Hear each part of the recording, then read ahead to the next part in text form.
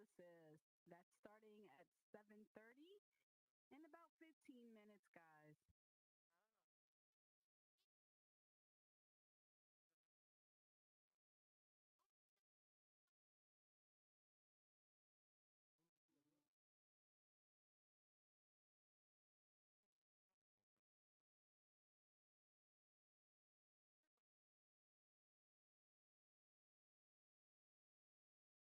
I'm looking at it. They're saying Florida is leading. Yep.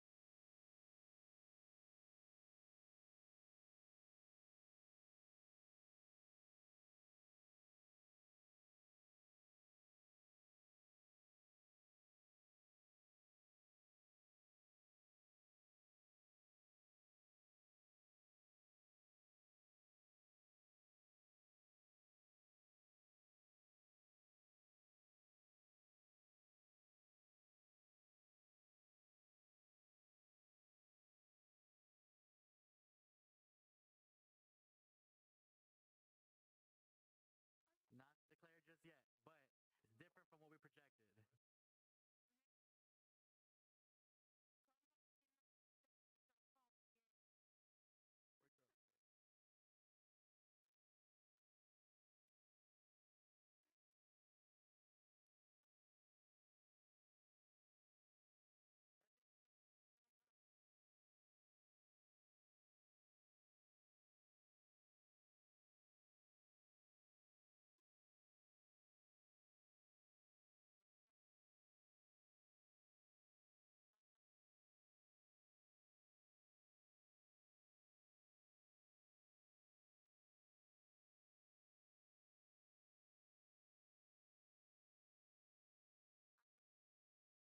Everybody, America decides. We're about to go and talk to you guys and see how you feel. So we're gonna come around and interview you guys.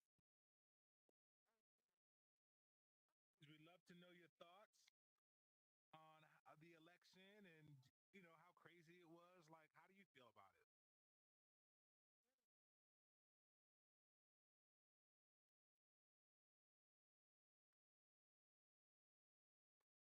Gotcha. Anybody?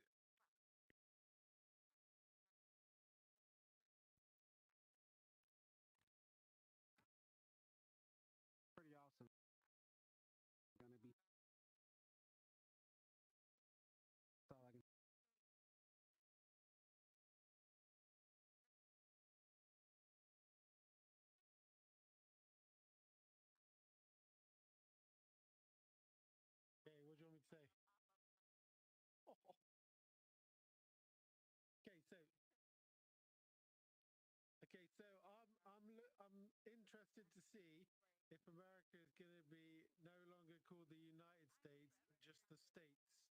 And it's going to be not the home of the land of the free, it's going to be the land of just the land. And yeah, just self destruction, basically. Well, yeah, good luck.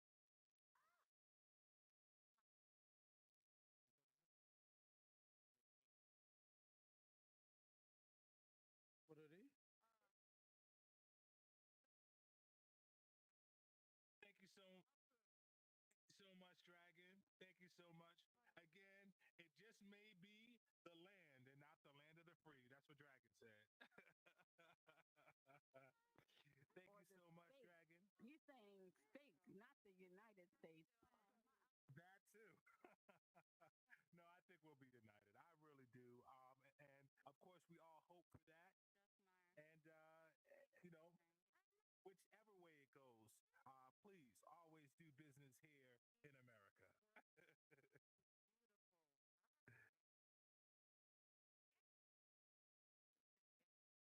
Hey, Quan, you have something to say? You wanna say something? We'd love to hear it. Okay.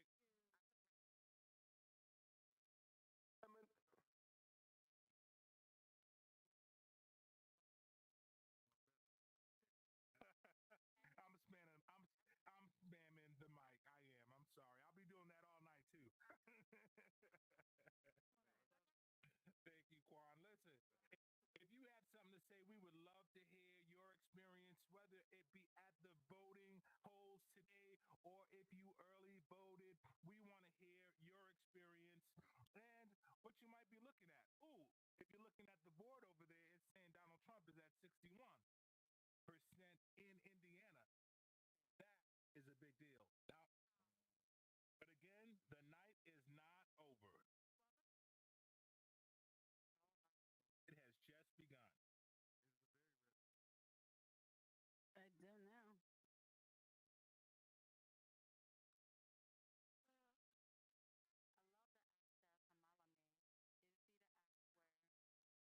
Sure, sure.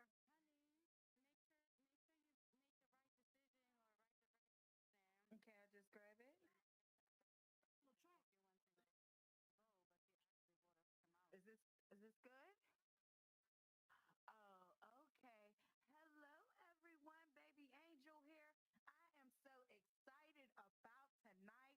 I am mostly excited because history may be made tonight. We may be watching the very first African American or Black slash Asian female president. Guys, this is huge. I'm excited about it. I'm elated. And yeah, let's go.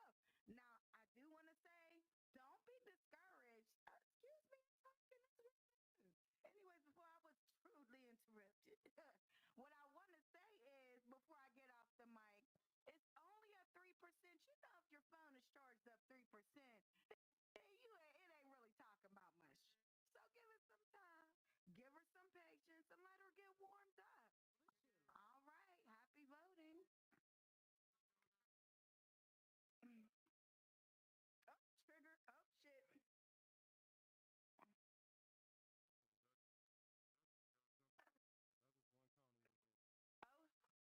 Oh, oh my God, I should have turned it on. Hey, Divine. Yes, right here. Okay.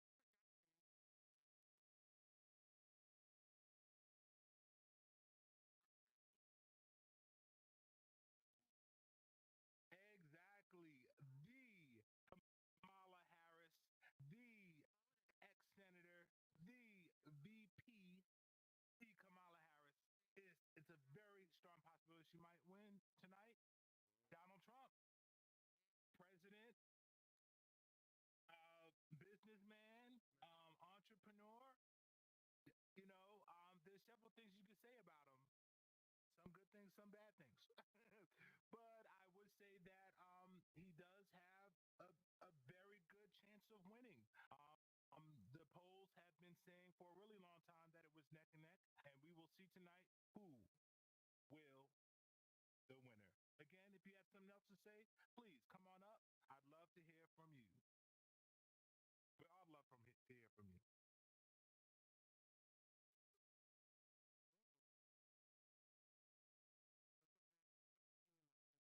All right, Rich. All right, I'm gonna let go. All right. Yeah. I hope I'm hoping that Trump don't win because of his Project 25 policy he has in play. One of the in that policy it states that he with the police he's gonna give the police force the right to shoot people and not be prosecuted.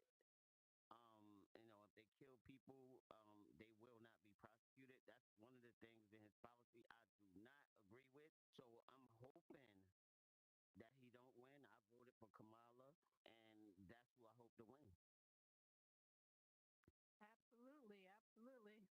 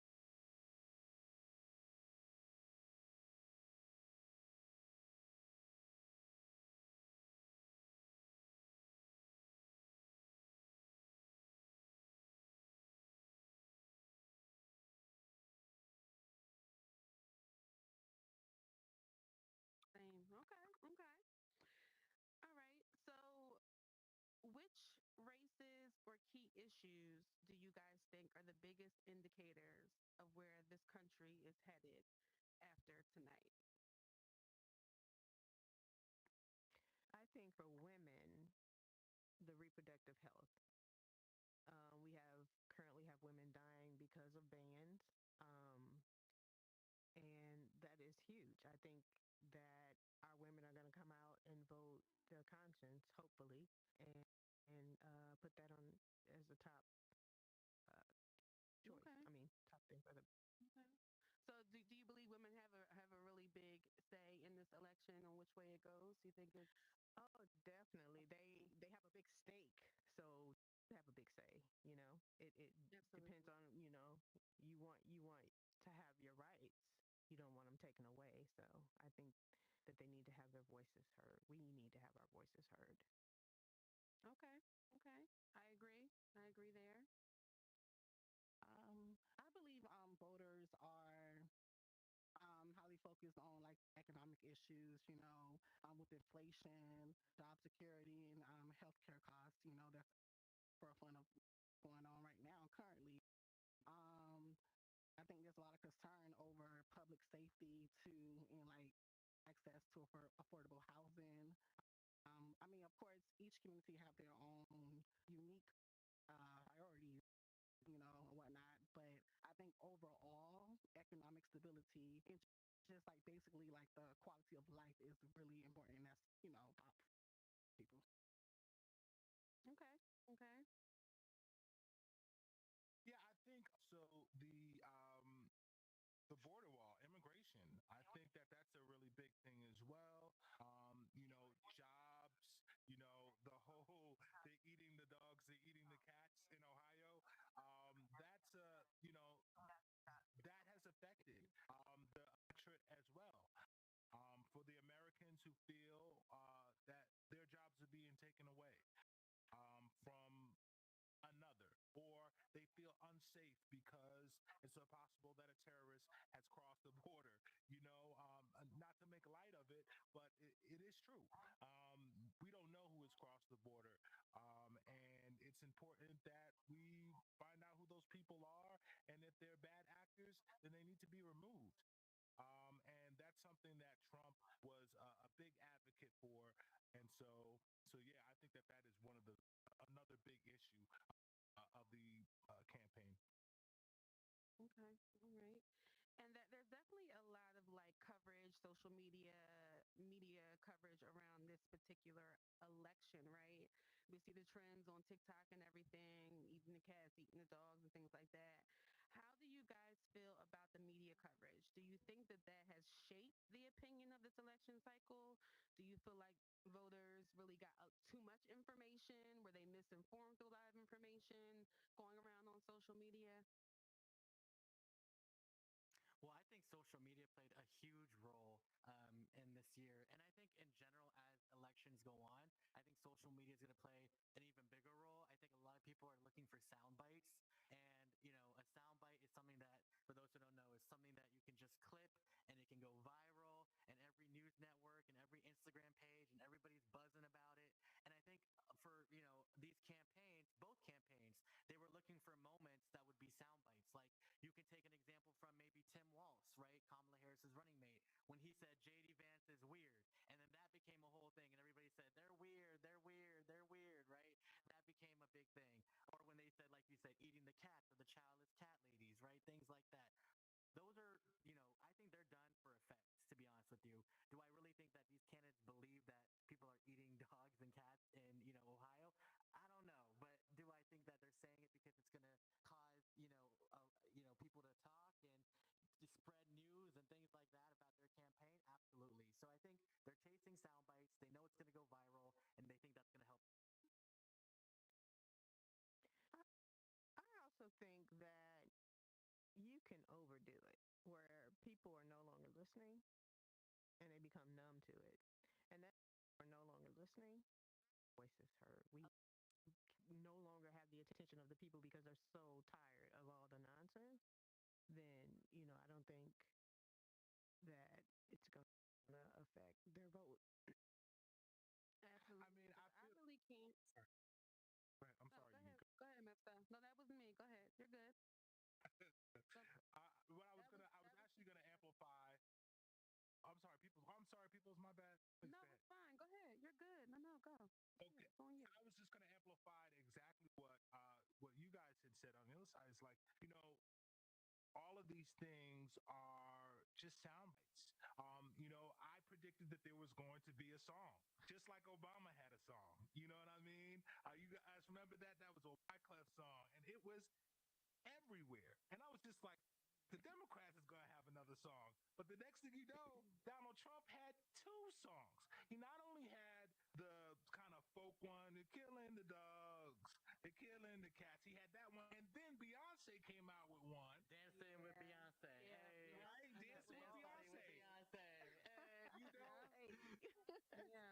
That's what it's about, though. It really is about people really getting attracted to something that they're always attracted to.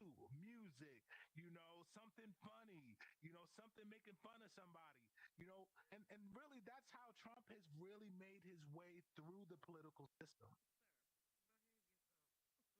But if you also think about it as well, it's kind of like that's what's relatable these days. So that's what people are relating to. They're relating to the sound bites and the memes and the funny stuff. You know what I mean? So, and especially if they're trying to engage now with with the generation coming up. Like I just heard a young person in here, he can't even vote yet, but he's very up on what's going on now because of social media. You know what I mean? So that's also another thing to take into account. It's kind of like Trump has kind of relatable on that level with that audience, as far as I can Yeah, I was tell. gonna say exactly that. I mean, there's a good and bad side to everything, correct? So, but I really think social media has made it easier for political and social messages to go viral with the trends on TikTok and then like the IG campaigns about social justice.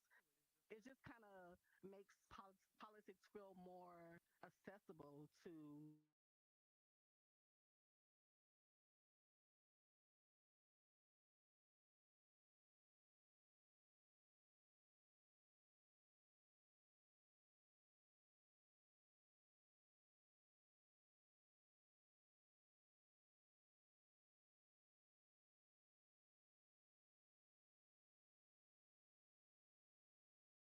Republicans out there that are still saying, I'm going to still support this person.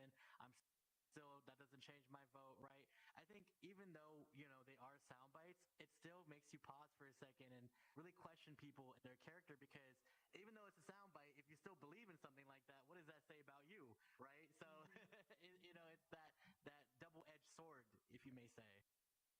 Okay, right.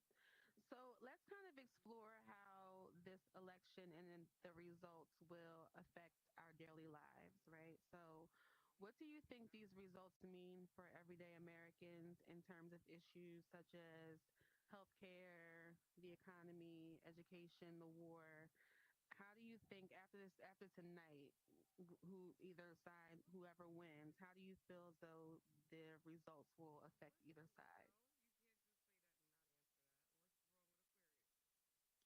I think that I'm sorry. I was going to say that I think that it's going to be hard, okay, on either side, right? It's going to be hard because having a president who's already been a president, you're going to have these thoughts of what he should be, right? It's going to be hard because and then on the other side, you'll have a woman president for the first time, which will change the dynamic of men and women in America. Husband and wife, how you train your daughters and how you train your sons and how they interact together. Like I feel like there are a lot of different things that will impact America and the world because again, people say all the time, there are women leaders all over the world. Yes, but it's not in America. America is the leading country in the world, and it's gonna be a big change, and we all have to be ready for it. That's what I was going to tack on too. Do you think America's ready for a black woman president? Do you think? hey panel, you have 15 What are your feelings on that? Your thoughts on that? Not a drink is cool. I like the Are drink. we ready to move forward in this direction? I know it's a heavy question. I know. I think we, some of us are. I think internationally, a woman would be accepted as a president more so than here in America, because I think we're backwards. I think we're behind when it comes to leadership. And I'm concerned. I am concerned about both, whoever wins on both ends, because as a black female, we are the most unprotected, people in the world. And she's going to rank the highest office I just think about the threats that are going to come.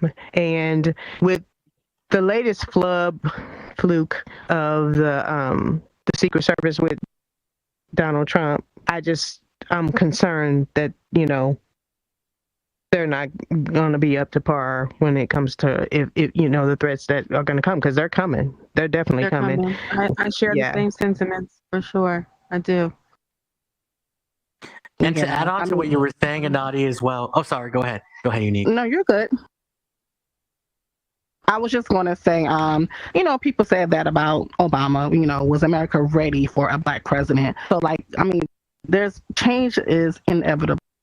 There's always going to be change. You know what I'm saying? If she so happens to win, if they're not ready, they better get ready. You feel me? Because I feel like we need to change. You have to evolve, as people, as a nation. So, yes, what you were saying, there's going to be concerns, of course. But I'm a huge advocate of just not putting things in the atmosphere. Yes, we understand, but let's not even speak on it, but I am ready for change. Okay. Sherwin, you want to say something?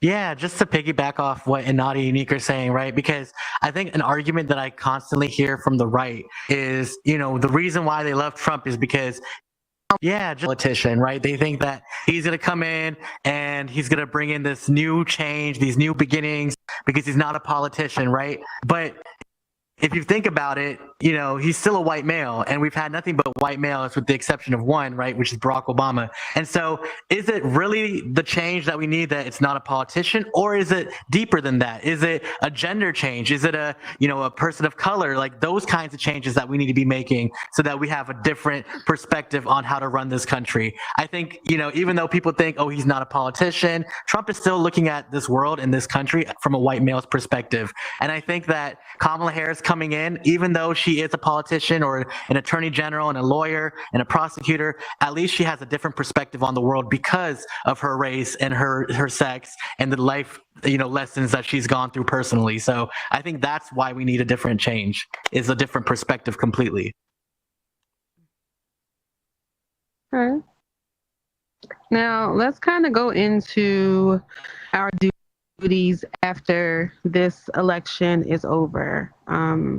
Let's talk about how important you guys think it is for us to stay engaged and informed beyond election day. After this election, what are your thoughts on how we can be more engaged with our communities, how we can be more engaged with our local government going forward, whether red or blue wins this election? Well, I tell you, the one thing I would say is that we need to start making laws around election day and along our vote. A lot of times they say, well, we can't have electronic voting because someone else will come and mess it all up. No, but if we have electronic voting the same way we do crypto, the same way we can transfer our money from one to the other, we can figure that out so it's easier for people to vote. The other thing I want to say is that it should be a holiday. I need to go the same way we another holiday that's not election day. Because I feel like we have so many holidays that we make up, but the thing that we stand on the most, you got to go to work right after you vote, we need a website. Yes, we have a couple of websites, but we need a main website where we could see who these people are and how they voted. When I voted today, it was a ton of people that I was just like, I've never heard of this person. You want me to vote for who? So I feel that with the presence of Donald Trump, regardless whether you like him or not, he has brought a life into politics that made people want to get involved and understand how the political system works. I think Obama was one of the first people, but I feel that Trump really pushed the needle.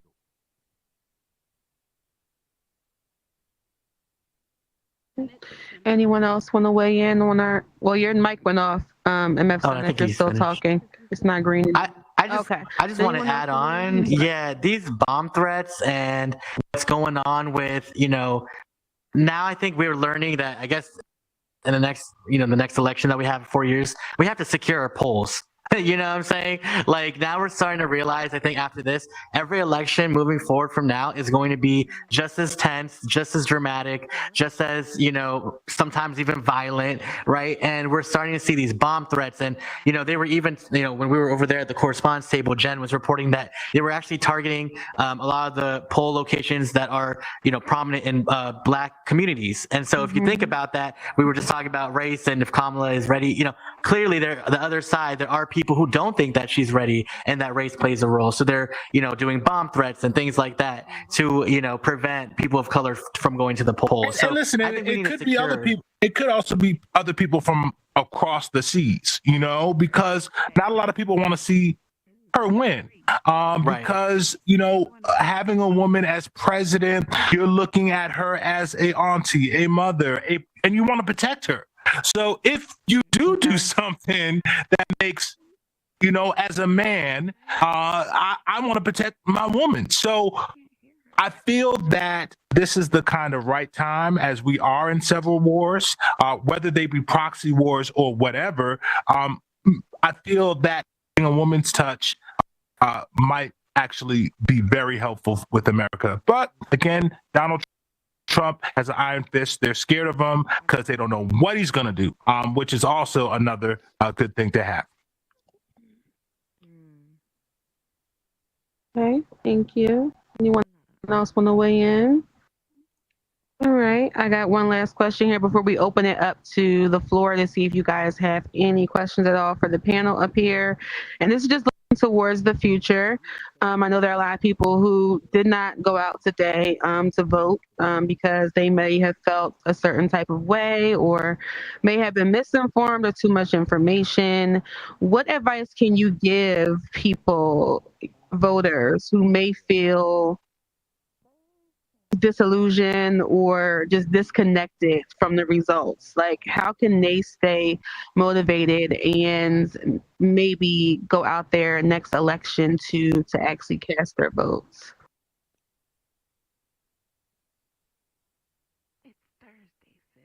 I think that if they want to get involved or feel that they need to get involved, they can go to their local politician, mayor, office, whatever. They're always having efforts because they're coming, yeah, or federal government, and just keep their pulse on information that way. That way they're not listening to the noise. They're up front, they're up close and personal with it.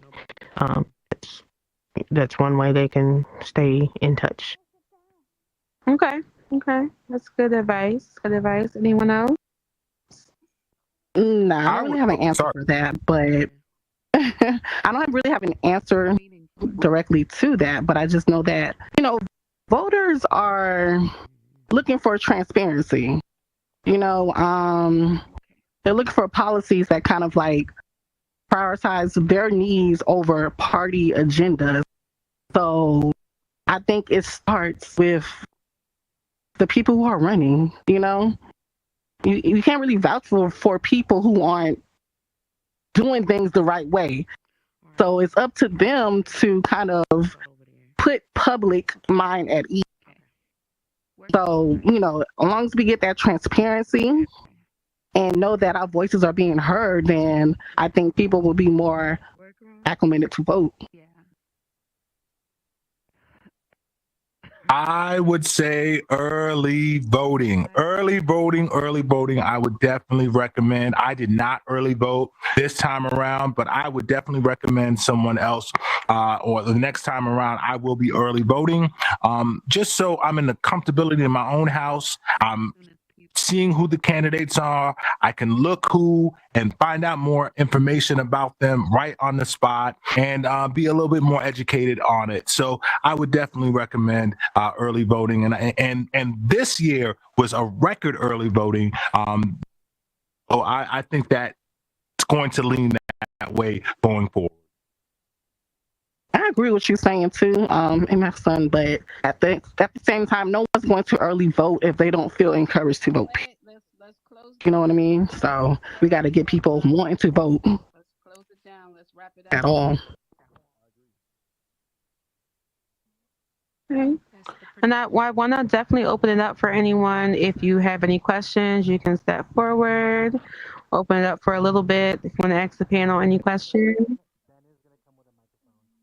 Yes, you can raise your hand and Jim will come over with a mic for you. All right. Okay, anybody has questions? Anybody? Okay. If you do grab the mic, you got to click it and turn it on, turn it off. Somebody Just said come I to do me. over there. You got to come to me, please.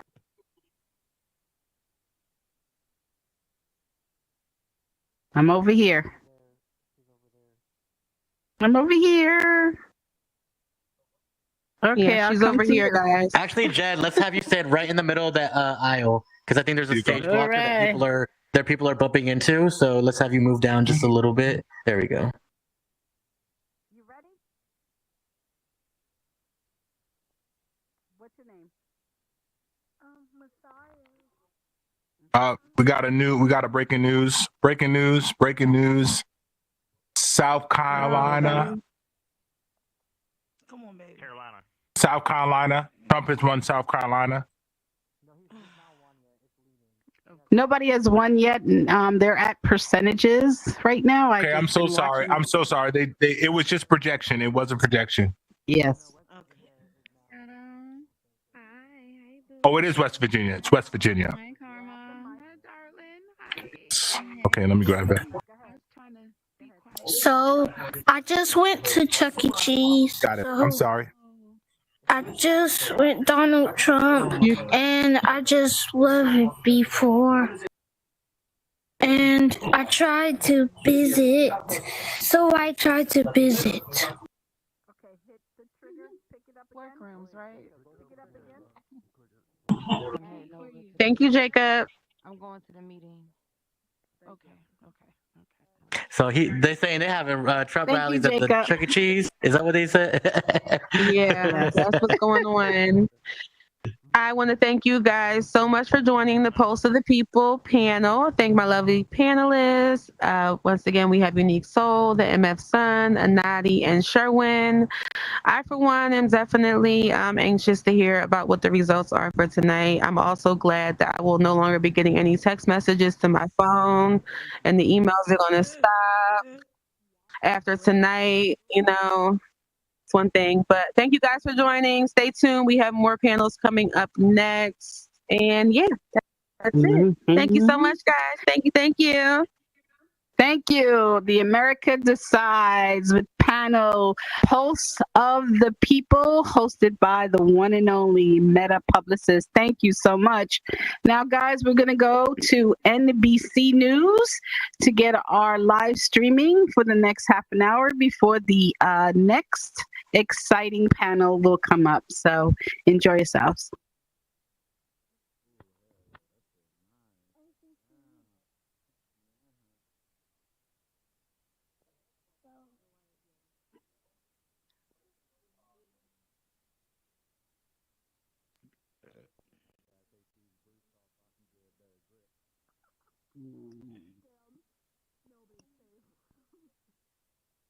Hey, what's up, man?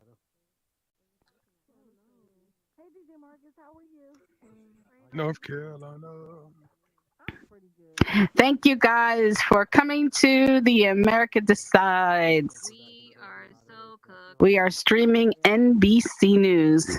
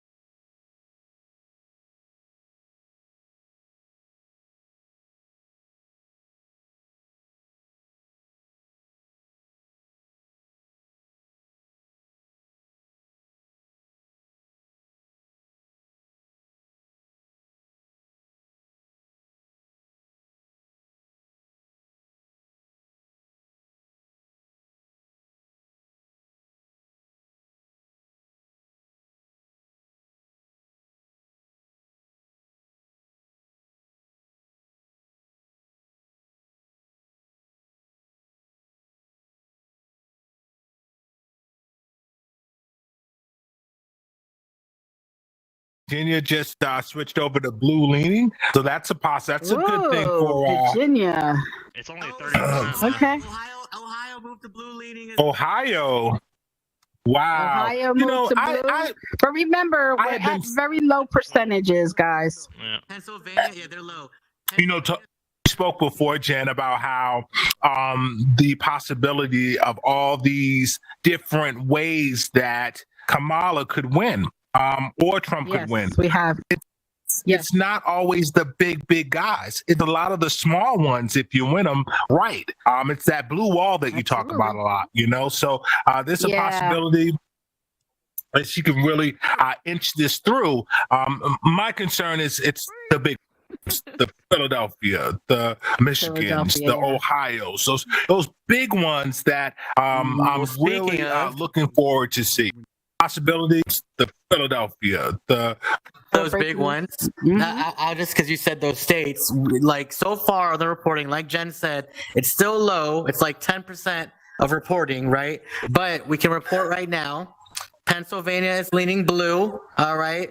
Only 5% of voting, though. So 76% is voting for Harris. 22% is Trump, all right? Ohio is also leaning blue with 34% reporting, which is important. So that one is, on its way. Right there, Michigan, Michigan just started their counting. They're at 2%. They are leading 76% Harris, 22% Donald Trump. Florida is at 87%. They have pretty much declared Donald Trump. We're also seeing some of these other smaller states on the East Coast come in. New Hampshire, New Jersey, all right, are leaning towards Harris. And then we just saw Maine. Oh, wait, no.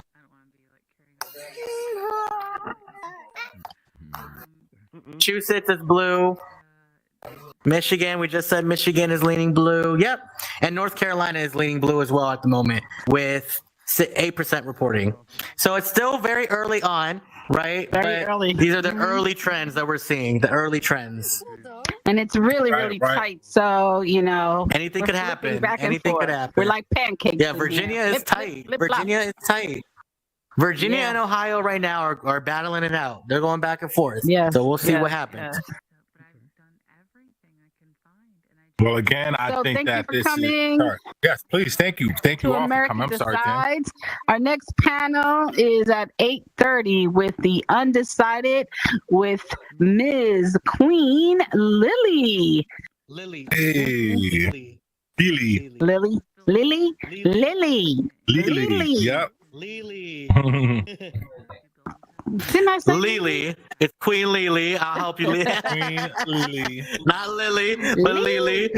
Oh, Lili. Okay. Yes. I'm sorry. Yo soy Hispanic. Yo soy Boricua, so we say Lili, okay? All right. Hey. And also, real quick, just a small announcement for those who are in here. This is the main area, of course. If you do want to go exploring, we do have a bus stop at the very front where you first came in. The bus will take you to 1400 Pennsylvania Avenue, which is the White House, of course. And there are some people over there. So 1600. Oh, I'm wrong. Thank you. 1600. I said 1400 is, the liquor store down the street. No, I'm just kidding. But 1600 is the White House. 1600 is the White House. If y'all want to check it out, there's a bus stop that takes you there and a bus stop that brings you right back. All right, but for the next panel at 8:30 on the Undecided with Miss Queen Lili. And also, I just want to talk about that build over on the other side at the White House. It is so very beautiful. Impressive. Yes, Ossie did such an amazing job on that build. Shout out to Ossie. I'll be right back. The huge hat in the middle of the of the courtyard of the White House and all the little things in the Oval Office, Monica Lewinsky's office, we talk about that all the time. Lord, here we go. Golly. And all the great things that you can see at the White House. Again, great job, Ossie. Great job on this build as well as the other. Thank you so much. Call it Monica's office. The cigar's still under the desk. Not the cigar under the desk. Sorry. She in the bag doing laundry. So it says 95-35. Let me just see. Oh yeah, I haven't done that yet. Not like upset about Pennsylvania again. This was like 8 years ago. It sounds good when I can get it to work, but again, that's another thing. It's like it'll work and build and test, or actually it'll work and test. That's why you see me build and test for a few minutes at a time. The whole video. Ooh, North Carolina. Wow, North Carolina governor has just won on the Democratic side. Blue. It was very, very controversial. Yes, a lot of things. He said a lot of bad things, including something about being on a porn site. Yeah. So, just being a black Nazi. Mhm. He was definitely one of those guys that we would not want running our country. I'm sorry. Absolutely not. He's friends with Donald Trump. You see how Donald Trump dropped him right away, huh? Well, Donald Trump's good for dropping a lot of people.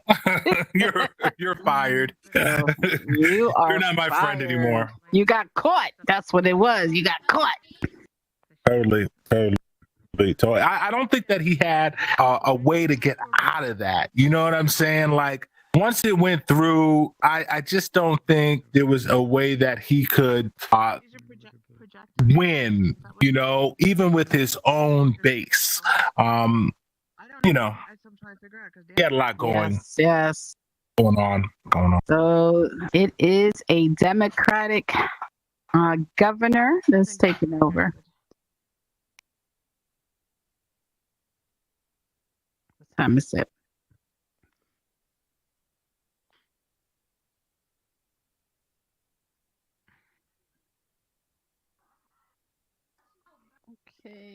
Okay, you guys. So it's too soon to call, but it looks like in Pennsylvania, the Democrat Casey is 72% off of the Republican. McCormick at 25%.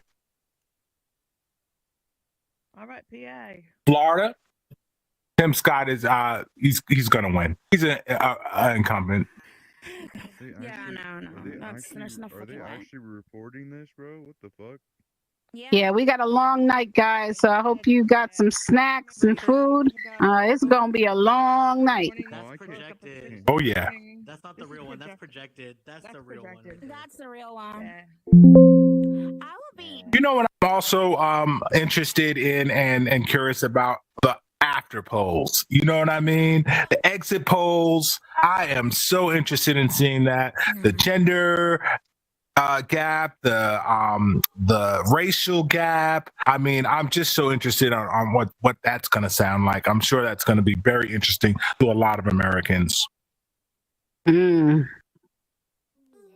Definitely. Is there a live stream going right Yes, Miss Queen. Yes, there is a live stream. Lux Vision Productions is streaming live, and also T-Bot. Oh no. Yes, T-Bot is also streaming live. Yes, if you look on to T-Bot or as well as Ben Official, if you go to any one of our Instagrams, you will be able to find it there live. If you go there now, you'll just see a clock because we are intermission and we're doing a lot of the news outlets. And then as soon as the panel comes on, we'll be back online live. And speaking of news stream, if you guys cannot see the screen,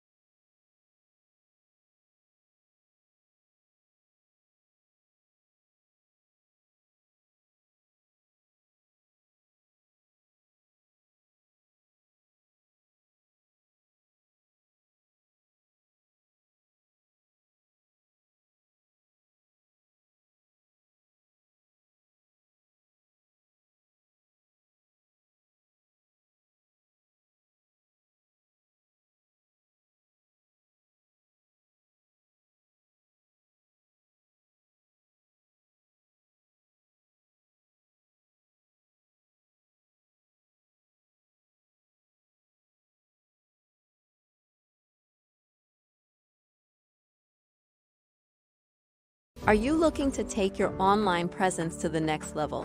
At Lux Vision Studios, we're your one-stop shop for building a strong digital brand and connecting with your target audience.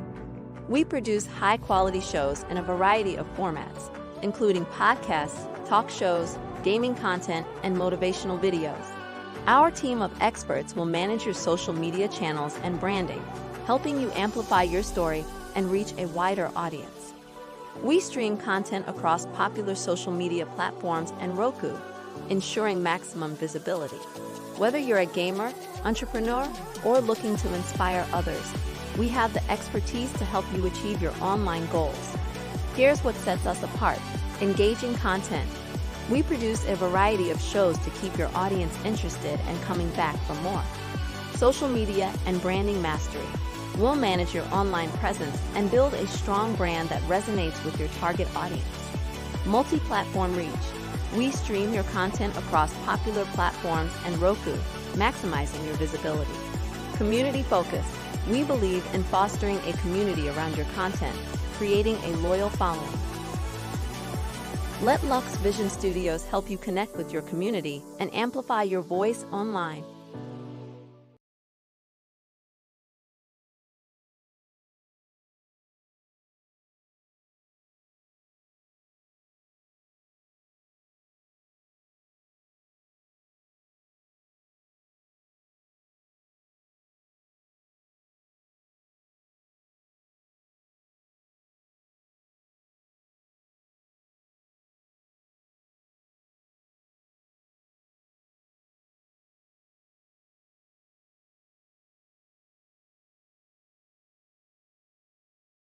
To the stage, we're ready for.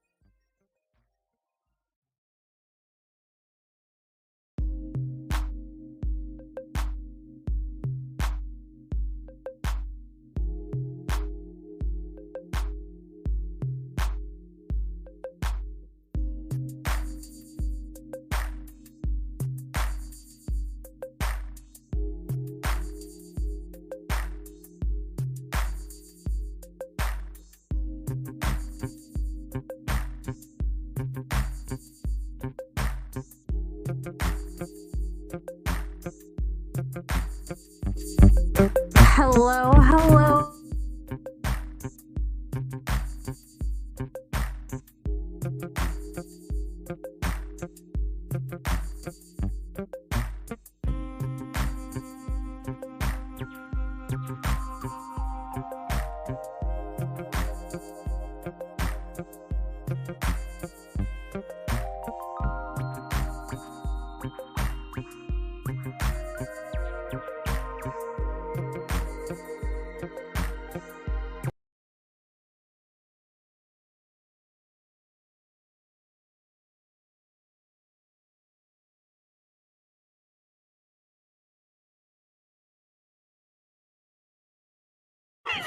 I have MF Sun.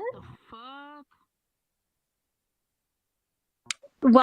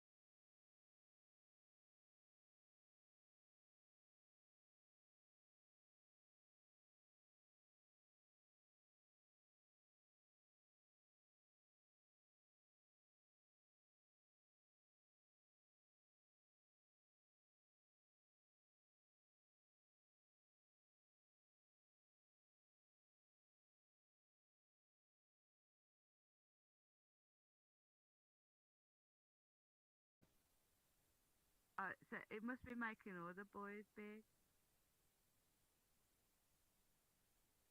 Nothing. You did nothing. It's just too new. I can't do this. TV, but a lot of it is left media. You couldn't. Where I'll you know, share my if y'all I do depend on independent media. Focus on the actual key issues, right? We're talking around it. So you can be very misinformed and then you're watching debates and no questions are being answered. So you have no choice but to go to social media and get information overload or get the wrong information. So people, are undecided on that issue because of that. And I think that there was a perfect example of that was the hurricane that came, right? It was a whole bunch of misinformation and the lives because of it. So, it just shows you and tells you how important information is and the right information. Yeah, such as, one side saying something about immigration. But if you look at immigration, it went down 60% due to Biden putting down his foot. So in a year, 60% went down on immigration crossing, but the Democrats are really, really slack on the on that information for everyone. So of course it doesn't get any play. Somebody's guess about what might happen. But this day and age, But the 3 million people that were already let into the country. So in this day and age, like the amount of information that we are bombarded with, and can you give us some respect, please? Come on, Kuda. All right, let's go ahead and get back into it. And wow. Don't get me started. No matter what you open, TikTok, YouTube, Facebook, Instagram, it's somewhere in your face, and it's really hard to fact check what's going on because you don't know who to believe anymore. You would expect certain sources. Yeah, you'd expect these sources to be unbiased and reporting facts. And you don't know who to believe anymore. yeah, it is definitely hard, especially media versus television. You can see the different amounts of information that you can get saying, this person did this, but on television it says the complete opposite. And that actually leads to a lot of undecided voters, unfortunately. Because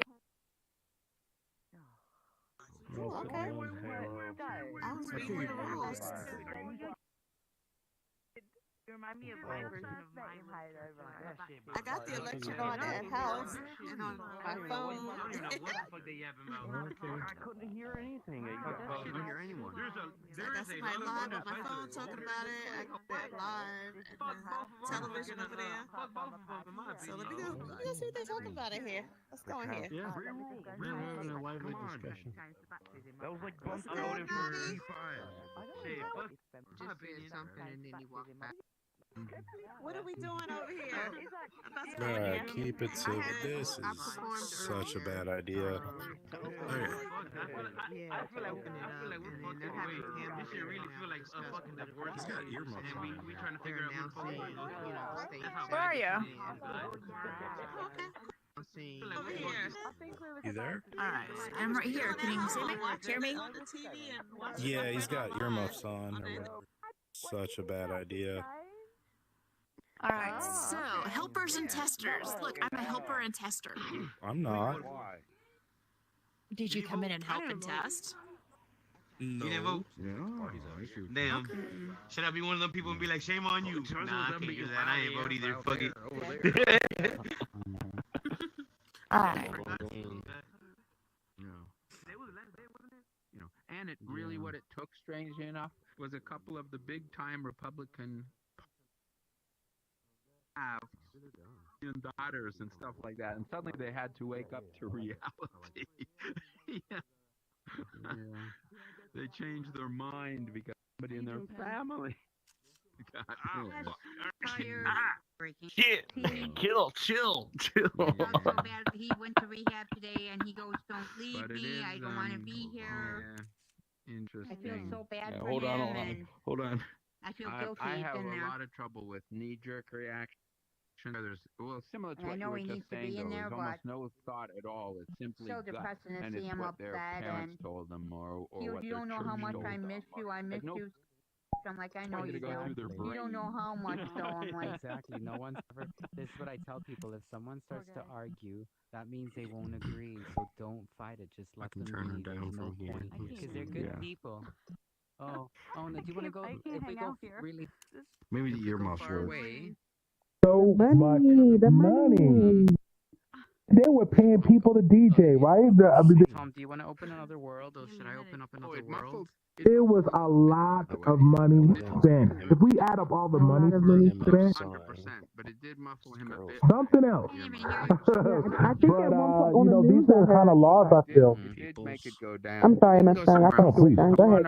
Go ahead. No, No, go I was ahead. just saying on the news, I heard in my state there were literally 200,000 doors being knocked on at once every single day in my state, as far as trying to. It was every minute.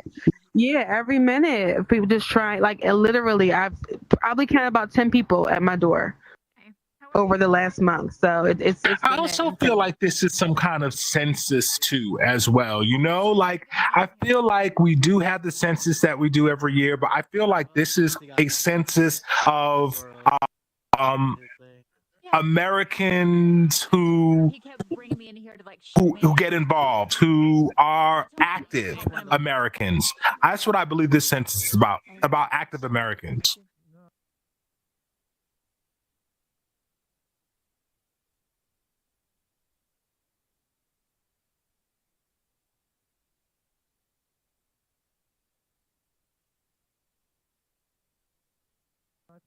On the candidate's personality.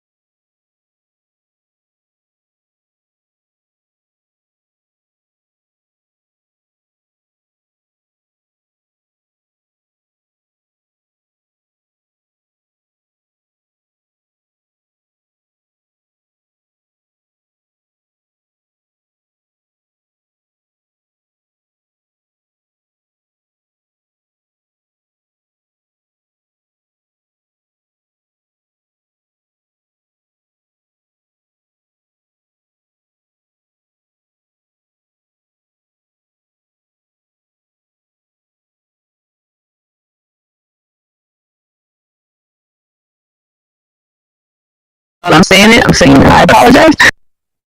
But there's so many other candidates between just, Republican, and it bugged the mess out of me that a lot of us are torn between these two different parties. But why in the heck are we just forced between two freaking parties?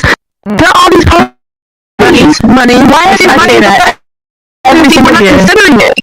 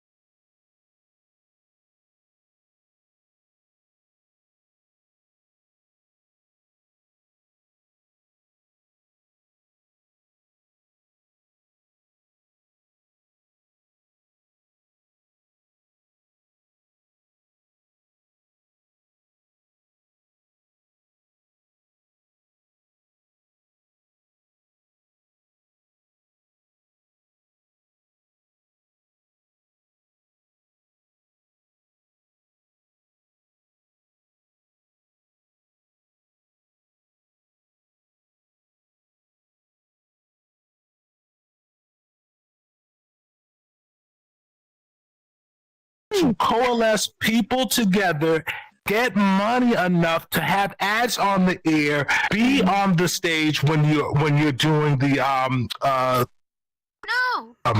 to do the things they need to do to run a country. I'm so sorry, but it's the truth. Like, we want somebody who is smart enough to coalesce the country.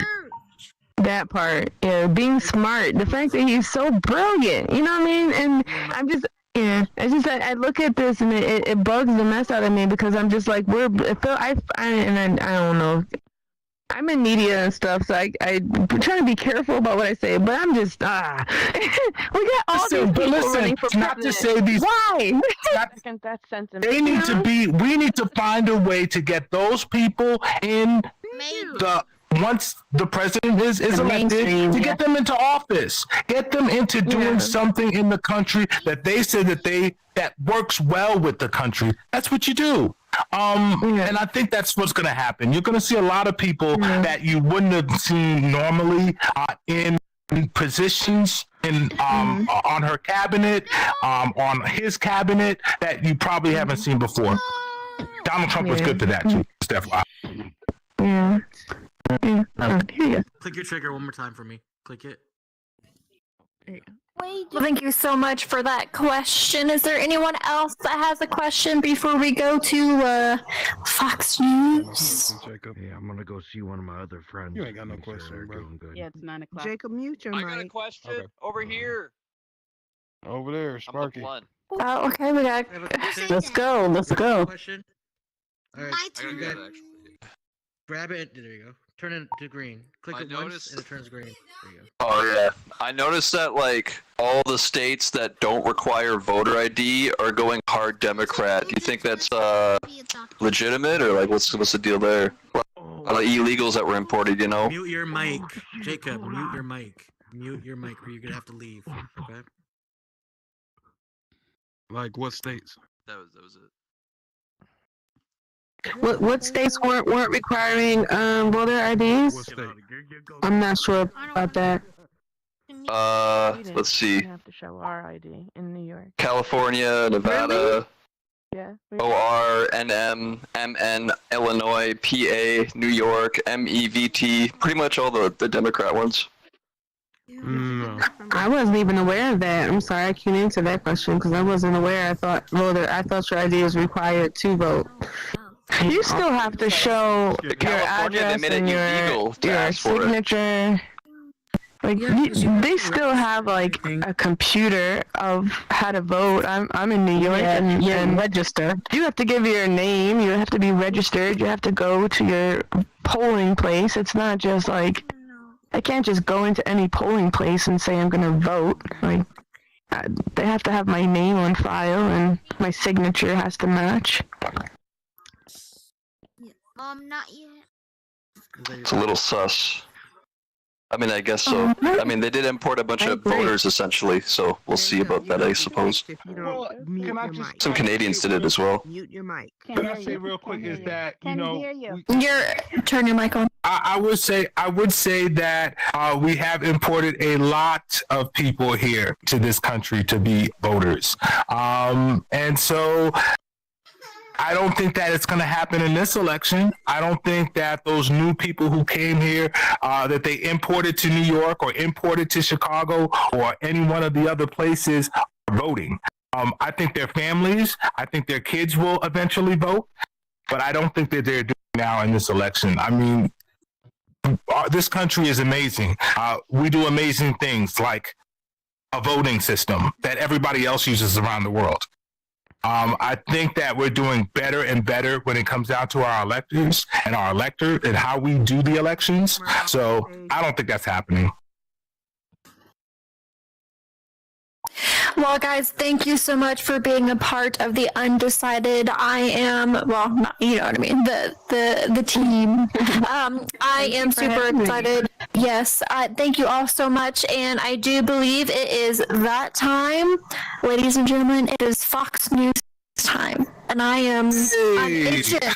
I'm itching to see what they say. So stick around and watch Fox News with us. Let's go. Thank you, guys. Thank you.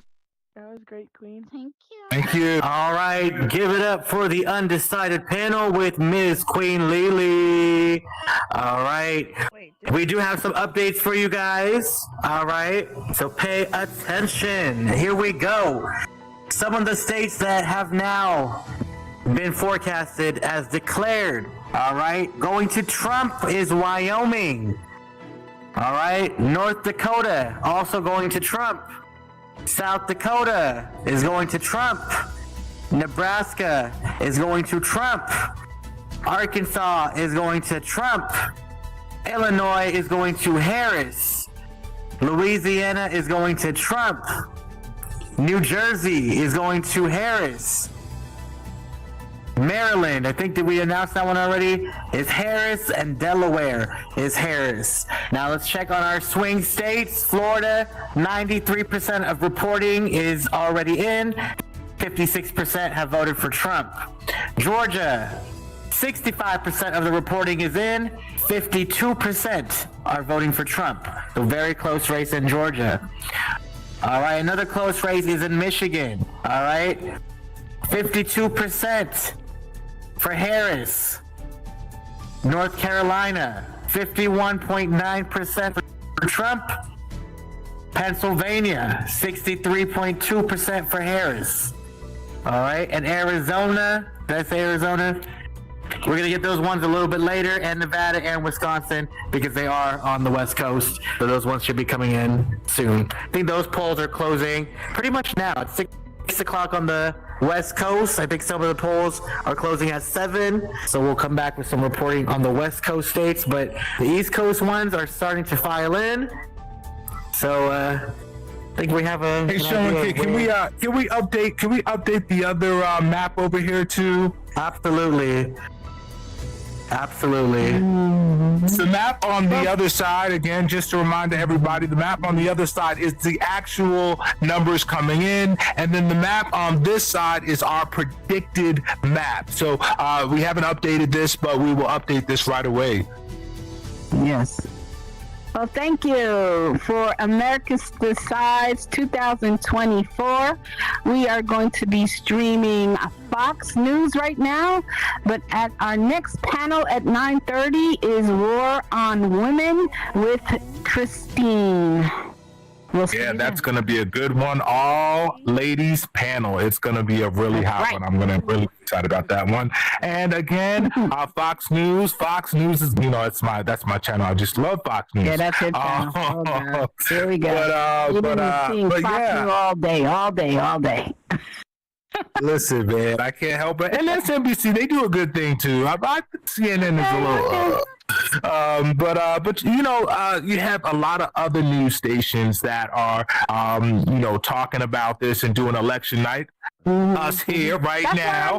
That's what I love about this night. We're going to see every representation on the screen between panels. So, you know, America Decides 2024 is an exciting. Oh, there we go. We're streaming live right now. Here we go. I felt like a prince. Okay, we got some winners happening, doing some winners or losing, one of the two. I wanted to be here tonight. What'd you say? In this hotel. I could have swore they said it. I wanted to pay Andy tribute to Kim. my Yeah, I think this is Fox News though. family, Okay. to the But this is state, for giving me local. life Yeah, and that's chance to local. dream, for giving me the tools through public education and a kind community. Hey, I voted for him. You voted for Kim? Yeah, this is local. It should be Fox. Yeah, I voted for him. How's it going, King? Fox News. What's up, Island? What's good, brother? Good to see you, bro. That's not much. To give perspective. Is that the avatar that you made? For my parents, this hotel was an important Oh, step no. in achieving the American dream. It's like one of the default ones. You know, Oh, back to the state. Avatar, definitely great. My parents taught me something I'll never forget. They taught me to love America. I'm a first-time voter and everything. I revere this country. Congratulations! I heard that. HR. Congratulations, first time voter. I said, what's up, kid? Hey. Muted.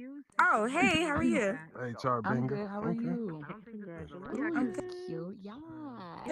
Okay, see, a lot of the senates are blue at least. Yeah. See? Right. A lot of the senates are blue. Okay, together. Did y'all, White House. oh, Okay. damn. Rhode Island. White House. Okay. Oh, no. Dang, we gotta do this every 4 years. Hey, Alan. They changing on us, and I'm behind you. Hey, how's it going? It's good, how are you? Good. Let me see. Let me add you. Figure it out. Boom. Oh, yeah, duh. I need to add her Would you be too. able to help this young lady? She's having problems. Yep. Yes, we are. Let me see. Let me go add my friend. Go ahead. You go. Yes. Where'd she just go? Tapping it in. Thank you so much. It's just something that we're going to have to watch throughout the night to see whether or not this is some sort of spoiler for the red team and whether it helps out Team All right, Michigan Casey. so far. So that's for you, by the way. Let's interact with the panel here. Trey Gaddis here. You know, what about that point about third party? I'm gonna have to lower the voice. Democrats try to prevent him from getting on the ballot, and then the Democrats try to prevent him from getting off the ballot. I just went And he's ahead on the and ballot pulled it in up on Michigan my and Wisconsin, also Minnesota. But, Michigan and Wisconsin, obviously, if it comes down to really tight, that could make a difference. Why would anyone vote for someone who doesn't want to be the president and is asking you not to? That's what I'm trying to figure out. Who are these 0.4% that are voting for someone who has begged you not to? California's going to be at least 54 for blue. Reminds me of Jill Right. Stein. Yeah, it's going to be The whole West Yeah, Coast. Cali is I think, Yeah, so Cali's 54 for California. What up, Island? What up, Oregon, Steve? 8. Hey, how's it going?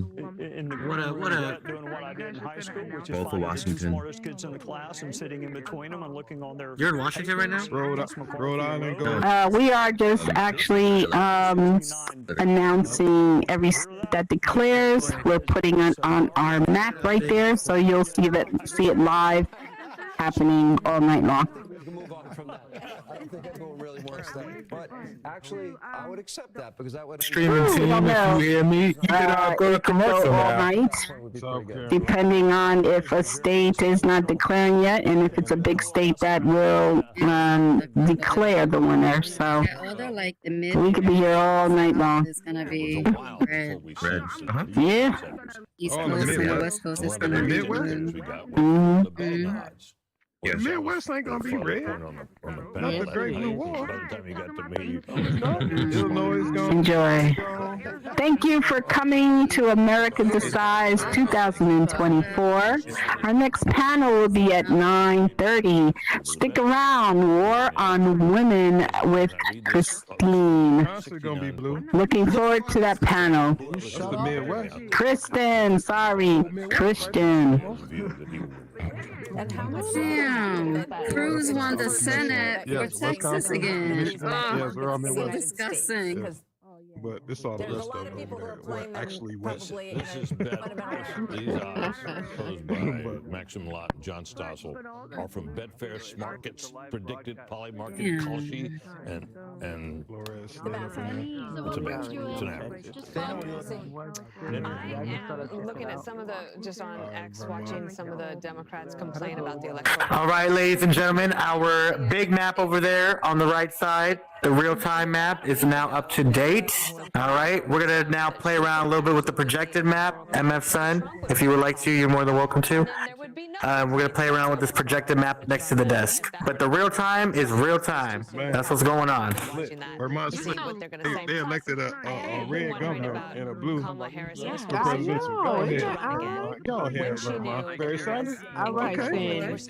Hold it down, Bernie. Give us all your money. Oh, Barry Sanders got us up there again. I didn't even know he was running. So you just chilling on It is here? what you. It is Bernie. Void. Don't call you void. Barry Sanders. I didn't even know Barry Sanders was running. He used to run all the time. Did you have it that day? I said on purpose. He used to run all the time. That's why I didn't know he was running. I knew Bernie was running. I think we went for, I don't know, 40 days or something with TJ? the press conference, and it took a really long time for her to finally say. Hey, so Sherwin, if you can help me out, or Jen, if you can help me out, what ones are we looking at that here we go.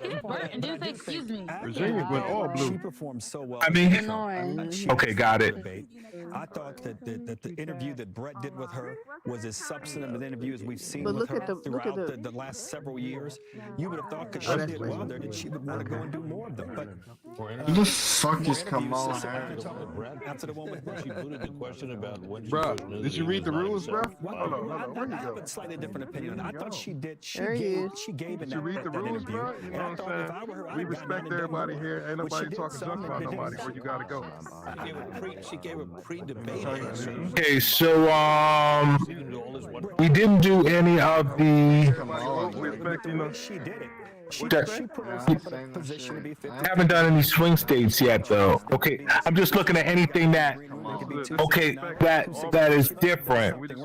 So what's over there that's different? It's Those three states have not gone all together, other than 19 Wisconsin and HW and the other two. okay, Georgia red. What's up, bro? I rebuke that. I rebuke. Sorry. No, not my Georgia. Sean, if the Democrats win the House, how does that play into? Look, I hope we don't. It's in the 268. Okay. What's good, man? Yeah, Pennsylvania. Leaning blue. Pennsylvania's leaning blue. Keep on leaning. Come on, PA. Come on, PA. We gotta lean. Everybody in PA, lean. Into the analysis stuff and how it tracks with the raw vote and what we're seeing. Just trying to keep feeding your conversation there, Martha. I know Pennsylvania. about the suburban vote and what we're seeing with our Fox good. News voter analysis. And some really interesting findings I'll put up here for you. As far as but the suburban concerned, voters. this is what we're seeing. So Pennsylvania Okay, suburban voters. still doesn't get them there. Okay, what else? What'd you say? What's going What's up? What's up? Okay. Not watching the election thing. She can read it. It's a gender review party. It's blue. Gender review party. Michigan's blue. Okay, what else we looking at? Pennsylvania by the same margin as Joe Biden. He's already winning. Wisconsin. Pennsylvania might be Red. Okay. Another story. He got it. 278. This is what we're seeing in Pennsylvania. Obviously, those voters on the ground there. Okay, but he already got to 278. Leading by That Joe little Biden thong led by gonna this break eventually. over Donald So what are we doing? 2020. So not a lot of movement. Okay, Illinois. Okay, they got Illinois. Okay, Illinois. All right, my bad. In Georgia, I can also report to you, Brett and Martha, right now that Yeah. Okay, he's not there. is leading by That's what I was looking at. voter in Pennsylvania that he was in 2020. Back to That's the big numbers. Yeah. Good call to make. Ohio just called. Just called. He just called. 54.2% to 45%. Oh yeah, I know. I was talking loud. Early polling, he was ahead. I knew I was talking. A new state has been declared. Ohio. A little bit higher than the most recent polling was showing. So Ohio went red. In what used to be yeah. a swing state, but hasn't been for quite some time. And obviously, there's 54% of the vote can, but if you look at That's 54% that votes are in. So 54%. So I'm gonna predict that Arizona is gonna go blue. Well, what we know right now from the projected map, if everything is going the way that it is leaning right now, and actually, let's turn Nebraska all the way red. Because I'm not sure if any counties right now have voted blue in Nebraska. So let's go ahead and turn Nebraska all the way red. But what we're learning right now, which is what? 261. So what we're learning right now is Nevada is not enough to carry either candidate to the finish line. Arizona may be the deciding factor because Nevada only has 6 votes. I think so. Even if Trump wins Nevada, it's 266 or 267. Kansas is looking a little blue right now, but it's early, so we're gonna say Nevada. In Pennsylvania, in as much as Nevada is blue though, right? 200,000 of the 700 that she needs to make up. Those are the numbers that they are saying. Now, if that is true, that would mean African American turnout. New Mexico leaning red. See what that looks like. 266. Okay, I think I turned people down. My ears are bleeding. Iowa. So it's the amplified. How's it going, Tony? Amplified people are super loud. Questions, you know, if you're Joe Biden at the White House right now, Iowa blue. I'm screaming Joe. Oh my God. Relationship with the unions. And what else there? If she does end up, and we just Missouri. continue to caution that we're waiting for a lot of data to come in here. That was backwards. He's shaking his head and saying, I could have. Missouri. What's going on? It's earlier they're using for the map. It's early, you know what I'm saying? And it is still a crapshoot. You know what I'm saying? Sorry. They haven't done California. She said Missouri, and also she made it at Missouri. Missouri will do it to her. Blue. New Mexico is leaning blue, 51%. And so finally, New Looking at Mexico. ABC News. Yep. that would be the Trump war room. That would be the crowd. But it's not really Mexico. a real representation because some of the states are 3, some of them have That 280. Yeah. Out Arizona. You know what I'm saying? Cali got 54. So Delaware is blue. Yep. Delaware is How is it streaming? We had that one on there. Delaware's always. Rhode Island is blue. They're changing that numbers that Sandra South Carolina is red. Yeah, they're changing that map manually. for concern in both Virginia and Pennsylvania. South Dakota is red. Damn, 70%. the polls are closed. Tennessee Okay, this is red. On the ground, And by the way, when it comes to popular vote for the entire country, we're looking at 27.6 million right now for Trump, 24.5 million for Kamala Harris. That's the popular vote. Vermont is blue. Virginia is very tight. West Virginia, 70%. Personal business.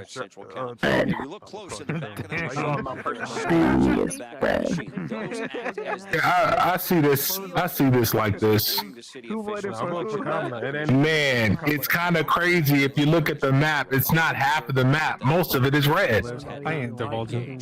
First, we were told on one machine, then some of the machines. It doesn't matter, bro. Super exciting night. Again, thanks everybody for coming out tonight. Especially shouting out to CJ, M5, and Beneficial for recording this all. For all the people to see that are not here in the metaverse. Watch watching outside wherever you are. But listen, if you are around, if you're on your way home, once you get home, you chill out. Maybe you want to stop into chat for a little bit and chill with us. We'd love to hear about your experience today here, out voting, or Not your over family to and the friends. fat lady sings. We would love to hear your voices out there here in America and outside the world too, and other parts of the world, right? Because this is VRChat, right? You got people from all around the world here talking to one another, and giving their predictions. Speaking of predictions, Don't worry about how. we got to talk about the betting that's been going on. People are putting money on this joint, big money. Here, Island. Yeah, isn't that illegal? Well, apparently not, because a lot of these online betting games are putting money on this particular race. Oh, this is a guess before. You know what I'm saying? What it was gonna look like. Yep, I'm here. Inati, you on the panel, right? Thank you, everybody, for America Decides 2024. Our panel is coming up shortly. War on Women by Kristin at 9:30. So stay tuned. Kristin! Golly, Kristin! Our president. And I'll just raise the individual voices. We give it all Yes. up to you. There we go. What you say? What you say? They got anybody avatar on? Yes. What? What you saying? What you yesing? What you saying? The prayer. Good, I can hear you. Yes, God. Prayer? Oh, Amen. Okay, amen. Yeah. You see the man praying? That's right. No, I ain't see nobody praying. Fast emergency response. We create HD cameras so you can see what's happening in your home. The man was praying. He said, God, we trust in you. That's right. Okay. No, I didn't hear it. Today with no contracts or cancellation fees. So you're really protected. There's no New Jersey is You know what I'm saying? But I get what you Classic first timers. They don't know that nearly half of all used cars have been in an accident. But Carfax shows how accidents impact price, so they don't have to overpay. They ain't got no West Carter for New Jersey. Shop the all-new Carfax.com. What is the dumbest thing you've ever wasted money on? I was paying for 2 Netflix accounts over like 3 years. How'd you figure that out? I saw an ad. Okay, New Jersey got 14 electric. Okay. What is the app called? Rocket Money. That's big. I'm in Jersey. Here's why you should switch from Hey. Google to Y'all got 14. I'm in Jersey. I voted. Y'all stood up. I voted for blue. But it's private and doesn't Y'all stood up over there. Now we just waiting on Michigan to come Jersey's on. always a blue state. Yeah, we waiting on Michigan. Golden Ray's in the house. Hey, Golden, we would love to hear your experience about election and how you feel about everything. Could you give us a couple of words, please? What you do is you just grab the mic and then just today. Everyone's forgotten who runs this valley. He from Verizon City. That just runs on top of MF. Okay, Trigger. Okay, cool. What I feel about the election is, okay, never mind my clothes because I was getting ready to go to sleep. And this is the avatar I dream about when I go to sleep. You know, it's way more attractive than me. So I'm glad I can have a chance to have an avatar that's way more attractive than how I am. But as far as the election goes, excuse me? Go ahead. Please, go ahead. Replace Cruz. Okay. Well, as far as the election goes, I just hope everybody gets their own personal outcome. I don't like to talk about politics, but whatever your outcome is, I hope you get whatever outcome you wanted out of this election. I appreciate you for asking me this question, and my son, love and respect. Well, anytime, Golden. Thank you so much. We look forward to all the great things that you do here in the metaverse, and of course, thank you so much for answering for us. Hey, thank you also, man. Appreciate it. Thank you. Wisconsin. No doubt, no doubt. 37 to 37. Again, West Virginia has already flipped. Majority at 51. We're looking at We don't see a Cruz headquarters. I can. Hey, guy, I've got some questions. As a possible flip. What's up? Okay, all right. U.S. Senate. Brooke Taylor is have at they Cruz called campaign are they headquarters calling in Houston. states Check in with for Brooke. them Good yet? evening. Yes, they're calling states. Yes, that's actually the live states right now on that one. Okay, States that they call. On both screens right now. The screen, the crowd right now going wild because we just threw up the race. Yes, Pennsylvania. Let's go play some games, everybody. Hey, Key, do you know why the map over here is different from the one over there? Like, there's a lot more going on over there. This map has been the same the whole night. This is the projected projected guess of how we're going to end What are up. you about to do? Got it. Okay. So that's the library. Got it. Okay, thank you. Sure. Hey, Tony. I didn't order nothing. What's up, bro? No, I went grocery shopping yesterday. Remember I told you I had some fish? Yeah. Key, what's going on, Key? Wow, Ted Cruz wins re-election. Man, believe it. Another He's so shitty. Republican in office in Texas. I mean, it was a tough one. The ultimate that was a really blowhard tough one. of Congress. really, he really is. I mean, but I don't think that. I think it was a good chance, a good try for the Democrats to try to take Texas, but it's always been a red state. I looked around to see. I thought she called another state. I guess that dance party with Beyonce didn't pay off at the end, huh? It did not pay off. Dance party with Beyonce. Hey. All right, ladies and gentlemen, we have the next panel coming up in the next 2 minutes. War on Women. So stay tuned. There you go. It's dope. It's a dope event, though. So, you know what I'm saying? They Yeah, it's pretty good. I ain't even mad at it. I ain't gonna lie to you. With all the panels, this is the third panel, so they didn't got people up there talking. I might have to watch. Like, don't tell nobody, but when they be talking, I go watching like NFL highlights. I'm seeing him on Hey, Facebook. guess who ain't mad at you? Guess who ain't mad at you? Yo, what up, Facebook? Don't tell them I said it. I ain't gonna tell nobody nothing, man. Ain't none of my business. Gotta get your get those priority streets. There we go. Right. I'll be listening. Yeah. And then I'm gonna go sit up right up front on the front row, like I'm really. Never mind. What up? Bathroom break. Bathroom, man. What you got? Take a Duke Nuke? You in Mexico? Floor now.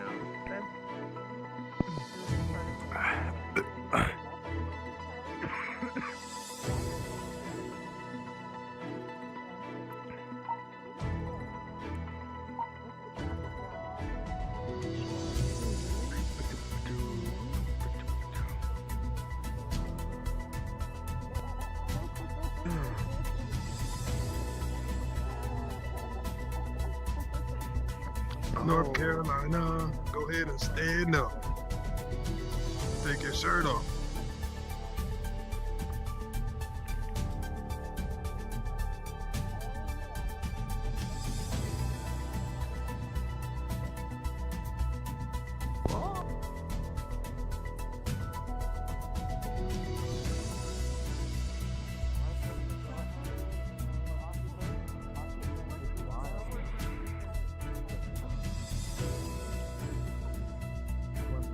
Good evening, everybody. My name is Kristin. Double click the mic, Christian. Double click the mic. Oh, sorry. Good evening, everybody. My name is Kristin. Welcome to America Decides. Our panel tonight is War on Women. We have some amazing people on the panel. Let's welcome them in. We have Kia. Come on out, Kia. We have Inati. Come on out, Inati. Hey, everybody. Hey, everybody. We have Jen. And we have Unique.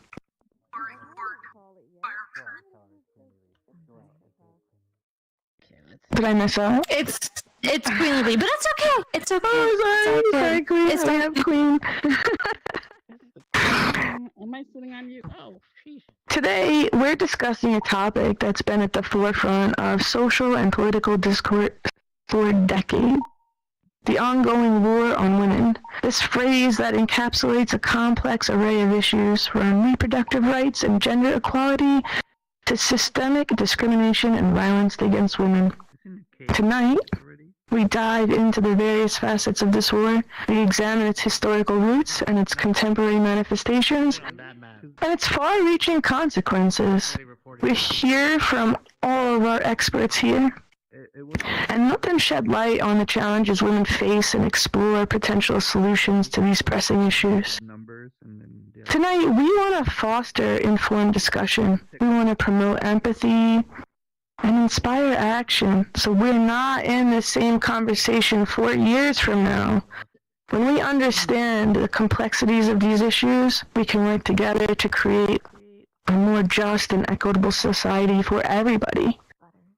So with that, why don't we start with an easy question? What do you ladies think are some of the more pressing issues that women are facing today?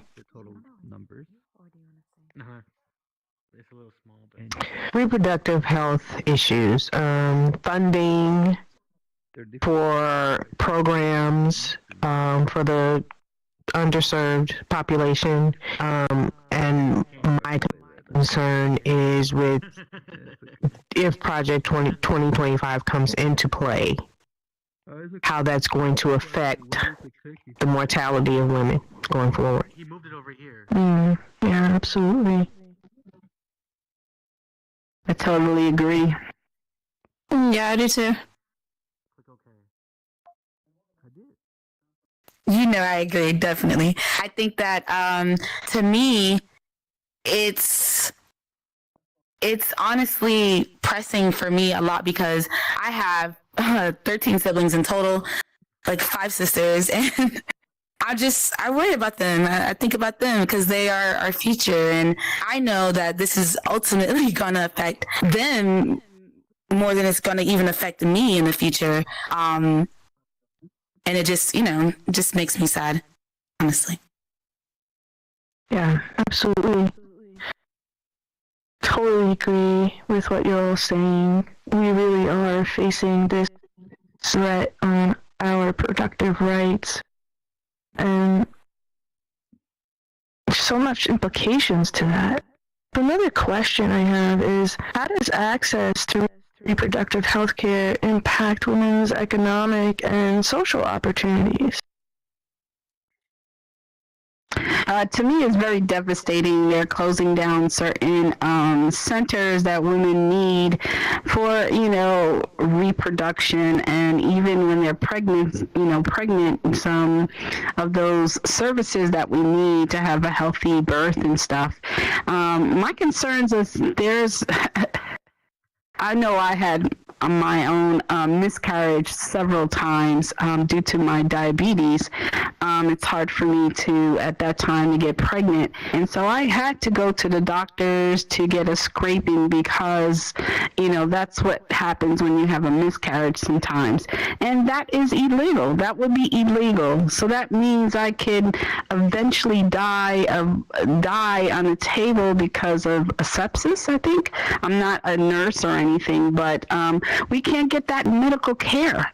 And they keep on closing down centers that perform, certain things, but there's other things that these centers are providing for women, and I have a problem with that. Women are now starting to die, and I'm not with that.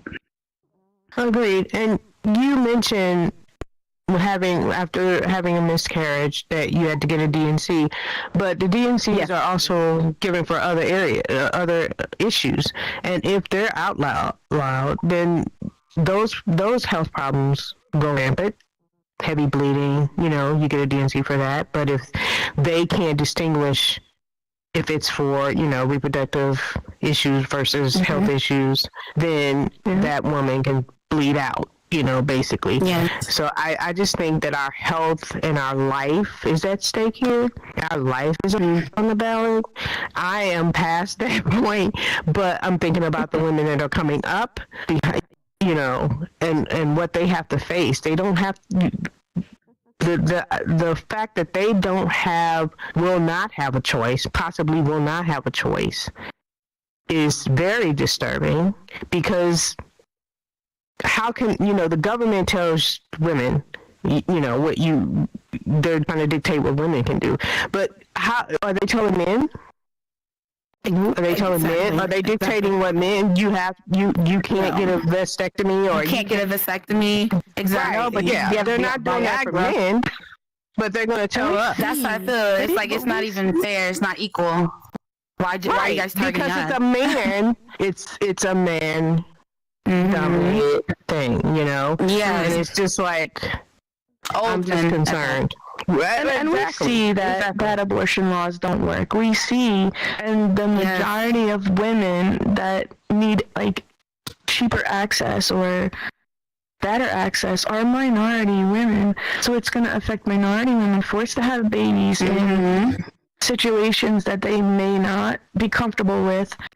And those that can afford abortions are still going to afford them. They're just going to go, you know, to different countries or different states. And abortion bans are not going to eliminate abortions. If people are going to go and do unsafe things so that's even back to the back alleys. Exactly. So it's going back.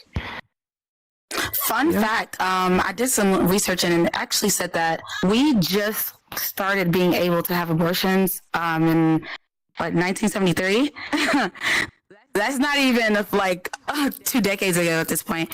And now it's like they're snatching it right back. Like, what is it going to take, I feel like, for them to give us our own freedom of our own body, of our lives, our reproductive system that has nothing to do with them. They don't even know what our reproductive system looks like, a definition for one word, but they want to have say so on how we have them and when, and in some states they don't even care if you're a victim. You still cannot go have an abortion, which is wild to me. That's so wild, because if you're a victim, like the word is victim, and being a victim, you should be able to receive help and a proper help and a hand. But no, they don't care. It's like that's very extensive to me as well. Yeah, it rape reminds me victims, molestation. Of a product of being molested myself from my father. I could just imagine if I was pregnant. I wouldn't be able to. So I'm really sensitive about this whole situation. It's not good. Same. There is currently, I don't know if you all have seen it or if any of you have seen it, there's a series out on Hulu called The Handmaid's Tale. Oh my God, yes. I've watched it. I had to stop watching it. It reminds me of that, that this could turn out to be something like that. How they control women and, you're going to be pregnant or you're going to, put them in a house with, it's just... It's scary. It's same people that are saying you must have this baby, but we're not going to support it in any way. We're not going to support it in any way. Don't you dare apply for food stamps or government assistance. You have this baby and you figure it out. Yeah. If your baby's, if you're tested and there is something that could, wrong with the baby or whatever, and you're forced to have it, and then you're forced to deal with all those medical costs that come along with whatever that ailment is, because you can't determine, for yourself, because the government is determining it for you, that we're gonna own your womb, basically. Yes. And I know a lot of people say like, oh, get on birth control. Birth control is not safe. Birth control does not affect every woman the same. And exactly. And in some states, it's actually going to be illegal soon. So they're finding all these cancers associated. We have no avenues to literally. Exactly. There's so many things. Yeah, I know a handful of girls who don't actually use which is kind of funny because it's in the name. But I know a handful of girls who don't actually use birth control as birth control. They actually have to have it because their menstrual cycle is so heavy and so bad. That's what it's originally made for. It's to damper, not really damper, but to lighten your cycle to be able to function properly. And even the doctors, when you get it, they even state that it's not a permanent thing. It's not ever going to protect you from having a kid. Yes, exactly. So it's not 100%. Project 47 from Trump says that they're going to monitor women's menstrual system. Okay, so that means if you miss a period, they're coming knocking at the door and could arrest you. So this is some BS. I want them to monitor a man's bedroom activity then. That's what I want them to do. You gonna monitor my period, I want you to monitor, what is he doing? Every time he ejaculates, count that. Do you think like the situation that we're in right now with abortion and all these other reproductive issues have a lot to do with the religious beliefs of the people making I was these just attitudes? about to say that. A lot of people believe, a lot of people believe, especially in multiple different types of religion, that they believe that harming a child, whether it is in the womb or becoming, a child, it is sinful. It is technically a sin.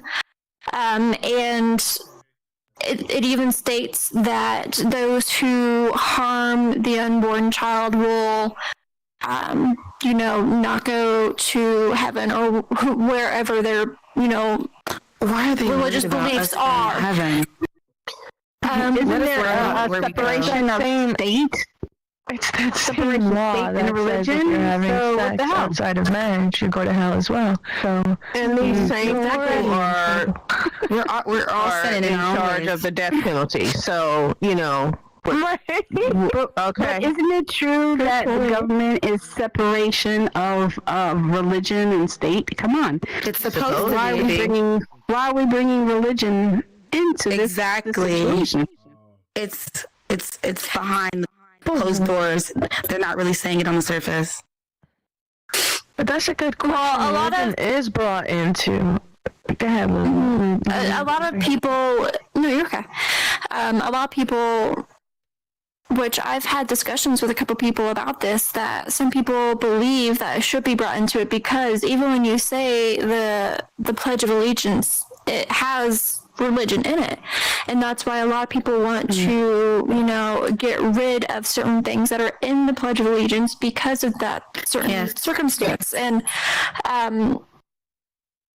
it's like a red line. It's a very thin red line that we can't really determine, unfortunately.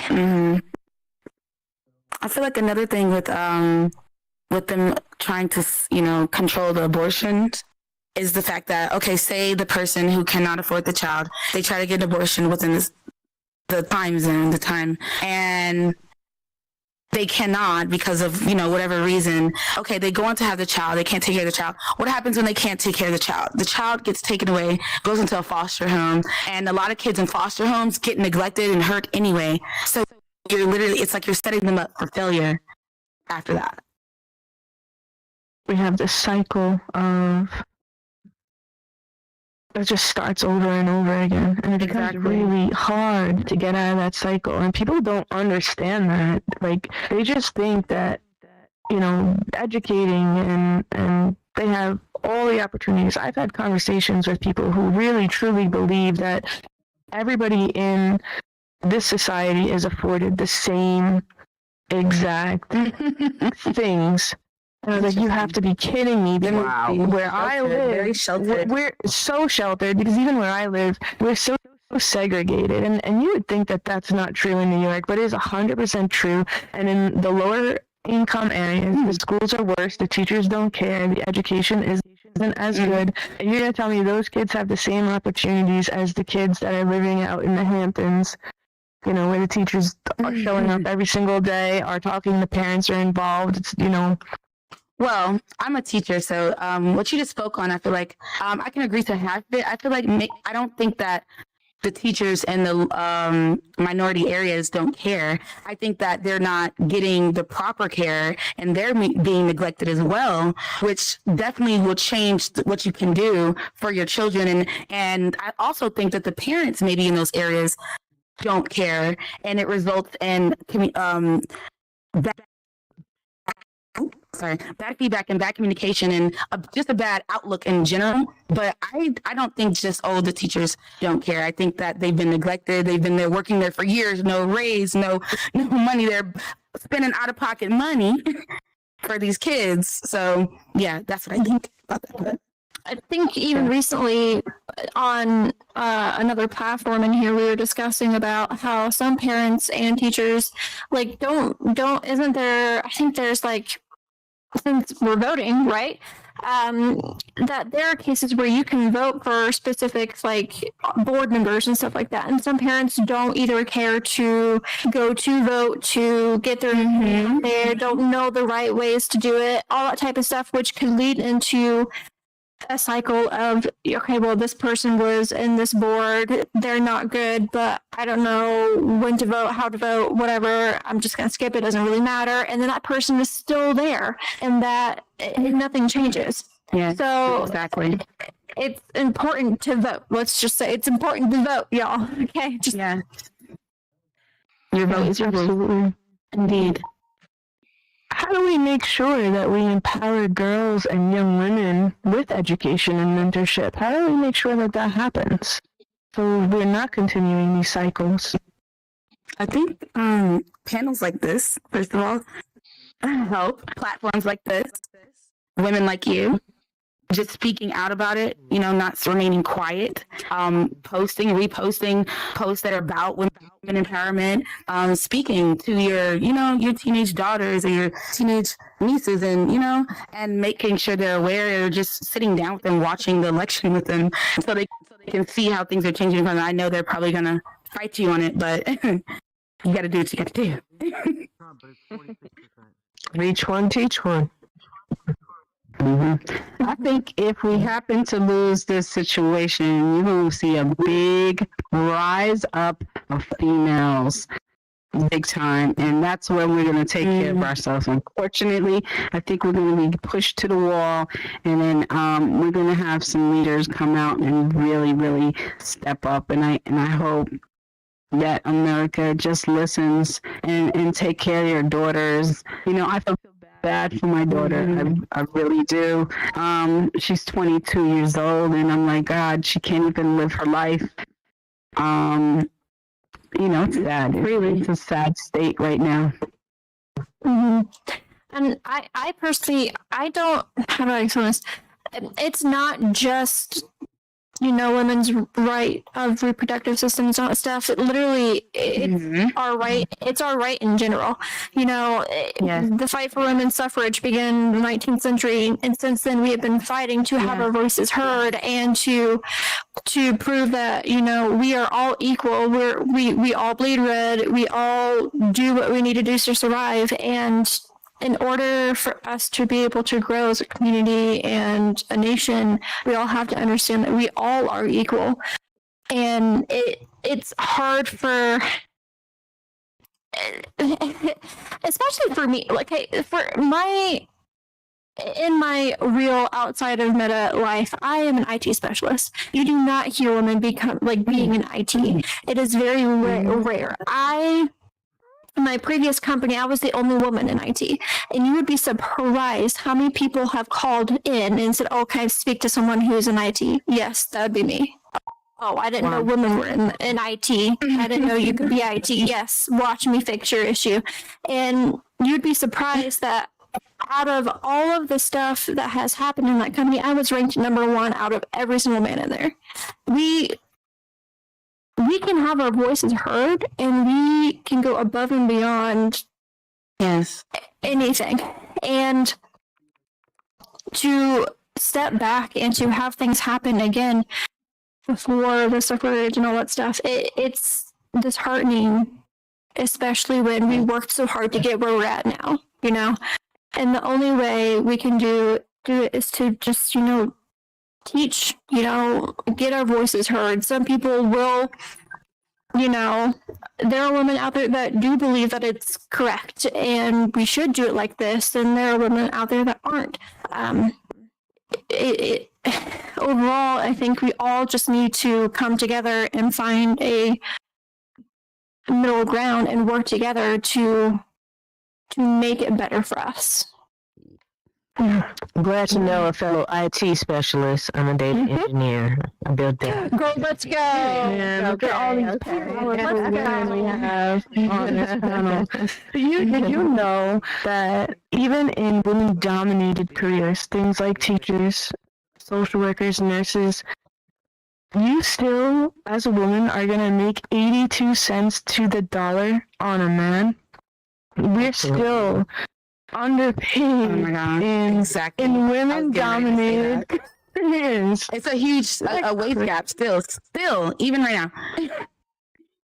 I attended a webinar, and it was basically saying how they did studies on NPTs, non-promotional tasks, and they put men and women in the room and asked for someone to volunteer to take notes. No man, shocker, did not. No men volunteered.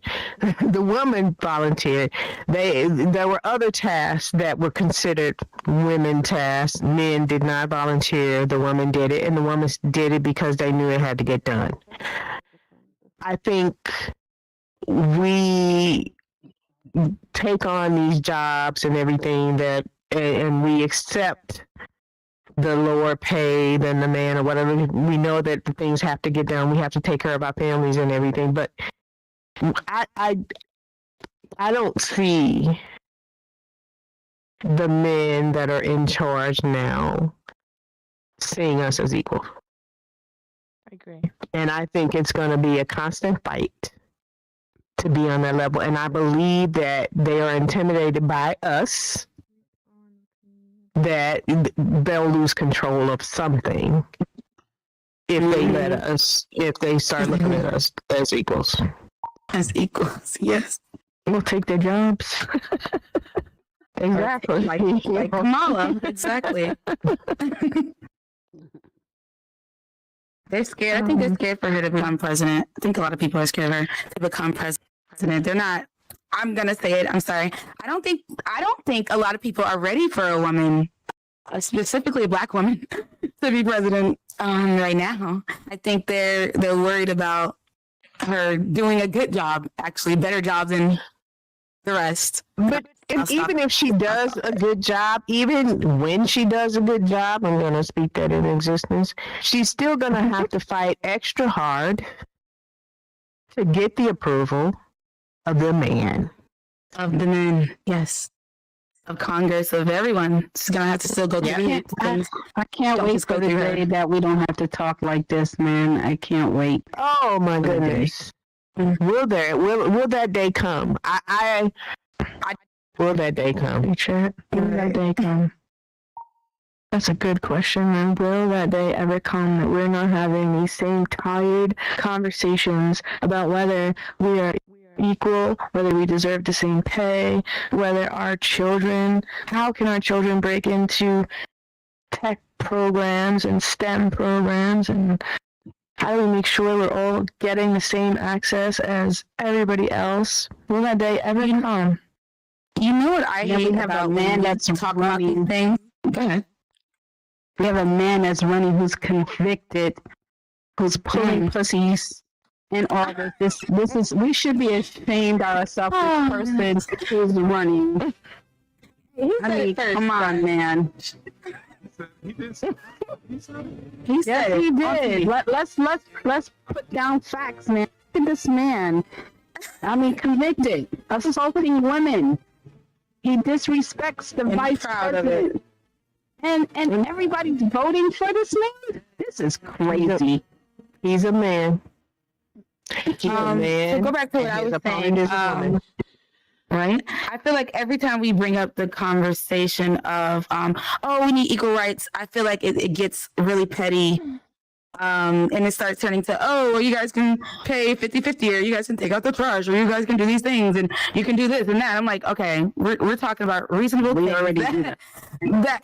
And we already do those things. But we're also talking about things that we literally had to fight for, like to vote, to get better wages, to do the bare minimum things, to get a credit card, to be looked at as a human, pretty much, to be taken. And that's where we're coming from. To be taken.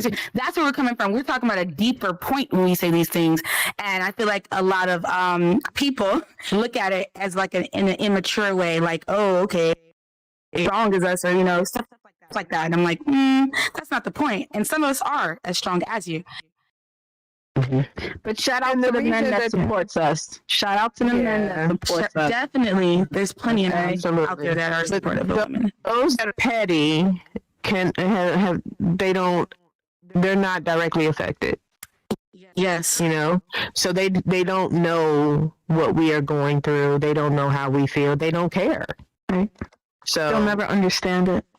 Exactly.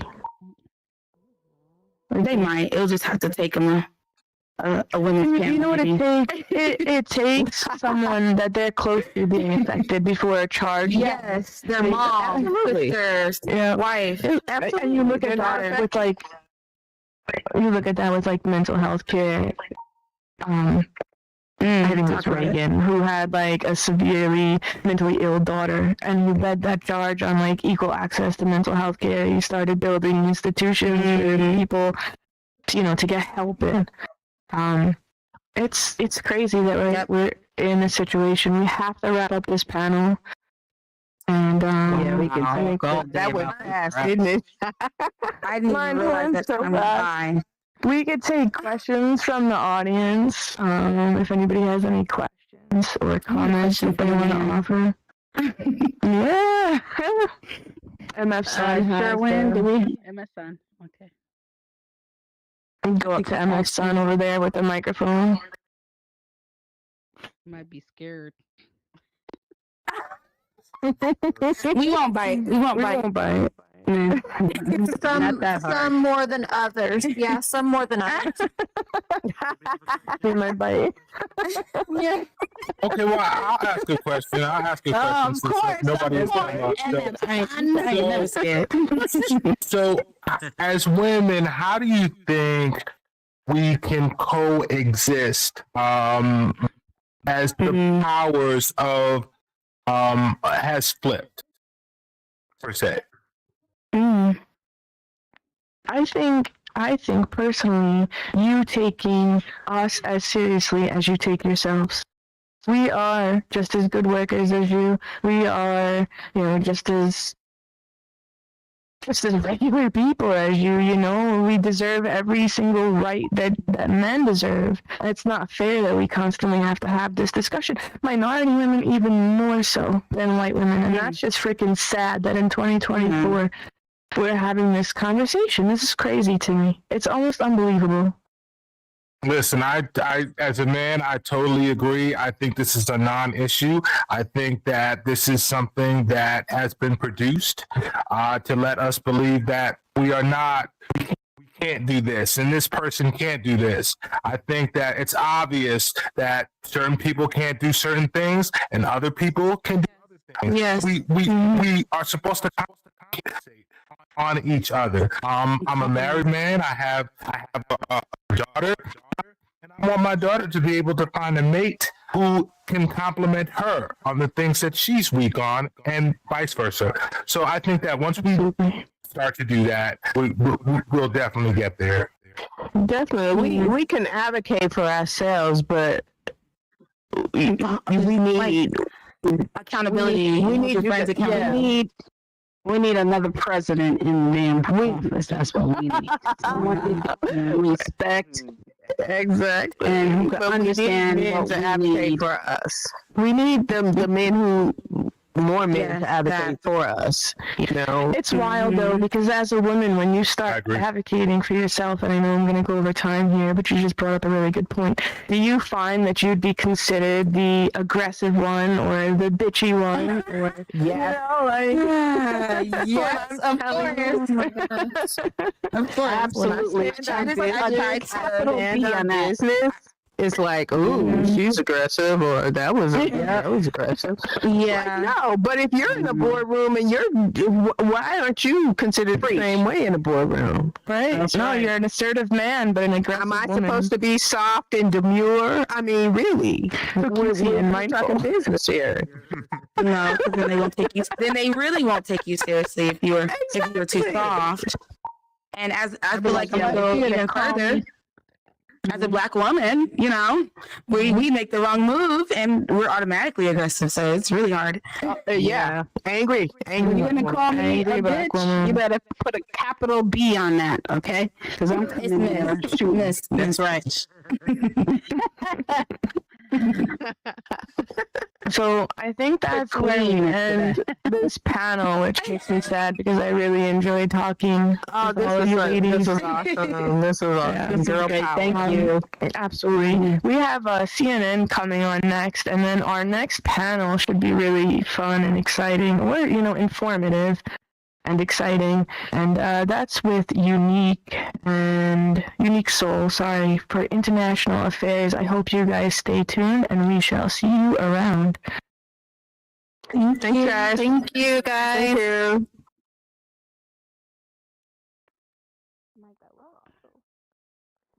All right. Give it up for the War on Women panel hosted by Kristin. Let's go. That was a really good panel, MF son. I really enjoyed that. Man, whoa, that Four was confident women. I love the use of the word demure. That wasn't, they weren't shy about that word. But That's right. Absolutely. So let's go ahead and take a look at the map, MF. For a great America. Yep, let's look at this map over here. Absolutely. So, right now, as you see, we haven't called any newer states. We're kind of in a standstill, so I'll leave that other side the way that is. But looking at the predictability map, we have here something that we put together on some other states that possibly may go the other way. So we're looking here over at Illinois, right? So Illinois was called blue. Montana hasn't been called blue, but let's say it was called blue. It was called blue. We could see that Kamala would be up at 280. Again, none of the West Coast stuff has come in either, but we're looking at most likely the further west we go is the further blue will go. So we just picked these at the edge. California, Nevada, Oregon, Washington, all of these think that will go her way. She is from the West Coast. She knows it well, and she did a lot of campaigning during the campaign. Then we're looking at Arizona. Yeah, let's do it. You want to do a quick swing state check? We can do a quick swing state check right now. Let's check in with all the swing states, all right? So Florida, right, is the one that we have the most data for right now. 95% reporting is in.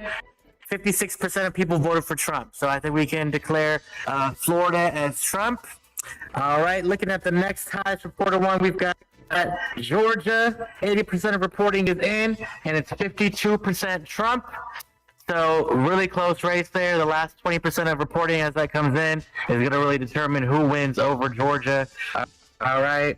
And then we got, let's see, we've got North Carolina with 66% of the reporting in. 51.9% of people are voting for Trump in North Carolina. All right. Another really big swing state that we have right now is Pennsylvania.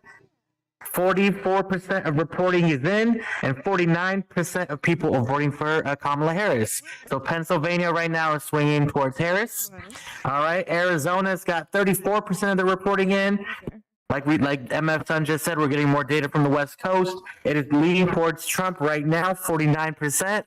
But like you said, it is 34% of reporting, so still a lot of time on that one. And then we've got Wisconsin as well on the West Coast. 37% of reporting is in, and it's leaning towards Trump. All right, 49.5% is leaning towards Trump.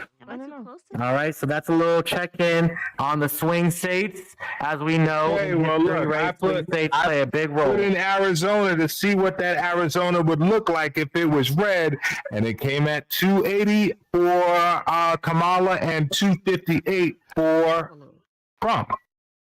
So you still would. Well, you know what? make it, even if you got that Arizona. Missouri is probably going to go to Trump. Let's check in on Missouri real quick. Yeah. All right. Missouri has 31% of reporting, so we're still getting that, but 52% are voting for Trump. Missouri folks, yeah. So Missouri is leaning towards. Okay. We'll turn that over to Fred. To be honest, I know New Mexico has been a toss-up, but New Mexico right now, I'm looking at 21% of voting right now in New Mexico, and it's leaning towards Trump. 52% of people are voting for Trump in New Mexico.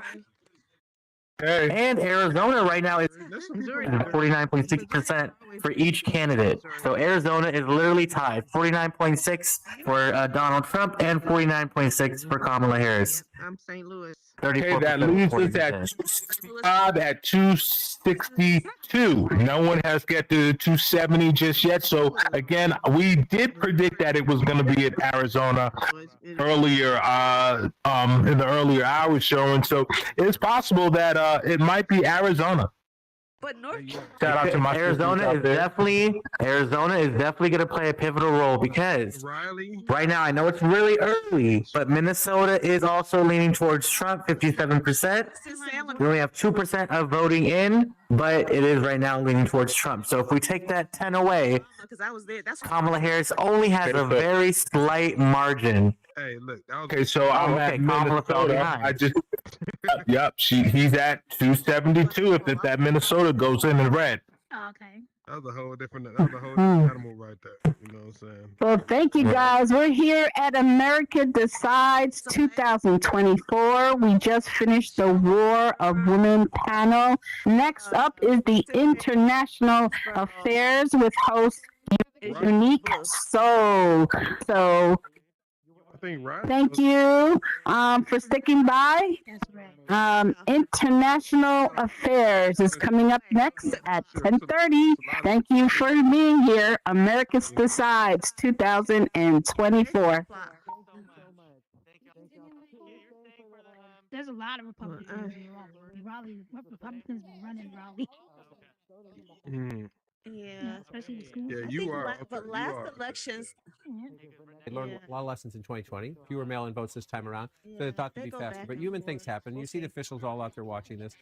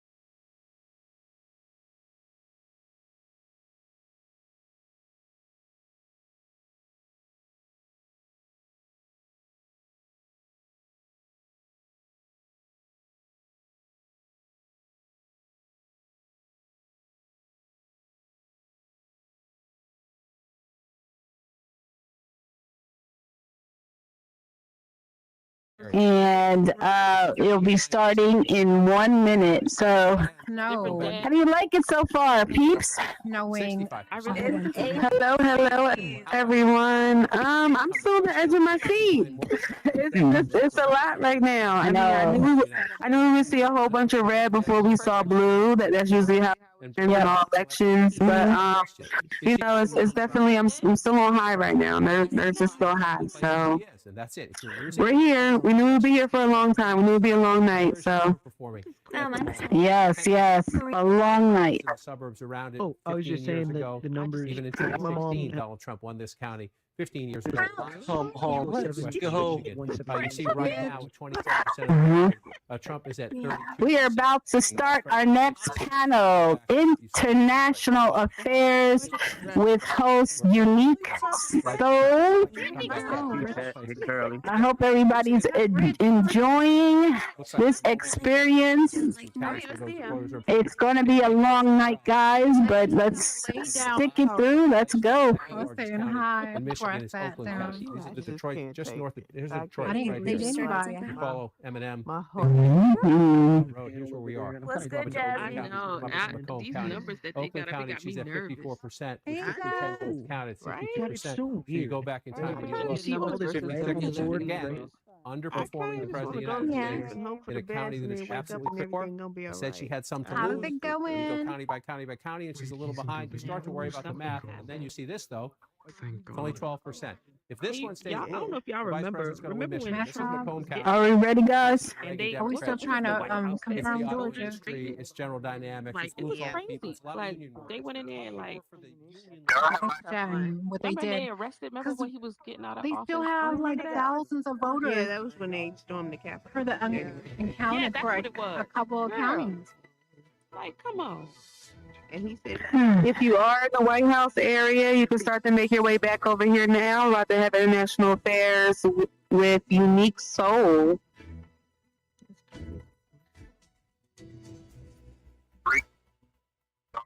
He was on speaker. Who was that? Because we already lived that night before. For sure. Who wants to go back to 2020? People who think that they're going to get a stimulus. Another stimulus tax. Get that backpack. I don't that again. Those Our people. inflation's already high from the last time. I know, but I'm saying these are the Nimrods. No, you're a black. You're like a black cat. And the people who are about to die. Let me tell you what they don't realize is that he's already can't win again. So he has no incentive to do right by them. Yeah, you probably don't see my full avatar. Let me turn you on. Yeah, there you go. This is his final. Oh, wow. He's rocking a backpack. Oh, yeah, This is his final. So he's gonna be a lame duck. God bless. With the And he's only doing it because he got all those felonies.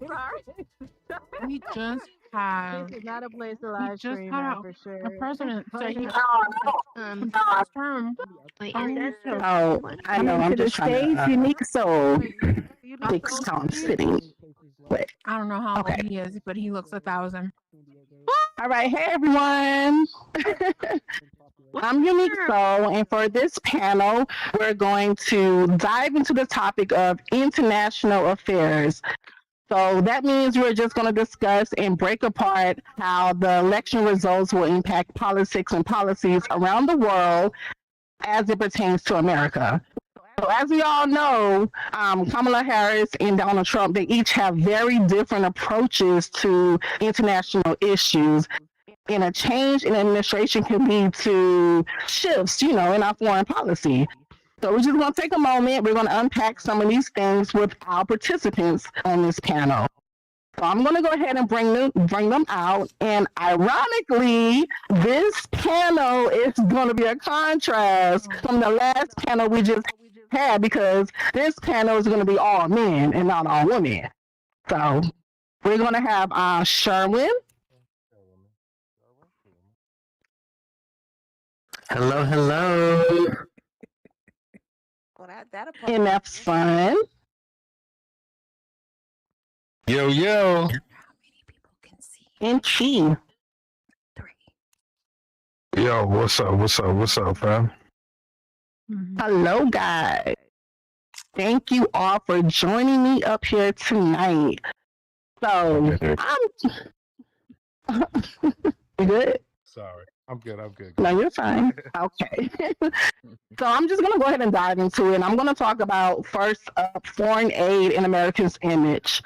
So some people argue that helping other countries strengthens our influence across the world, but others believe it's a strain on taxpayers. I want to know, what's your take on that? Well, I think just to start things off, there's a definite contrast, like you said, in the candidates and their points of view when it comes to these international issues.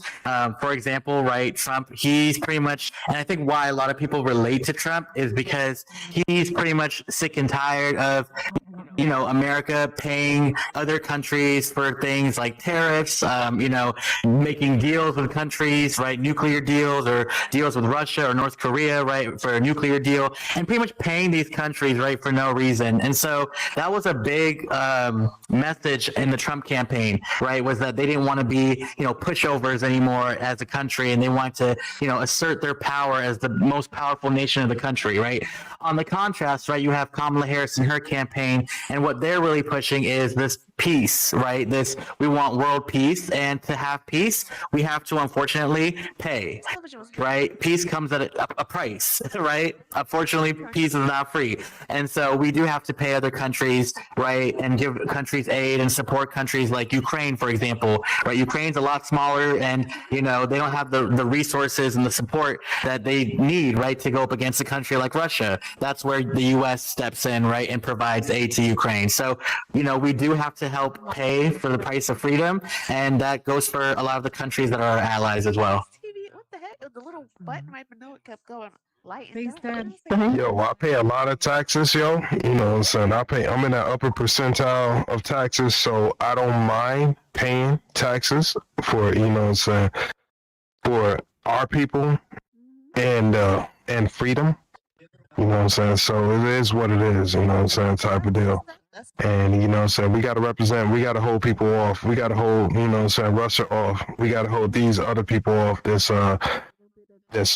threatening democracy. So it is what it is. What about you? Yeah, I totally agree. I believe that there is a cost of freedom. And if we want people to be free, if we want our democracy to go around the world, somebody has to fit the bill first. Now, I also believe that the countries that can flip the bill should be flipping the bill with us.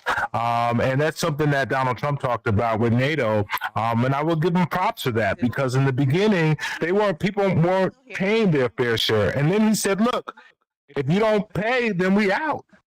And what happened? People started saying, okay, well, if America's not going to pay, we still need this protection, so let us do this. So I feel that as America, we should try to push smaller nations to be better, smarter, more nimble, and more productive economically, so that they can also support the effort of peace. Okay, all good takes. Sharon, you got something you want to say? I just want to say, Trump also said that he didn't want to mess with France anymore, so he's pulling out the peace treaty, the Paris Peace Treaty, and the Paris Peace Treaty has nothing to do with France. So it has something to do with climate change. So I just think, like the rhetoric on sometimes the Trump campaign is a little bit confusing, because, he's making decisions and he's, using really odd reasons and rationale that just doesn't make any sense. If you're going to pull out of the Paris Treaty, right, you have a solid reason, right? You don't say it's because I don't like France. I mean, it has nothing to do with France, right? It's about countries coming together to reduce greenhouse emissions and, climate change, right? So if you think about it, it has nothing to do with France. It's just the messaging is so confusing sometimes. Good point. I want to jump over to the whole Israel-Palestine, conflict we have going on over there. So, with everything happening between, those two, we know that depending on who's elected, we may see more of U.S. involvement or maybe a shift in how we offer support. So, what are your opinions on that, and what do you think may or may not happen? How do you feel about that? Yo, I think whatever we do, we got to protect the regular civilians. You know what I'm saying? We got whatever the policies that go on, you know what I'm saying? Israel got to hit back from where, you know what I'm saying, Palestine and everybody's hit them, you know what I'm saying? But we got to protect the civilians, the people who are not involved in this conflict. He officially pissed me off. Any other opinions on that, or? I just think that's the sad thing about war is that there's so many innocent people that die for no reason. It's just stupid political games. You know what I'm saying? It's just power hungry, dictators that just want, resources and power and land and, and it's just people suffer, right? Like just regular people suffer. And it's just really sad. Yeah. In the policy. Okay. Yeah, it's so unfortunate that we as humans cannot get along. That strip of land has been there for a really long time with those people living on it. And Israel has always wanted to make it a beach, like Florida. And you got to be able to be like, yo, we can work together. You can live here. I can live here. This could all be a paradise. Again, it's no secret. I supported Trump in the very beginning. He talked about immigration. Why? And the wall? Because he was a real estate guy. Because I thought he was going to build a palace on the border, and it could be helpful for both sides. That's the same thing I feel about Gaza and Israel and all of those countries that Middle Eastern countries that are prospering from the oil that they had from before. So I just feel that we just said humans need to get along. Oh yeah, definitely agree with that. I just want to say that all of Florida is not a beach, okay? That's all. That's my state. We don't have beaches in every city of Florida. Okay. Sterling, you want to say something? Yeah, I was just going to say, because the question you asked earlier was about taxpayer money. Like, look how much taxpayer money we wasted on Afghanistan and, like, the war that we went through in Afghanistan. Or, like, I'm saying, like, a lot of those wars were pointless because it was just a ploy to get oil and resources, like you just said, son. And we convinced the American people that it was, war when, innocent people suffered just to get resources. So it's just, you gotta realize these certain things, right? It comes down to, what is the real motive behind politicians and what they really want. Let's go fight some Kamala people. Okay. I kind of want to shift the topic just a little, and this kind of ties into the Ukraine war and U.S.-Russia relations, but let's talk about impact of sanctions on global relations. So sanctions have become a common tool in U.S. foreign policy. How effective do you think they really are? And do you think that Harris or Trump would use them differently? Yo, one person at the beginning of this was like, yo, Putin can do whatever he want to do. This is brilliant. You know what I'm saying? What he's doing, trying to get Ukraine is brilliant. You know what I'm saying? So I feel that one person is like, this is what he needs to do. We need to just go ahead and just hand it over to him. But the sanctions are not working. Sanctions are working to an extent that, if China and India, they are buying the surplus of what Russia can't sell on a deal, then it is what it is. I usually argue with him and he disappears. Okay. You got a comment? I tell you, it's really frightening because you have all of our enemies coming together, making a currency. That's an issue.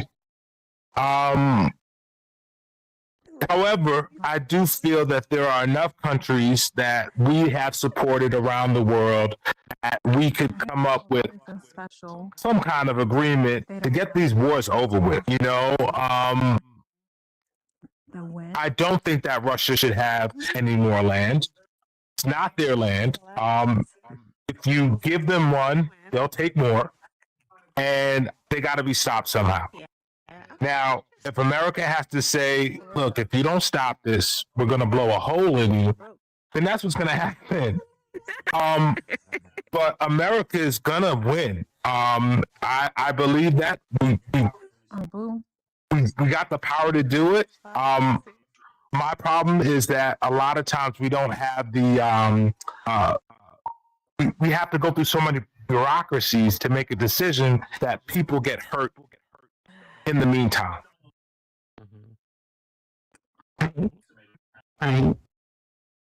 That's a bit.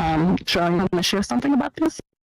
I'm gonna move on. No, I mean, I just, he said, I feel like I just don't want to sound like a broken record, but I totally agree.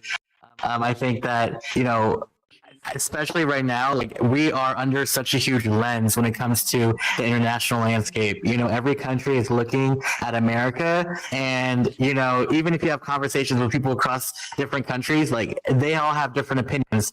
Actually do like Trump and some like Kamala Harris because they all have their reasoning, right? And they think that if Trump is president, then maybe their country can benefit from it, right? So I think that, you know, there's a huge lens on America right now, and, you know, it's just so interesting to see these leaders and how they play a role in the decision making that goes on in this country. Facts. Yep, we all live on this planet. Right. Now, I know Key mentioned China, right? So that brings me back to, you know, this question I want to ask you guys about U.S.-China relations. So we know that U.S.-China relations have been pretty tense lately. So do you think President Trump would handle the relationship differently? And what might that mean for our economy and security, depending on what happens with this election?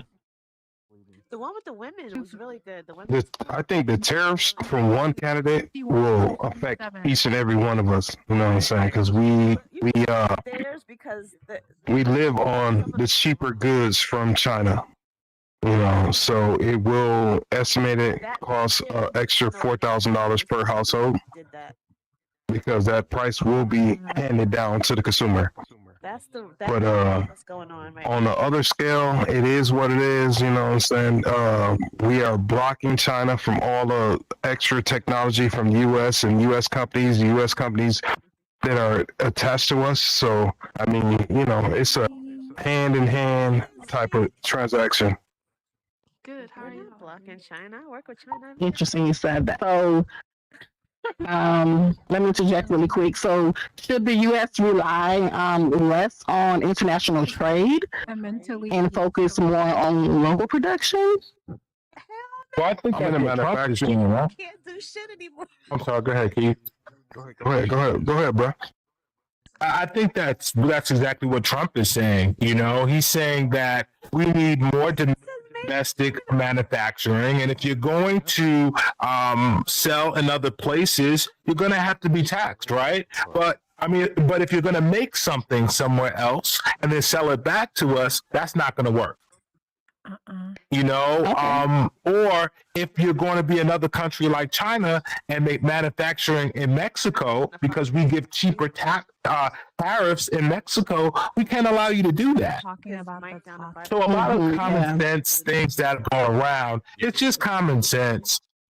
But I mean, if you're in China and this is your company, you're going to be tariffed the same way you would if you were in China. It's pretty cool. Right. And I guess that's what he's saying. Yeah. And I know you wanted to share about you have your job in manufacturing. I just want to say this is also just basic economics. You know what I'm saying? Like, Trump wants to, for example, have China pay the tariffs, which, if you think about it, doesn't really make so much sense because in economics, the people who are importing the goods are usually paying the tariffs, right? If you think about it, if you put a tariff, if you make China pay the tariff, then they're just going to raise their cost of goods, and guess who has to pay for it? The American consumers. Then, you know, companies are going to raise their prices, and then American consumers have to pay higher prices. It's just a negotiating tool. We cannot sell into China.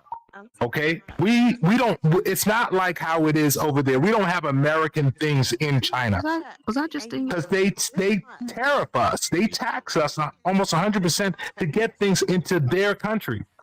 But yet the other way doesn't work the same way. You gotta be in them. And for a long time, they were a developing nation and they got away with that. Now it's time to stop that and say, hey, you're going to be tariffed the same way I would be tariffed.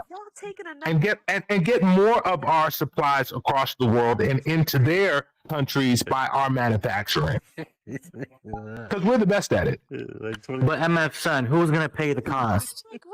Who's gonna pay the difference? Right.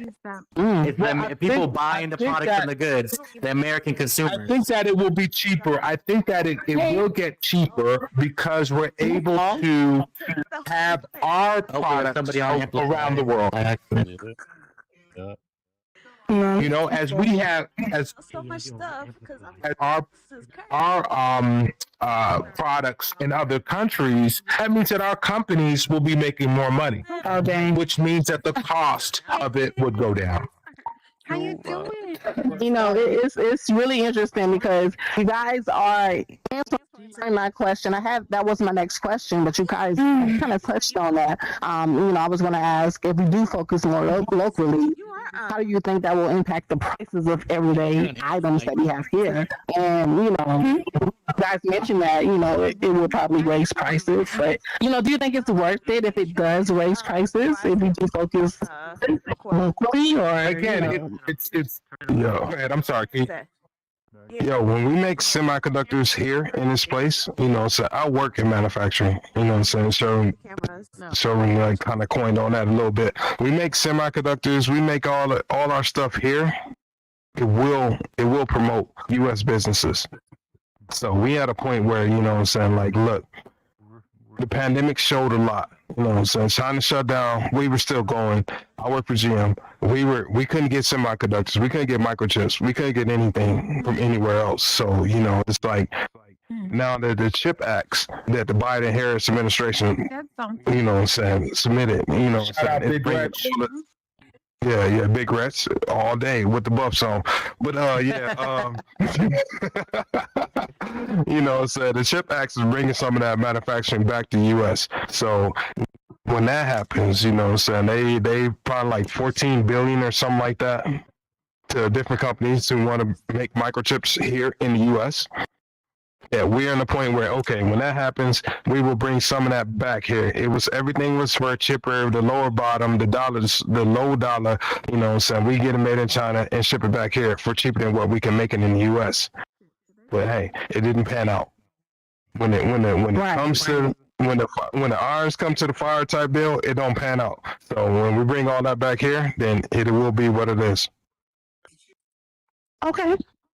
All right, well, let's pivot the conversation a little bit and let's talk about national interests with our global responsibility. So where do you think the line should be drawn between protecting the U.S. interests and like maybe contributing to global efforts? So basically, how would you weigh the benefits of putting America first, you know, against being a reliable ally, partner internationally?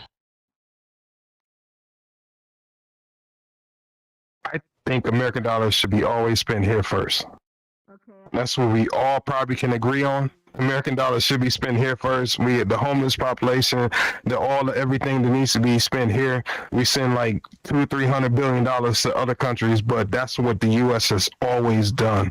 They've always protected democracy and all other aspects of everything in other countries first. But I don't agree with that. Yes. I would think that honestly and Keith, that we have to put that money out there to protect democracy. Because if we don't, we're going to be fighting a larger enemy. And that's just what it is. Yes, I'd love to make sure that our homeless are eating and everything, but I also feel that we are giving the best of the best quality of life here in America that you can do. We are not. If you decide, you can get on the internet. You have 15, 14-year-olds making thousands of dollars on YouTube. You know what I mean? So it's not that it's not possible. There are opportunities, and America ideal is to create opportunities, in America. So I think that we're on a really good track. But we got to make more money because we have to be able to spread more democracy in other places. Hey, yes. Before I open it up to the audience, any last words you guys want to have about international affairs? I want to hear what the crowd got. All right, so yeah, I know I could definitely see some reaction. But I was just gonna say on the final, I was just gonna add on a final note, like, I really hope that at the end of the day, like, and I know it's so cliche, it sounds like a beauty pageant answer, but we really do want world peace. You know what I'm saying? Like, I think all of us can agree, nobody wants war, nobody wants violence, and it's just unfortunate that we're fighting over little things that really don't matter that much sometimes, to on a bigger scale, right? Like, it may matter to a politician or a president, but when you think of the greater picture and who it's affecting, right, it's not benefiting a lot of people. So just, world peace all the way. Just want to say that. Yeah, sure. As much as we would love to have world peace, I don't think that could ever happen because the music that we make, the movies that we make, the books that we make, just everything that we make are all designed around good and evil. And that evil, it has to be sexy. It has to be something that you're attracted to so that you could create the storyline. Therefore, there's always going to be someone out there who wants to be that villain, that good guy. Now, I'm here to facilitate the conversation, but I would have to say I definitely agree with that. It needs to be something to keep it going, keep it pumping. It has to be something to keep the momentum flowing. So I do. Okay, with that being said, does anyone out there in the audience have anything they would like to say or add to this discussion? Any questions? Jen has the mic in the middle. Just raise your hand. I'll walk up to her and. I gotta turn the TV down. Yeah, ask. Okay. No questions? Don't be scared. Don't be scared. Come on. Get up, girl. Some of y'all were having some strong reactions. I saw some emojis going in the audience. I heard some things too. Okay. Y'all want to say it now? It's okay. Well, we have somebody here. Let's go. So you're gonna grab this. The trigger, the green line will come, and then you can talk. And then when you finish, press it again so I can grab it. Okay, go ahead. Cyber Shake. Thank you so much. So I really just wanted to comment about. I don't remember who said it, but one of you people said that Russia should not have more land, and I really wanted to know why exactly that is the case. I think I said that. Yes, I did. I don't think that Russia should have more land because it's not theirs. It's a sovereign country, right? And now they're trying to go into that sovereign country and take it over. Not right. It's not what was agreed upon. And all of a sudden, you want to change the deal. No. Right. Those people have their own identity. Well, I do agree that there are, yes, clearly a sovereign country. There's undeniable similarities between Russia and Ukraine. Definitely historically as well, where Russia has been over control over Ukraine for the most part of its history. Besides, I think it's really, because if you would look at it from a Russian standpoint, NATO has reached the borders. They have Finland in NATO. There are beginnings of Sweden in NATO. They have Romania in NATO. They have multiple countries right on the border. It is clearly obvious that the Russians would want to secure Moscow. It would be total insanity for them not to secure Moscow. And to put it in perspective, imagine if Mexico suddenly joined the Chinese, right, in a military alliance. Mexico now is part of the Chinese military, whatever. They've set up a bunch of military bases right on the American border. It's called the factories that they're making. They wouldn't have those. They wouldn't have Sweden. They wouldn't have them. They wouldn't have them if they wouldn't have invaded Ukraine. This is all a byproduct of them invading Ukraine. And again, I'm going to go back to saying that You hit trigger again. there has to be a way to live together side by side. You're literally cousins, brothers. You know, you're related to one another. And I just don't understand. We're all human. We have to wait till aliens come or find out that there are aliens for us to understand that we all live on the same exact planet. Instead of making all of these borders, that we could really be making a whole better civilization for everyone. I got a question. If I vote for you, would you open the border for Mexicans? Nope. What? Nigga, what? Somebody's speaking. He said if you vote for us, but you're not voting for us. Remember, we got two other candidates. None of us are running for president here. None of us. Please, so don't ask us about our policies. You know what I'm saying? You gotta look at the candidates and their policies. We want to hear what you're talking about. Let me get my beer. Oh god. So Jen Smash has the mic. If you want to say something, she can give you the mic, and you press trigger. Yeah, but you grab the gotta mic, press trigger. You gotta be respectful. I'm not Be passing. respectful, please. Right. Please be respectful. Absolutely, be respectful. Man. I have something I really need to say. That's all I want. I want big booty. Okay, and wait. Once it turns green, that's how you're global. Okay, my question is this. You guys talked about a lot of things, but socio-economical. What do you feel on No, you see it, please. So yeah, we talked about that a little bit too, of all of the different countries putting their own currency together. Yes, global. Okay. All right, thank you. Yeah, I'm super. And all of these different currencies that are happening around the world, including the American dollar, which is going in the crypto or digital realm as well.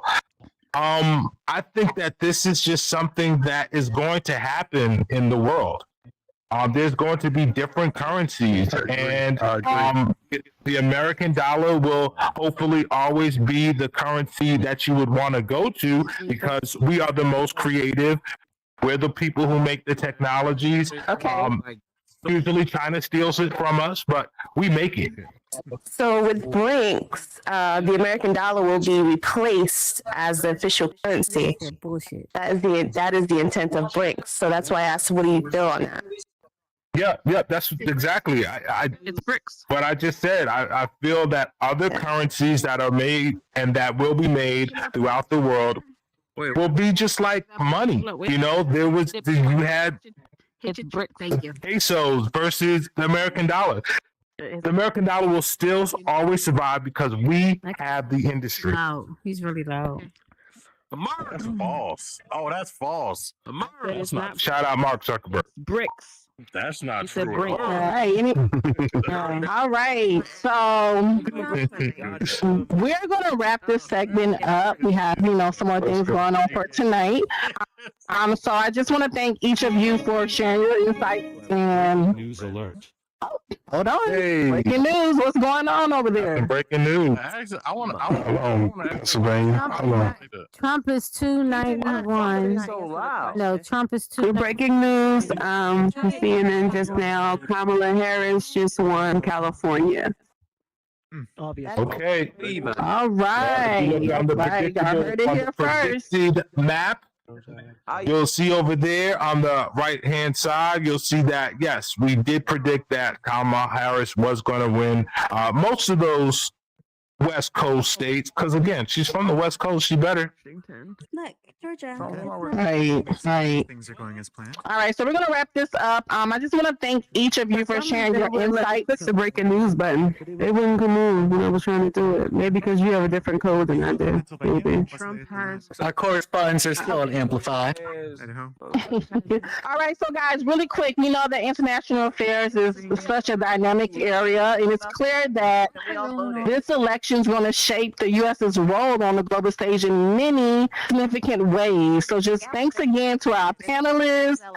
Thank you to our audience for joining us, okay? And our next panel should be really fun and a little more lighthearted. Is politics with burden of proof, and that's going to take place at 11:30.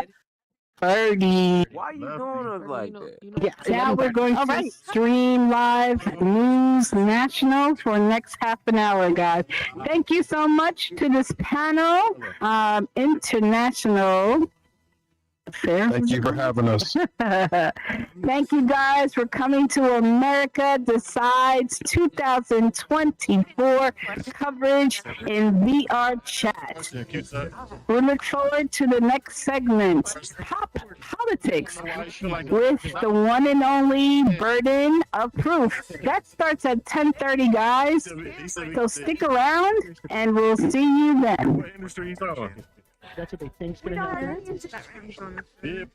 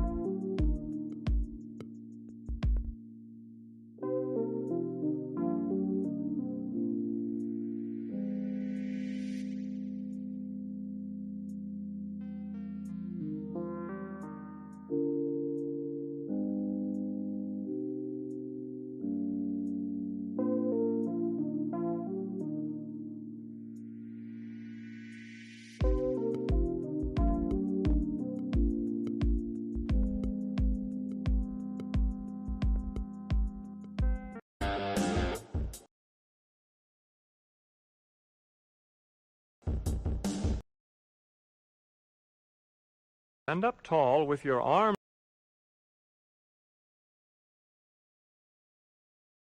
outstretched in front of you, and open and close your fingers with the music.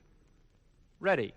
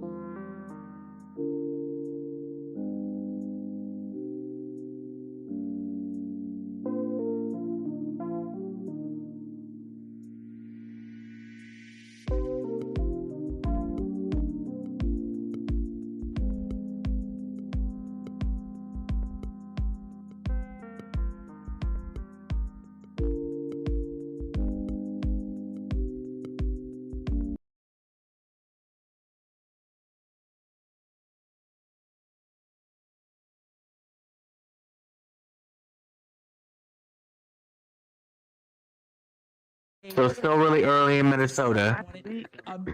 This is Donald Trump is only the I remember I watched Trump win. Okay, yeah, okay. So, but it's leaning red though. I remember that day. Man. It is leaning red. I was like, damn. So right now, there needs to be, if you're supporting the left side, the Harris campaign, then there needs to be a big shift. They need a big state.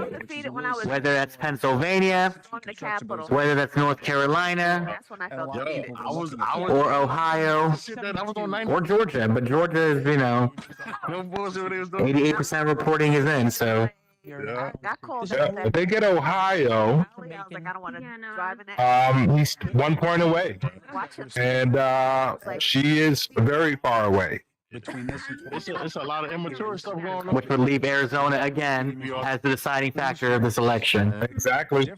Right back in Arizona. All right. Well, we look forward to some more virtually numbers tied coming in right now, by the way, which is crazy. This is amazing night. I feel like it's too many people just thinking. Yes, thank you for coming to America Decides 2024. And thank you for watching. Thank you for watching on T-Dot. Yes. Thank you for Lux Vision Productions, T-Bot, and we have one more, right? Beneficial. All streaming live. That's what's driving a lot of this. Next up is Pop Politics with Burden the Proof. That will be a panel at 11:30. 2016. It was rule. It's like didn't load the first time. Burden of Proof. You know, I fuck up everybody's name so tonight. Like I'm so. He wouldn't have been running right now. Really? And now you're seeing if this. Yeah, he's running the declare conviction. He's a felon. It is rule America. But listen, as a president, which means it doesn't have to do with no, race. he wasn't. Doesn't have much to do with gender. It has to do with education. No, he was totally running. Enough on that. In terms of education, where you live. Yes, until we press charges. But then that's So I'm serious. Yes. What up, team? What up, I'm so Jason? proud of you. I was listening in the kitchen. You gotta be proud.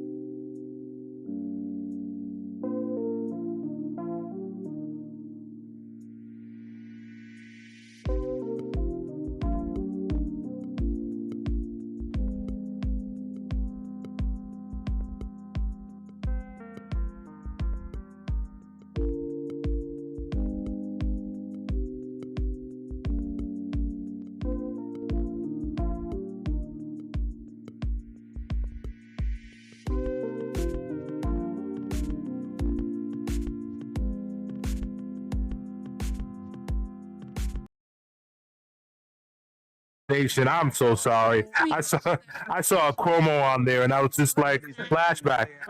But right, yes. News Nation, you guys. But listen, if you guys want to say anything or have anything that you'd like to say about your feeling about how the election is going on and what do you see is going to happen, we'd love to hear from you. So please feel free to come up and ask for the microphone, or even better, if you're watching on any one of the streaming service, type something, and I'll read it here on air, and we'll try to respond back to those questions. We'd love to hear from you. And this is America Decides 2024. Welcome, everybody. Our next panel is Politics with Burden, coming up at 11:30. So we have some questions on the floor. Let's go. So I'm not gonna do anything else. I got work too, but whatever. Don't run away. Yeah, I have to train someone on that. Yeah, I can see an hour. Yeah, I got a whole meeting with my boss tomorrow, but I wrote everything else. I'll just. There you go. They're gonna ask me questions. The votes, there's too much there. They're asking me medical stuff. I'm like, what? Like to prevent Trump from doing what he did in 2020, which was prematurely declare victory when he Why wouldn't I will. She spent the last several days of the campaign even saying Let me go ahead and get my question. she refused to name. Oh, no. Hey, hold up. Yeah, I got a lot of questions. Wait,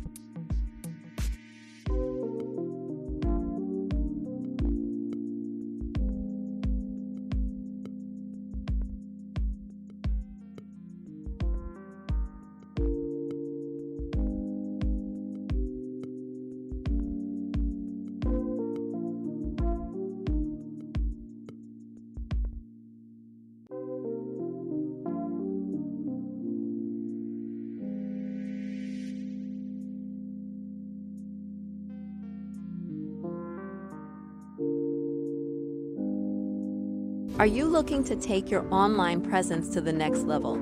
At Lux Vision Studios, we're your one-stop shop for building a strong digital brand and connecting with your target audience. We produce high-quality shows in a variety of formats, including podcasts, talk shows, gaming content, and motivational videos. Our team of experts will manage your social media channels and branding, helping you amplify your story and reach a wider audience. We stream content across popular social media platforms and Roku, ensuring maximum visibility. Whether you're a gamer, entrepreneur, or looking to inspire others, we have the expertise to help you achieve your online goals. Here's what sets us apart: engaging content. We produce a variety of shows to keep your audience interested and coming back for more. Social media and branding mastery. We'll manage your online presence and build a strong brand that resonates with your target audience. Multi-platform reach. We stream your content across popular platforms and Roku, maximizing your visibility. Community focus. We believe in fostering a community around your content, creating a loyal following.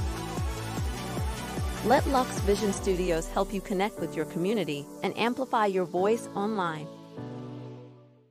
Are you looking to take your online presence to the next level? At Lux Vision Studios, we're your one-stop shop for building a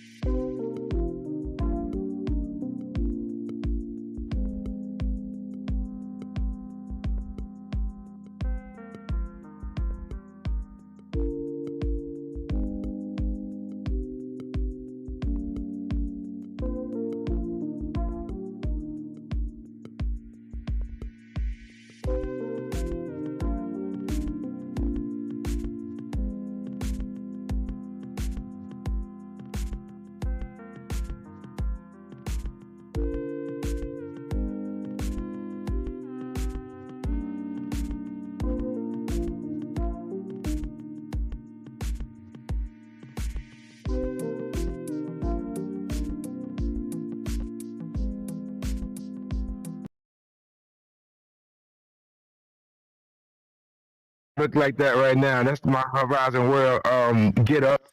Well, we're here in VRChat sharing this information with you guys in regards to the 2024 presidency. For our Trump supporters, we a little bit happy right now. For my Harris supporters, I don't know how we feeling right now. Hope we all right, but we're gonna get through this. Before I even start and introduce the guest in here, just and share some information with you guys. I'm actually right now in Georgia. I'm in mid Georgia right now. I actually just left a station, if you will, that had to tally votes and things of that nature. And just to look at the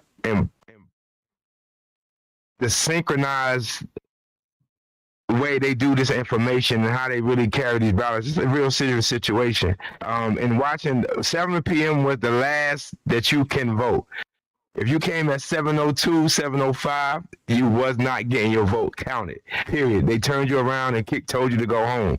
For those who weren't a part of that registration or a part of that sector to where they can vote, they literally screened you and made sure that you were part of that area to where you can cast your vote.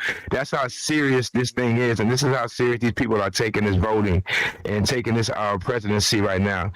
So I just wanted to share that with you guys, just to let you guys know, if you haven't been there to see this sequence of events, it's pretty wild. But I am here to talk to you guys about pop culture and politics. I have a panel that is going to be joining me in this conversation. For no reason. I have Unique Soul coming to the stage. I have my girl Kia coming to the stage. I got my guy MF Son, and I have my girl Jen Smash. So if they will come out here and join me real quick, I would greatly appreciate it. I don't know where I'm supposed to sit at this thing. This Horizon, this VRChat thing is kind of new to me. Yeah, so we're going to stand up, whatever. However we want to make this thing work. Don't worry, I'll stand with you. Appreciate you. Oh, there we go. They go to sit there. Am I sitting now? All right, we sitting. You good. All right. What's happening, y'all? We good? Yeah, we good. Yes. Everybody pleased right now with in the way this thing is going right now? Oh yeah, I'm really pleased. Yo, Jen, you and your sarcasm. You and your sarcasm. No, not really. America is working. This is America at work. All right, so we'll let you know now. We got tomatoes and fruit in the back. So if you want to throw that MF Son at any time during this panel, feel free to. No, I'm just saying. All right, so here we go.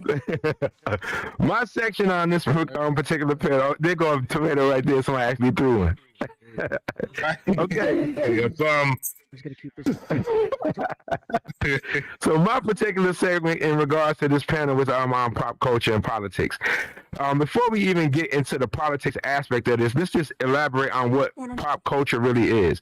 By definition, it's the modern popular culture transmitted via mass media and aimed particularly at a younger people. Now let's just stop right there, because I would disagree, and I'm just curious as to if anybody else would disagree in regard to that as well. I don't feel that it's something that's transmitted by mass media. I think it's something that's sought after through urban cities and things like that, and then cultivated and then issued back out to the world. How do you guys feel about that?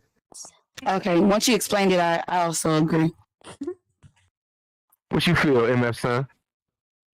I can agree with that. I think that they look at the lowest denominator, right? So that they could say, well, at least I can grab this group. And then they bring it up into the mainstream, like you said. It just makes perfect marketing sense as well. A whole lot of words. Facts. Unique Soul, how do you feel?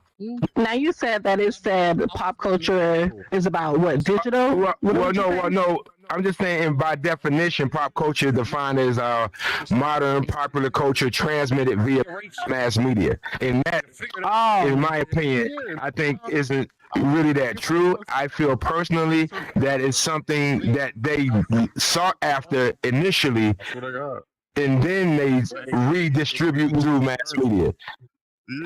Okay. Yeah, you pose a good point. You know what I'm saying? Like, I did feel like it's through mass media. Okay, so maybe it's pop culture because it is through mass media. Now, what you're saying, we're talking about culture, period. You feel me? That's going to be right. Right, so right. I think they coined it pop culture is because it's something that's being taken on by the majority of people. Because it's through mass media. Of the culture. Right. Got you.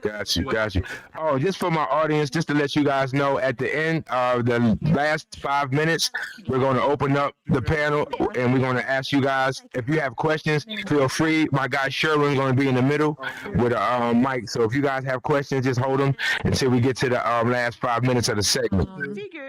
But like I was saying, in regards to the mass media, was aimed particularly. Popular culture transmitted via mass media and aimed particularly at the younger people. That age demographic is between 18 and 29 years old. I was going to yell confetti for those who are 18 to 29, but I don't know. Hey, jump up and down if you're 18 to 29 years old. Can you jump? Yeah, there go some people jumping. Yeah, we got some. Yeah, there we go. All right, so we got some. So basically, my millennials and my Gen Zs is basically aimed at you guys in regards to how they try to incorporate this popular culture. Now, with that being said, it's done through popular music, television shows, sports, and even fast food establishments assist in moving this quote-unquote pop culture. And they do it in a lot of ways. For those who don't know or who maybe new to this, I mean, we've seen this before. Rock the Vote was one of the ways that they tried to utilize pop culture and try to make voting cute, if you will, or more entertaining or more alluring to the gen or popular culture. Also, my guy Rock the Vote with Diddy back in 2004, if you will. Yeah. I was waiting for that to happen. Okay, so music seems to be one of the most used ways in regards to how mass media tries to push the narrative of regards to politics and voting. Why do you guys feel music is such a big stronghold on this outside of any other brand, corporation, or entity? Well, I think as an artist, I wanted to just answer first since I think it's because, go ahead, Miss Artist. I think it's because artists are a big influence. We're a big influence on the people that we sing to, rap to, and present to. And influence is, to me, a combination of things. It's like the more you hear it, the more valid it is, the more they believe it. And if you hear it from different sources that impact you, that you look up to, it's going to be more impactful. That's what I think. Okay, Jen, you were saying something, ma'am? Yeah, music evokes emotion, and if you can make that connection with an artist and you follow the artist, you believe in the artist, so whatever the artist does and promotes, you follow it because they have evoked an emotion in you. So Taylor Swift, Beyonce are very strong. Their hives, their followers are ridiculous. So and so if they say, vote for Harris, most likely they will. So it's very influential, very important. And the Democrats seems to use that all the time. That's kind of one of their things they do is they evoke that emotion in an artist. And so that's why you saw a lot of power artists at the right next to Kamala Harris. Breaking news alert. Are we going? Are we going to the panel for the breaking news? Sherwin, Coming over here. Sherwin's not here. It's Peoples, but hey, y'all. I'm back. Hey. What's going on, people? What's going on? Yes, I have some breaking news. I was just as well. Yeah, so North Carolina went to Trump. North Carolina is now red. Oh, wow. Hey. Okay. Carry on. Was that expected? Was that an expected turn of events? That was it is unexpected. Oh, was on? Was it expected? Right, it was expected. Right? I think was you're right. He said we had a possibility of it going blue, and we tried it, and we saw that as the votes started getting counted, it was leaning towards Trump. So our projected ended up changing to Trump. So as blue, and we tried, and we saw that as the votes started getting. Okay. Hold on. So, how accurate are we on this on our guest board over here? Are we? I'm gonna continue to fill in the real time chart in just a second. Oh, okay, cool. It's pretty accurate though, as I'm looking at both. It's pretty accurate. Okay. Well, thank you, People's Publicist, and thank you, Sherwin, for that breaking news. Appreciate you. All right, so back to the discussion in regards to music being a strong influence on politics. Why do you feel music has such a stronghold in regards to how mass media wants to push politics within pop culture? MF son. Shit, no. I think that entertainment has always played a role in politics. You know, go back to Old Blue Eyes or Sammy Davis Jr. Like helping build the candidacy for the Kennedys. So I mean, like, I feel that music plays a role. That's why they care about this shit. But it's changing. Especially with we said no Diddy, but especially with people like Diddy and other artists, we're starting to lose favor in them. But now we're turning to a lot of podcasters, a lot of YouTubers, a lot of people, Joe Rogan and all of those type of people who have built a fan base, who have that trust of ideals. And I think that is a change for America that was very evident in this election. Now that's a great point, and I wanted to elaborate on that. Give me 1 second, Unique. I wanted to based on the legal issues with the Little Dirks and the Diddies and things like that. Although they have been spokespeople for these candidates and things like that. Based on these legal situations, do you think this makes them less credible in regards to their influence on pop culture and people to vote for who they think they should be voting for? I think it's very odd that every single time these elections come out, you get all these rappers that you either never heard of or are like street dudes who are on camera talking about, hey, you got to vote for this Democrat. So I do believe that there's something going on there that maybe Diddy. No. Okay, I ain't gonna hold you though. I will. Go ahead, Jen. Listen, knowing him personally, I think he had good intentions when he was doing Rock the Vote. For the records, I don't agree what he's doing, but he was a great pusher, a great entrepreneur, and he was just right for that nature right there. And he got a lot of people together to get the vote out. So we need those type of people, those type of level people. Go ahead, Unique. Sorry, Unique. Hey, listeners. Okay. I ain't talking about no Diddy, but going back to what MF son was saying, I disagree with that. I don't think musicians are, artists are being less influential and we're turning towards podcasters and things like that. I also think it just depends on who you are and what you enjoy and what you like. But if we talk Nah. Musicians are still at the top.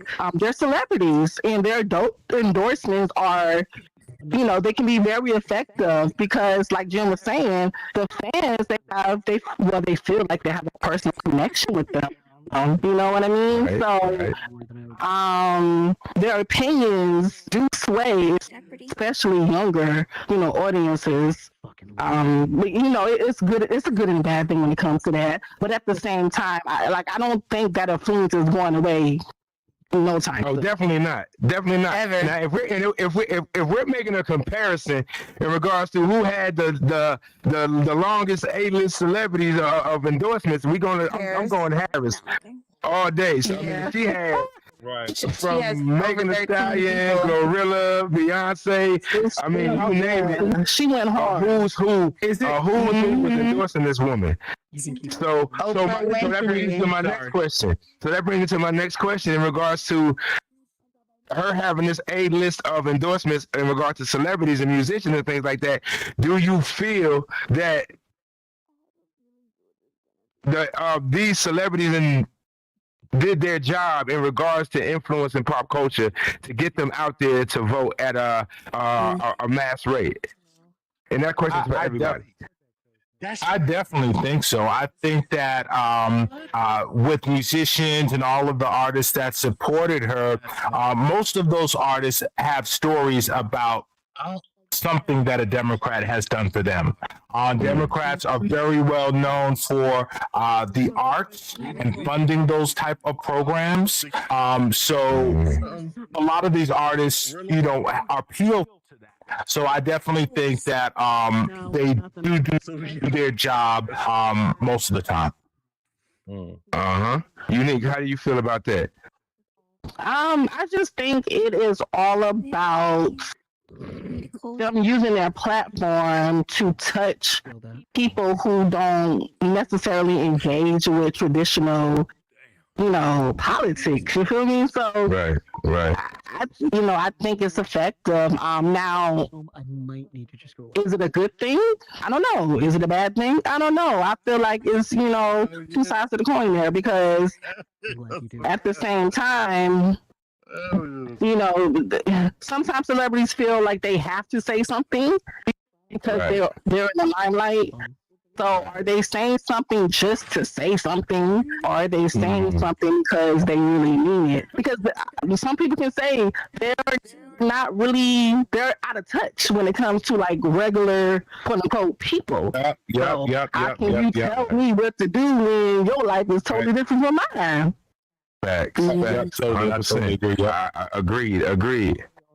Miss TalkNiceTokia, how do you feel about this? Do you feel that pop culture has been reached by these celebrities, or these celebrities have done their job in regards to reaching pop culture and getting them out there to vote? She just felt bad. I think they are. I think being a teacher, being an older sister of 13 siblings, and all of them are younger than me, all of them. And just hearing what they have to say and hearing what just the younger generation in general have to say about it. I think it is. Every time I'm scrolling on Instagram or Facebook and I see my family members or cousins, they're reposting something that Meg Thee Stallion said or did or Cardi did. And they're like, oh, I can't wait till I get 18 so I can vote. Or the 18-year-olds are like, oh, I can't wait to vote for the first time. I see the definitely the positive side of it that it's having. Even when Beyonce got up there, and I'm not a part of the Beehive. I love her music, but I'm not a part of the Beehive. And she got up there and she's like, I'm here as a mother and not an artist. I felt that because she's trying to appeal to the mothers and the women's better nature and trying to get them out there to vote. I think that it is very appealing when it's coming out of the mouth of someone like Beyonce, someone like Taylor Swift, someone like Oprah Winfrey, and all the other people who performed or spoke on behalf of Kamala. I feel like even speaking is doing their part. If you got up on there on the stage and you spoke to the people, I feel like that's doing your part. Definitely. Understood. Miss Jen, how do you feel about this? They know that shit. That's why they go get these. Oh, I think Did they do their job? I started it off. Yeah. Get you thumb off. Oh, okay. Well, good. She's still watching those polls over there. She over there. She's still big mad right now. Hey. Yeah, I'm mad. So I'm pissed off I got right two now. more. But I have a question, Bert. Sorry. I was going to say, what about the effectiveness on the other side, like the right side, on Trump's side? Yeah, no, I'm saying there was some stars that were on his side as well. Do you think that? I mean, go ahead. I'm listening. Do you think that a lot of the even the black and the Latino stars that represented on Trump's side, maybe that was the reason why they pulled over to his side? It wasn't that Well, I many. mean, you remember, Kanye West has never shied away from being a strong Trump supporter, Elon Musk. Elon Musk is definitely one of the celebrities, high-list A-list celebrities, but Hulk Hogan and these guys like that. But let me tell you something. Amber Rose. I mean, from the rap standpoint it's just me, and this is me personally. All right, this is me personally. When you get these rappers up there and things like that, it just seems fake. I know you don't know him. You understand what I'm saying? Like, this is me. This is me. I know you're not listening to Lil Baby. You know what I'm saying? I know You don't think the president is listening, to Meg Thee Stallion or whoever they have for fun? Right. I just think now Harris may be different. Obama did. No, he's listening to YMCA. Obama did. But when you go to that, when you're talking about that, it's just I look at it more of a marketing thing, like you talked about earlier. It's a phenomenal marketing scheme, especially from the Trump campaign. Because I don't really think he's listening to that type of music. You know what I'm saying? Because I want to say Trump did not know who Amber Rose. Right? No, he knew who Amber Rose was. He did because she was Amber Rose was on one of his shows. So yeah, he knew who she was. I'm The Apprentice. Years back. No, You got 2 more questions. So time is running out. Yeah, but I get what you're saying. There's a lot of the stars that he had no clue who they were. They were just coming on the campaign trail just to show off. Basically. Okay, so here we go. Last question before we go to questions in the audience. What do we feel can be better in regards to politics trying to persuade Gen Z millennials to vote? As a whole, what do we feel can be done better for them to do this? I mean, because we got sports, food brands, and all these other things. What can they utilize better to get these people to get out there and vote at a bigger rate? I mean, she seems neutral. I think going to where they live, Fortnite. My kids are Fortnite. They're on the video. So how do we influence commercially like that, like ads in Fortnite? They look at YouTube. They don't look at TV. Just listen to where they are, and we need to be right there. So I mean, I know my kids, they didn't even look at anything, but they play those video games. They're gamers, so you need to be in the gamers lane, really. Agreed. Anybody else want to comment on that? I think that they need to be in here. I think that this social platform is perfect because you're getting people from all around the country, all around the world, and you're coming up with ideas. I say this all the time. How you build your laws is around people. But if you're not talking to people, how are you building your laws? So I think that they definitely have to come more on these social platforms like Horizon Worlds and VRChat and get a perspective that maybe they're not thinking about. 100%. Sherwin, you got questions? I think Sherwin's going to be going to the aisle. We got the last 5 minutes for the audience members who may have questions. Is going to go in the audience. Okay, Miss gonna go on the audience. Just a quick disclaimer. When Peep hands you the microphone, you're gonna click it one time. It's gonna turn green. That means you're amplified. And then when you are finished, make sure you click it again so it goes away. The light goes away. Thank you. Good job to you too. I'm here, y'all. Does anyone have any questions? I'll come to you. You don't have to come to me. So raise your hand. I do have a question. Who said that? Raccoon. That would Raccoon. Okay. So you're gonna grab the mic and you're gonna click it. When it turns green, it's on. Okay. All right, sounds good. There you go. So, one question I do have for the panel: thoughts on essentially the, I guess, movements or memes being used. Something I like to reference for this is the whole peanut the squirrel incident. Mm. Yeah, that mic is ill. What is your viewpoint on it? Can you elaborate on that? Yeah, like So essentially, this might be one-sided just because I have my own personal beliefs of it, but essentially, I believe it happened in New York. A man's pet squirrel and raccoon were taken and euthanized, and it was just something that I personally didn't agree with. So, just curious what stuff like that in pop culture, since it is a big thing trending at the moment. I feel like, of course, if it's something that's triggering or something that's unkind, no, it should not be used as a meme. Of course not.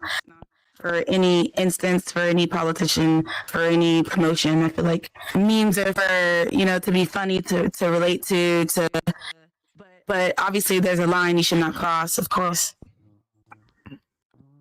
Yeah, I definitely agree. I think the lines can blur between entertainment and serious.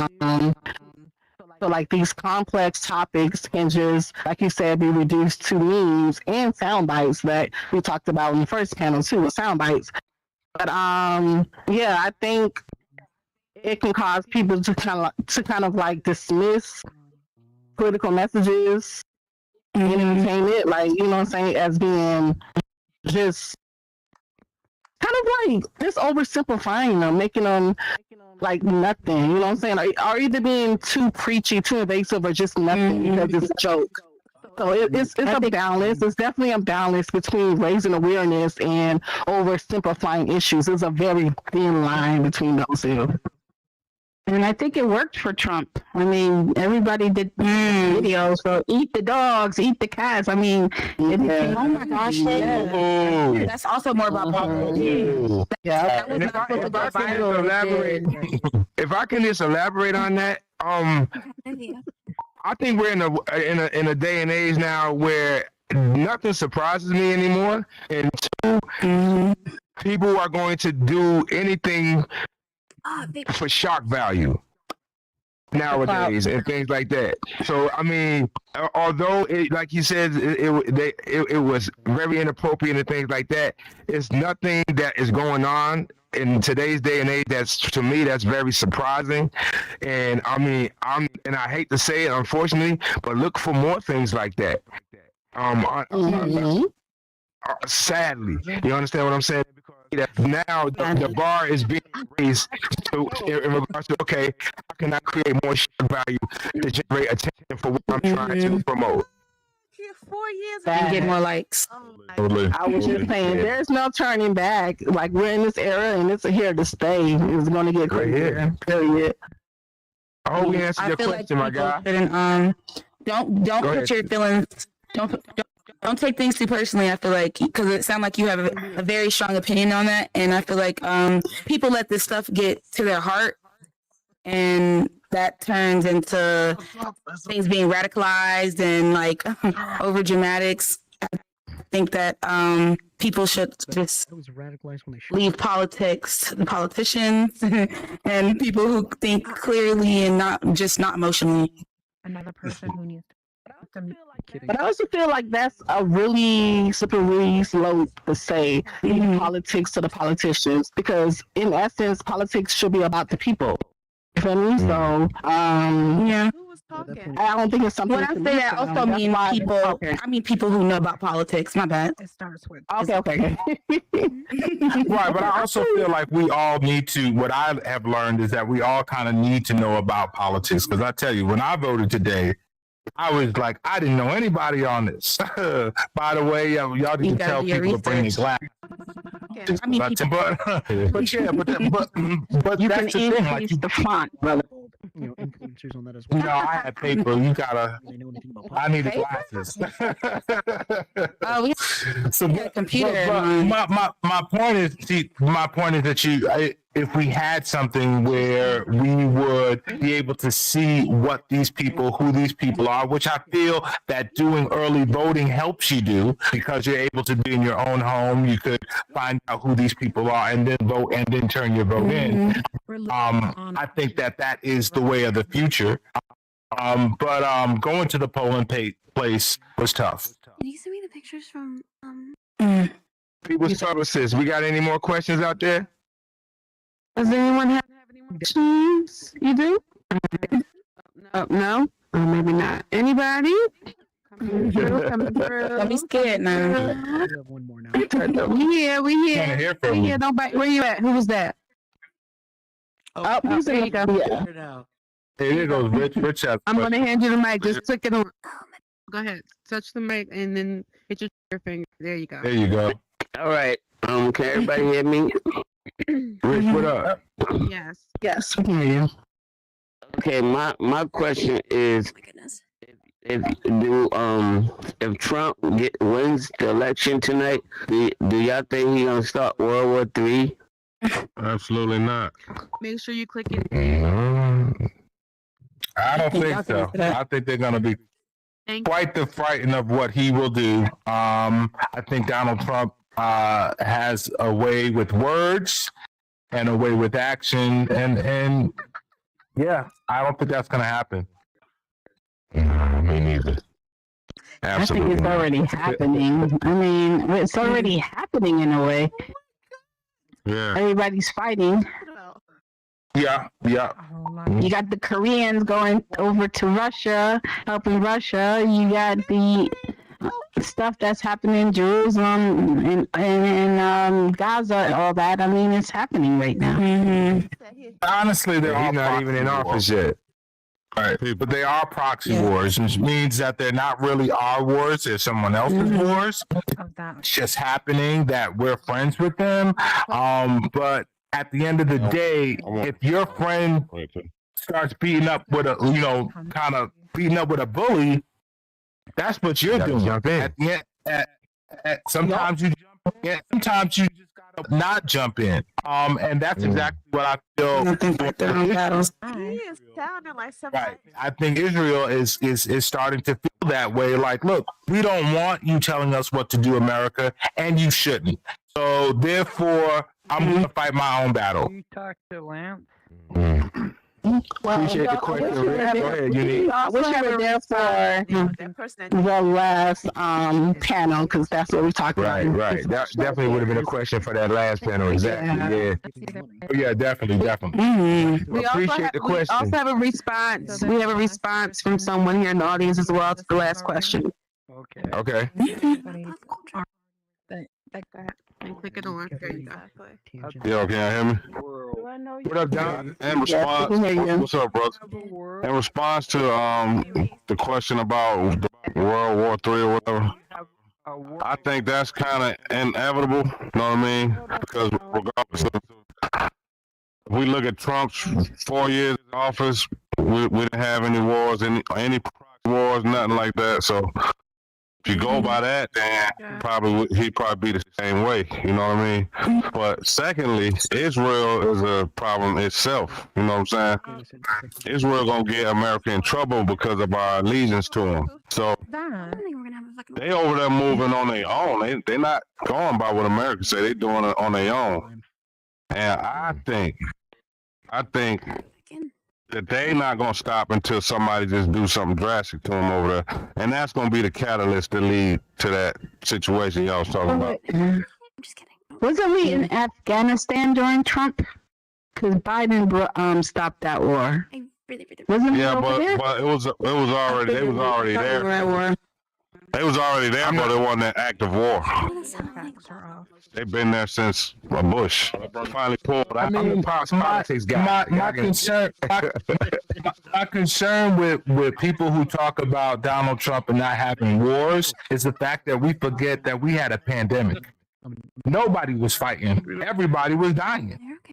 So you also have to look at it that way. Donald Trump in the house, y'all. So I mean, it's the same thing with the economy. You know, the economy was great under Donald Trump, but realize he got that economy from Obama. So can't we, very good at talking. Again, he's very good at the attention of America. I think he's pretty good at the business of America too, though. Even that he filed bankruptcy like 6 times. That's business. On this planet, Well, I just want to break this up real quick and tell y'all we have Donald Trump. Take it. Yes, Donald Trump is like front and center. That's a wild avatar right there. Is Melania with you, Donald? Is Melania with you? Listen, we got any more questions? I heard a lot of chat. Want to say something? Anybody want to say something? Come on. Shout out to Melania. She is a beautiful first lady. She's one of the beautiful first ladies. Their income bracket is. We good? We good? What'd you say, baby? I got one. Nobody? Oh, wait. Who said that? I got one. Last one. All right, hold up. It's good that he was walking around with the.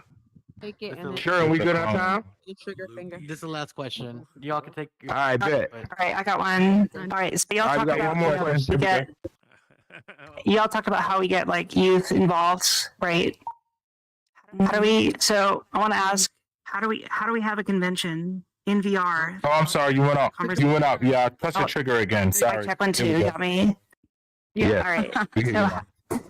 All right. So how do we have a conversation in VR that allows people to have and from the ideas that are important to the youth here? I think people does. I mean, I think about how gamers are people that play with people all over the world, cross borders, and their interests affect everyone.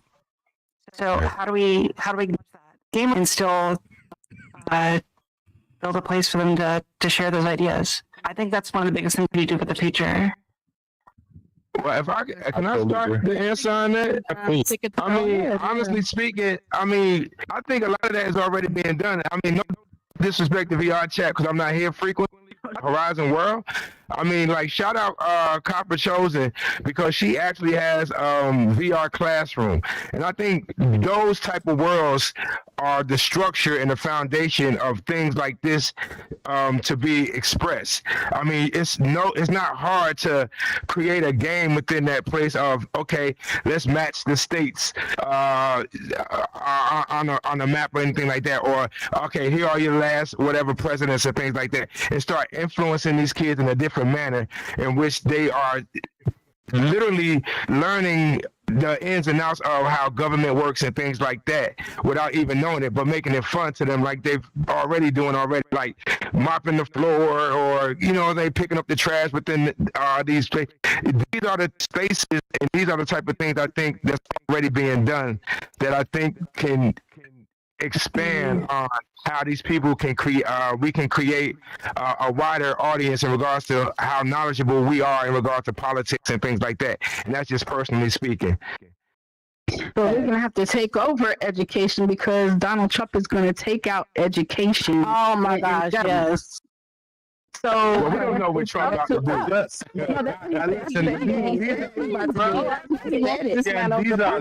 things I have to agree with. And I have a background in education, so I feel strongly about that. I don't like that at all. So now it depends on us. We need to rework it. Yeah, but that's a different story. Yeah. Right, we're gonna need that. But he did say in there he wants to give the power back to the parents. He wants to give it back to the parents. Right. So if the parents is in charge, I mean, yeah, I think Burden. I think you definitely have something that we can look forward if that's the case. Then care about the kids, Definitely, but you don't care about the ones that ain't. But he is gonna take out Black History. I'm gonna let you know right now. Yeah, in Florida they already did that. They've already been taking out Black Florida. history. In Florida, there goes Black They don't know History. nothing about slavery or nothing. But then that's why parents just got to be parents. You know what I'm saying? And they're not gonna like level still. Yeah. Depending on. But yeah, it's crazy. Okay, back to you, Brandon. No. Miss, I hope we answered your question a little bit, just a little bit in regards to your viewpoint, and I appreciate the question. Ladies and gentlemen, that's my time. I appreciate you guys staying and engaging in pop culture and politics. Thank you, Sherwin, for allowing me to be a guest host on this phenomenal event. I greatly appreciate it. Thank you to my panel mates, MF Sun, Unique Soul, TalkNiceTokia, and my girl Jen Smash. I appreciate you guys. Lux Vision Studios, Beneficial, and all you guys. I appreciate it. NBC News is coming up next. And later we have another panel with Jen Smash and MF Sun with the future of America. See you guys in a minute, and thank you guys. Thank you. Yes, great job, everyone. Great job. Thank you. Give it up one more time. That is phenomenal, peeps. Didn't you enjoy that conversation? Yeah, that was a good one. I've been waiting all night for that. That was a good one.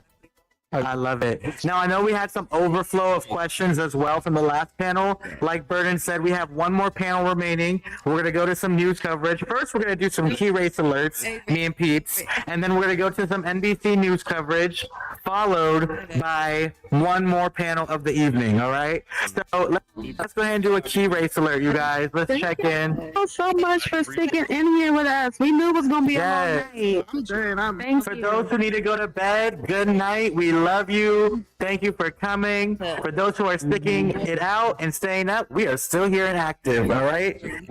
It is election night. This is America Decide 2024 in VRChat. Next up, the future of America, hosted by Sherwin, MF Sun, and me, Jen. Okay. I was hosted by you two. That's us. Guys. That's funny.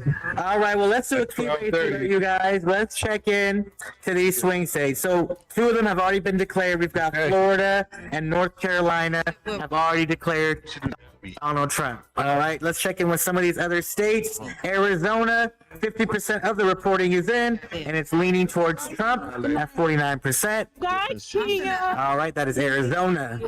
Georgia, 93% of reporting is in. So we are almost there. Georgia is probably going to be announced in the next half hour or so to an hour. Yep, it is leaning towards Trump at 50.8%. Very close. Extremely close. Michigan, with a surprising twist of events, was first leaning blue, is now leaning red. Different from our original projection, because we thought it was leaning blue, but it looks like it is leaning red. I can't hear you either. Let's see, 48% of reporting is in, and it is 52% Trump. Pennsylvania, Philly, all those people from Philly. No. Peeps, Just say Pennsylvania. All right, Pennsylvania. You know what I'm saying? PA. She said you don't want to claim Philly anymore. PA is leaning towards Trump right now with 85% of the reporting in, 50% is at Trump, and then Wisconsin is 77% of the reporting is in, leaning towards Trump, 51%. Folks, I don't know who you were voting for, but it is looking like a landslide when it comes to these swing states. All type of shit. That's, like I said earlier in the panels, this is kind of like deja vu. A lot of you guys may not expect it, but, Donald Trump and his strategy with going for these swing states, it seems like it pays off, because he is claiming the swing states, which is pushing the needle. So, but we are not there yet. We still have several states that to get to. Yep. My own neighborhood. Yeah, Anything could We happen. still have in for the long haul. We're still Anything here. could happen. Anything can happen. Anything. Sherwin, what do you think, Sherwin? Do you think that this is going to another day? Do you think that it's going to be decided tonight? What's your thought on it? Well, actually, they projected that they were going to find out by midnight. Now it's obviously past midnight, right? We see that it's about 2:10 to 2:30, right? That's about what we're looking at. So we're almost at 2:70, right? So I think it'll probably be another hour to 2 hours until we can really sit here and say we know who's going to win. Obviously there's going to be some recounting going on probably with a few states, and we'll probably confirm it by tomorrow. But tonight, when you guys walk away, I think you'll have an idea of who's going to win, because we're gonna get some of these swing states and more of the reporting in and find out where they're going to go, and then it's going to be able to declare who the winner is. All right. Do you think we can find 11,760 votes in Georgia?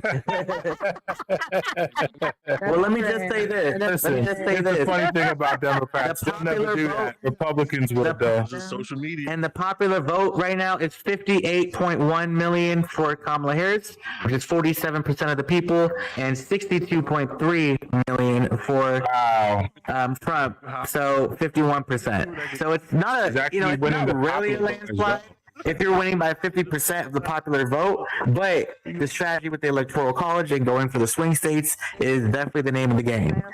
And I think Trump knows how to play that game better than anybody else. Do you think because Harris only had like 100 days to really to do the politics, you think that affected the whole election? I don't think so, because I think Biden was already in the race. She was already in the race with Biden. It's not like Biden was doing nothing wrong. That's a VP.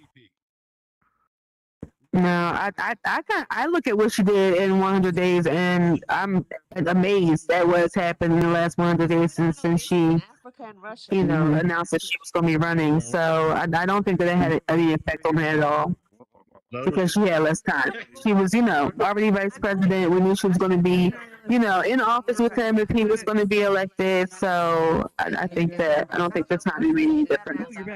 So that Yeah. We have some you wins there. the rationale. Somebody said she's not a likable person. Thank you for that.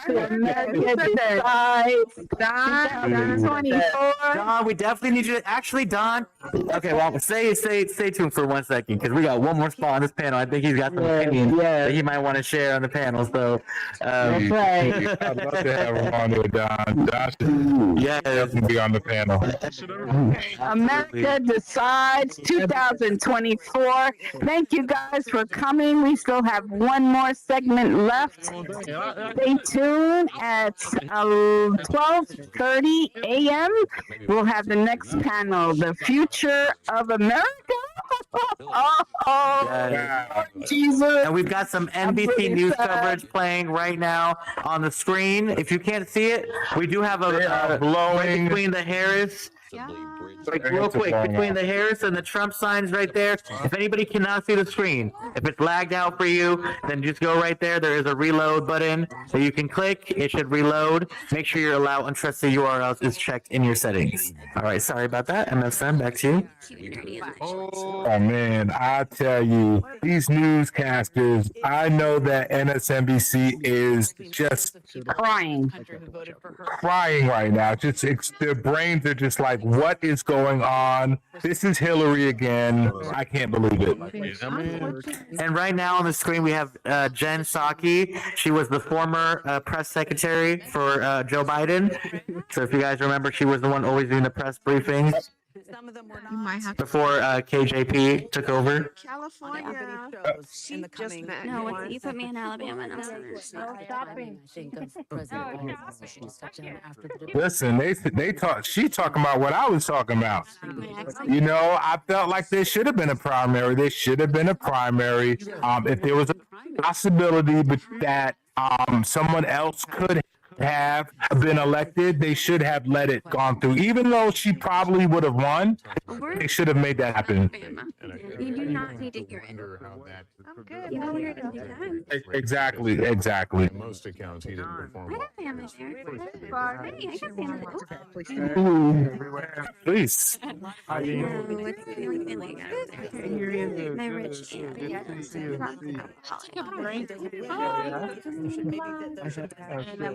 Yeah, you better be respectful. Where you at now?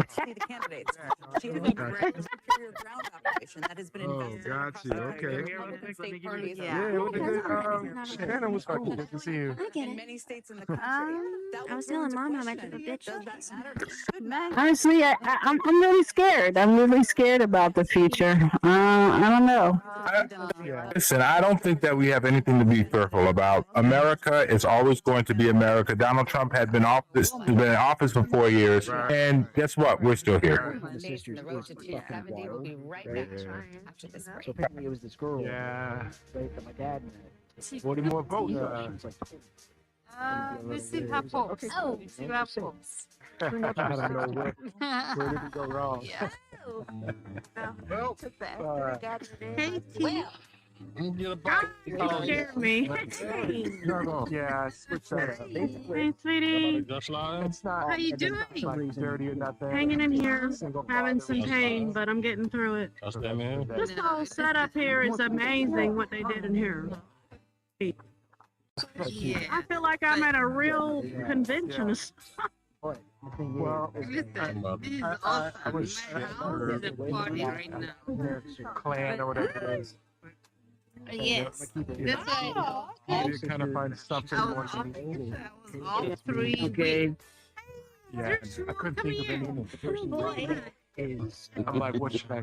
Very good. How you doing? Bunch of friends. My house is And they're so like, Oh my God. it's loud, call you like daddy or something. but I had to come in and say hi to For a people. couple days. I miss you And then guys. I'm like, all right, I fine. miss you guys.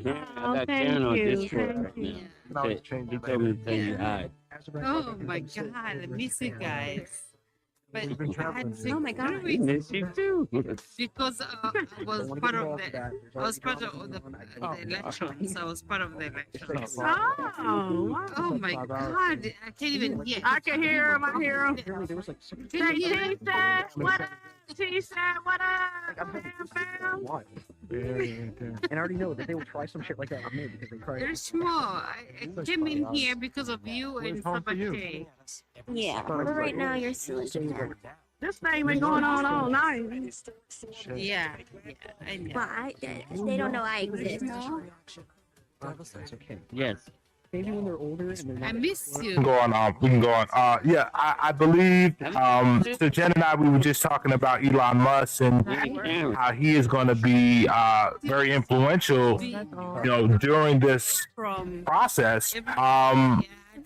We were talking about it might be broken up, his company, but under the Trump administration, I don't think that's happening. Hold on. I have to move away. I can hear you. Yeah, I believe Nevada. I believe all those West Coasts are going to be hers. All right, here's one of the stations that has 6 electoral votes. Those things are gonna get him in trouble. Of the race, you can see Donald Trump Killer. to be well out in front right now, but again, too close to call Georgia. The Green Lagoon. Gonna be that one girl. He's gonna invest everything in, and the next thing you know, Let's look at the other battleground. Michigan, 15 electoral votes in play, too close to call Donald Trump. And that with a will not be narrow, us. Lead of Kamala Harris as we continue to watch this fight unfold. Let's zoom in on Michigan with Tom Yamas. What you got? Hey guys, okay, so we have now more than 50% of the vote is in Michigan, as you mentioned, Lester. 15 electoral votes. This was Biden's largest margin of victory. Everything's going Shout out to the D. States. Almost the whole thing is Wayne County. Let me give you a shout out. About a quarter of the vote is in. Also, just want to give another shout out to my guy, Austin guy over here. But just to give you an You already know he's an amazing world builder behind this phenomenal world that we're in tonight. So shout out to Austin. Yeah, he did his thing. But we're not done And yet. guys, if you have not seen the White House, right, please, if you haven't seen the White House aspect of this world, please get on the bus. Check out the White House. It's crazy. Jay, you want to go? The suburbs of Detroit. The bus is at the spawn where you guys spawned in. 53%. If you guys are interested. Just over Macomb County. Now, this is a little. Yeah, that was a wild time. Our instructor straight up said they don't know who It is a won, suburb and we of never Detroit found as out until we well. got out. Republicans do very well Yeah. here. Trump was No, at I 50%. not gonna lie to you. If I see the White House, he's at 57. So he's like Very in my very past, I was totally a liberal. Kent County. This is the last So I place cried where when Trump Kamala- held the rally last night, and or I should say yes, on Monday. I don't know. sorry. I'm Getting just my ready days for confused anarchy here. to happen Biden's so I at can like 52. dip She's off into the overperforming woods there. and That's be a good news chimp again. for the Democrats. I also I want to talk believe in about never turning lunch monkey now. shit. This is the University of Michigan. Go Big Blue if you're a fan out there. Well, it looks like I'm also gonna be a 71% of the monkey. vote is in. Remember, this is a college county. Democrats gonna are be doing me. very well Well, here. before you came along, Biden which is 72%. me, maybe like Tonight, 3 Harris is dogs, underperforming right now with some cabin up in almost Tennessee. three-quarters of the vote in Ingham County. Again, another college county. This is where Michigan State is. Half the vote is in. Biden was at 65. Harris is at 56.9. I don't like want to see some outside Trump barometers right now. Cass I County, disagree with that Trump's at wholeheartedly. 66%. 4 years ago, he was at 63. So again, An R3 the story like a of cat, Trump likes to go outside. overperforming in those rural counties. We're seeing it as well in Michigan. Still, I a don't lot want of the them vote is to out, die. though. I don't Look, want we still them need to half the outside. vote to come in. A lot of By that's the going to way, be he will be Detroit, coming as we with know. me. I'm It's going to like look at 3 of them. Saginaw. I'm just really scared. I mean, That semiconductor. you got Robert 1% of the vote. I don't want to draw anything from there. Kennedy working on our Kennedy, healthcare, right? Yeah. Obama was the Harris. But again, I Come on, man. believe, I don't I get really that. believe, I really believe that you just never know. America always It's not a surprises good, In the other states, it's not a good choice. Those are my mom's cats. Listen, if Trump wins, of course we're gonna have to say that's our president. So I'm hoping that he hires a cabinet that he respects, that is strong enough to tell him no. You know what I'm saying? Well, Not second a time's the yes man. charm. vote is out in Wayne County. Nobody Second wants time's to the work charm. with him. Makes up Wayne County. That I don't know about Muslim People in the White House to say yes. Again, it's probably not going to be monolithic, but Yes. There's no checks and balances now. do they not show up? Do they vote for party? I mean, that's why I like Do they stick with Harris, because she was willing to have Republicans in the cabinet, a balance. Ass man. No, we need a balance. Lacks so much empathy for other people. And then somebody who's qualified too. Right now, as Tom was just No, I'm the same one. That's the only reason why. I know that's Burton. in Detroit, city officials expected around midnight that the full tabulation would be completed. I got So no- You got something to say, Burton? has been finalized. Good night, but that was the Ty. estimate Nah, earlier anyway. in the Good evening. We know that absentee ballots, around 95% that have been processed. I can't stand him. Good night. I'm just- Good night. I'm back to everybody. Good night. The expectation heading into Right, tonight. right. Kristin, Hey, there you go. Come on now. Let him go. Huh? she says that they're further along in tabulation, including for here in Detroit. He's a conspiratist. He is just not right. I don't think he's not in medicine. He's not a doctor. He hasn't studied medicine. How are you gonna run that department with? Former President Trump won the It's Senate like by around 10,000 it's like telling me I can be a dentist. Let me open your mouth. Let me do dentist. I'm an accountant. Come on. Tuesday, they can Help me be out. Hold on, we got if Georgia. they're Got received Georgia right now. What's your comeback? yesterday. That is a lot of Yo, you got nothing? Oh. Thanks to Jesse. And in battleground Georgia, Ellison Barber is in Gwinnett County. Ellison, how's it looking like this? Maybe you got a point. Yes. He's a decent person. Okay, yes, I'll give you that. But I'd rather have someone who has studied medicine, who has been a doctor, who has been a chemist, a science, whatever, a doctor in that science, to run the medical department of the United States. Surpass what we saw in 2020. That's something both Democrats and Republicans were hoping for. But what Mhm. Republicans were hoping for specifically was that Trump could maybe get a couple percentage points above the 40% that he had in this state But I mean, back that's in 2020, and that it would be enough to chip into Harris's margin. Yeah, but they wanna stop Obamacare, of the vote reverse everything that Biden has. Listen, I think when we're talking about Georgia, think of what happened that's what Trump wants to do. Yes, but he just doesn't have a policy. in the Senate race, in the gubernatorial race, and in the Secretary of State race. He can't because he has nothing to come. He doesn't have a new plan. Of course. Donald Trump. Tonight, Lester, it seems. What did he say in the debate? What does he say in the debate? In 2020. He definitely wants to get rid of Obamacare, but he doesn't have a policy to replace it right now. He's working on it. I don't think he said that. I think he said the opposite. I think he's not touching Obamacare. If he wanted to repeal Obamacare, but I know. If he wanted to repeal Obamacare, he would have did it in his first term. He tried, but he did try. He said he left it alone. That's what he just said on the last debate. Okay, but in the last debate, he said he not messing with it because he doesn't have a plan.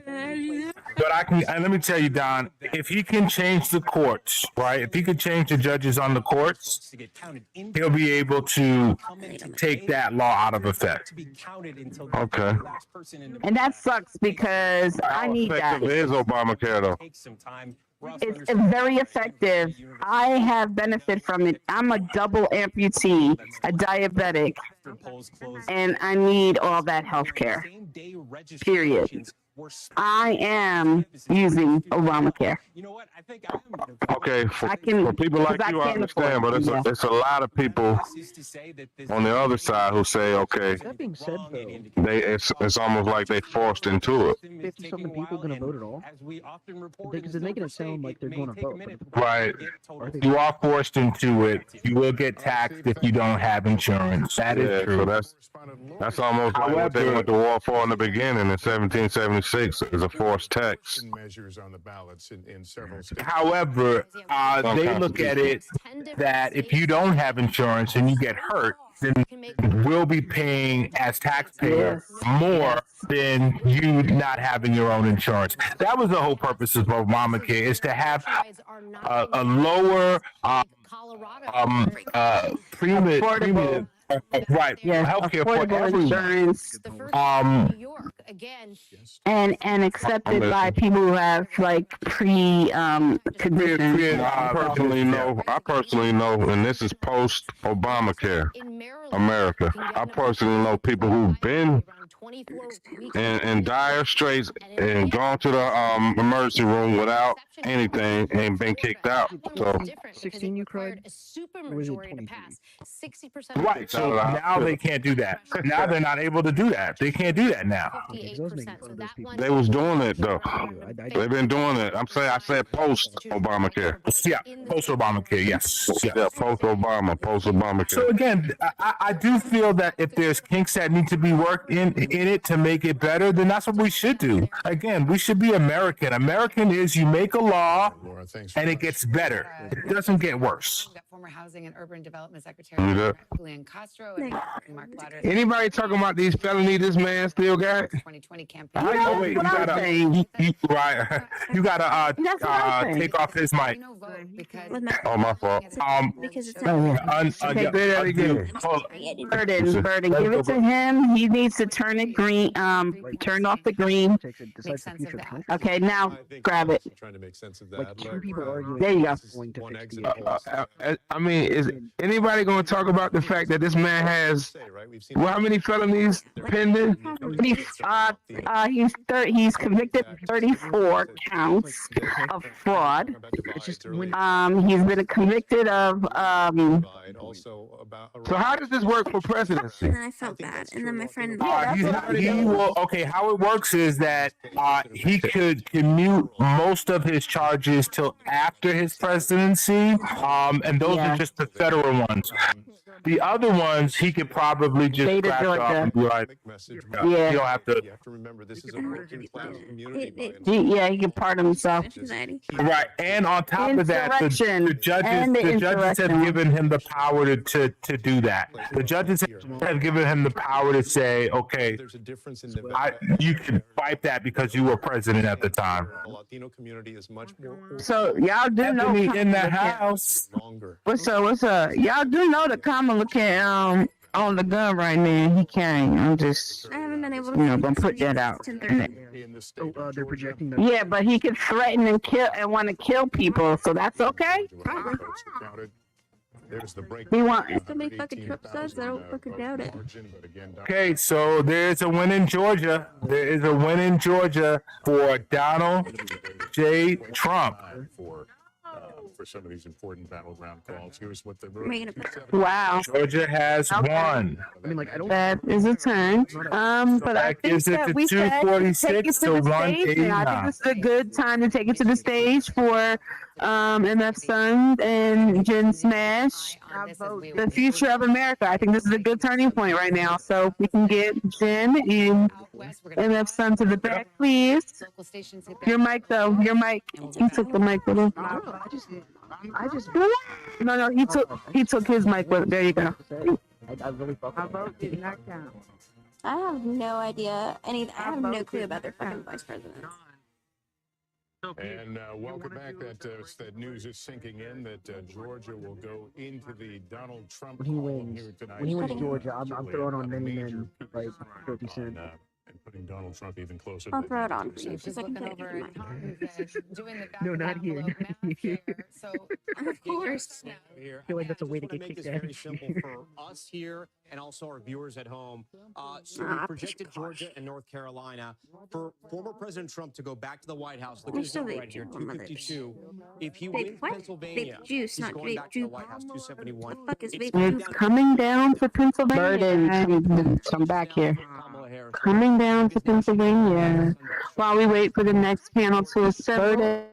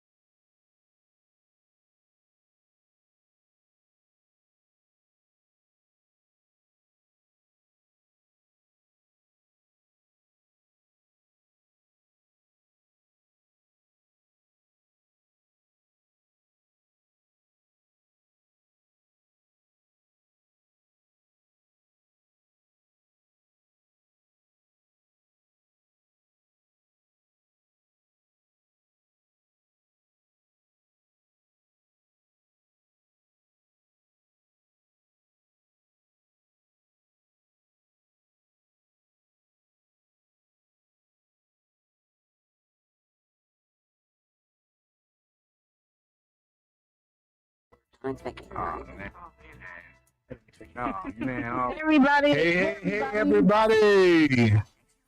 I'm here with the great and beautiful Jen Smash. I don't know.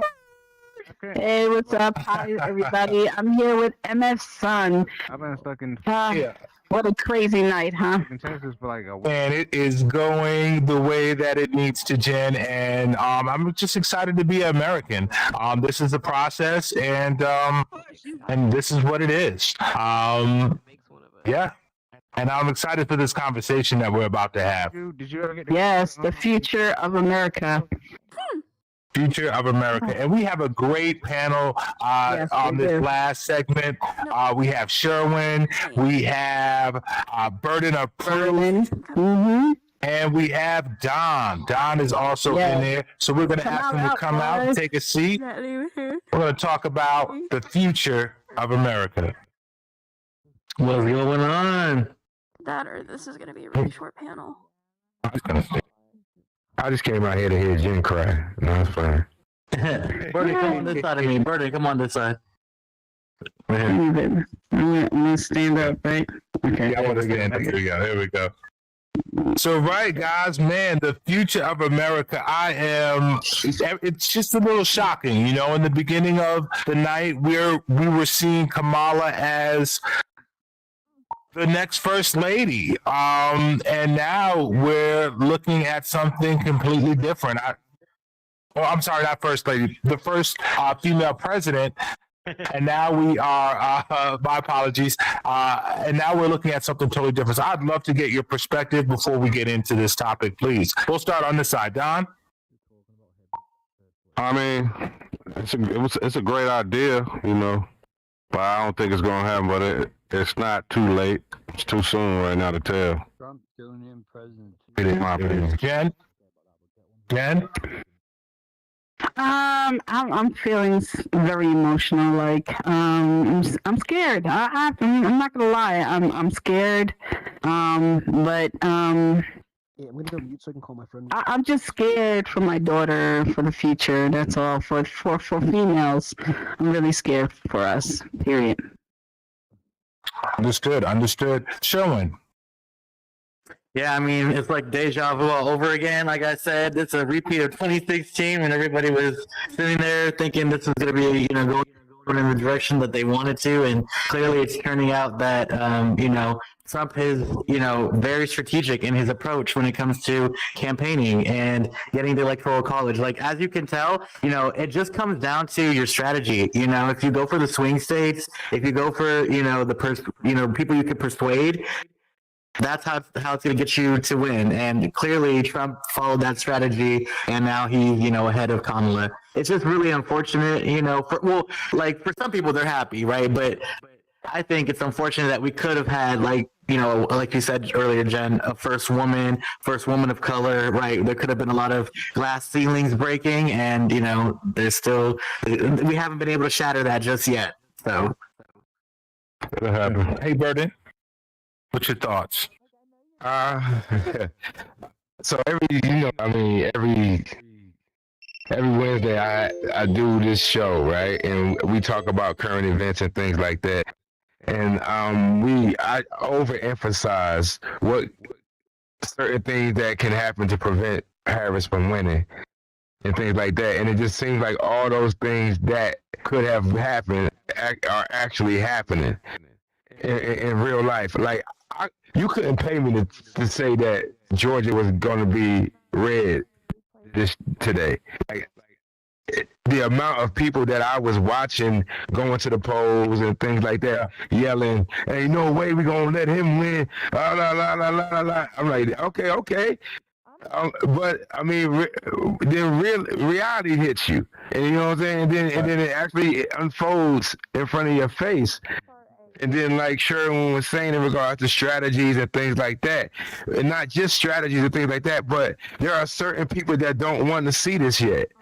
You understand what I'm saying? It's like a silent majority. Yep. Right. That's unspoken for. You know what I'm saying? That don't say a damn thing, and it's a mass of them, as we can see. And things like that. So I mean, if this is something that is unfortunate for a lot of people, or people are nervous and scared. I would give you this optimism that things have to fall apart before they get better. You understand what I'm saying? And I think in certain instances, if this is one of those situations, things have to completely crumble before we realize, okay, what really changes we need to make in order for this country to be exactly where we envision it as a whole. I agree. Listen, I think that we have a lot of things that we could be looking and paying attention to. One of the questions I have for the future of America is, where do you see, if Donald Trump is to win, where do you see us going Okay, right here. in wars? As we talked about in some of our other panels, like, he's saying that he's going to end these wars within a couple of days. What do you say to those things? Anyone? Sorry, were you Sherwin? I'm sorry. You said Trump said he could end wars in a couple of days? Yes, that's what he said. I don't think he can even wipe his ass in a couple of days. If I'm just being honest with you, and that's just the honest truth. And the reason for that is because you and I'm not trying to be shady. I'm just being honest, because you see this man, and he's really he's falling apart. And I'm just being honest. When you see videos of him, maybe some people may disagree, and that's fine. But when I see videos of him and I see him talk and stuff, it's almost like, he's like falling apart. Like he's just not sane, and so do I think he can end wars in a couple of days? No. If he can't keep track of where his pants are, I just don't think that he can do that. Burn? I say grab your flak and your Kevlar, man. We running. If he can end wars in a couple of days, hey, strap up, because it's going to happen. But I mean, I look, I don't know. I don't know, and I'm not even going to lie to you guys. I'm actually looking. If let's just say this man does get this presidency, I'm literally kind of intrigued, or like anxious, or like a little bit curious of like how the hell this is going to turn out. Like what really is going to happen to where we are really what's the word I'm looking influenced by this man's actions and things like that. You know what I'm saying? Like I'm really curious to see what this is going to be about. I mean, because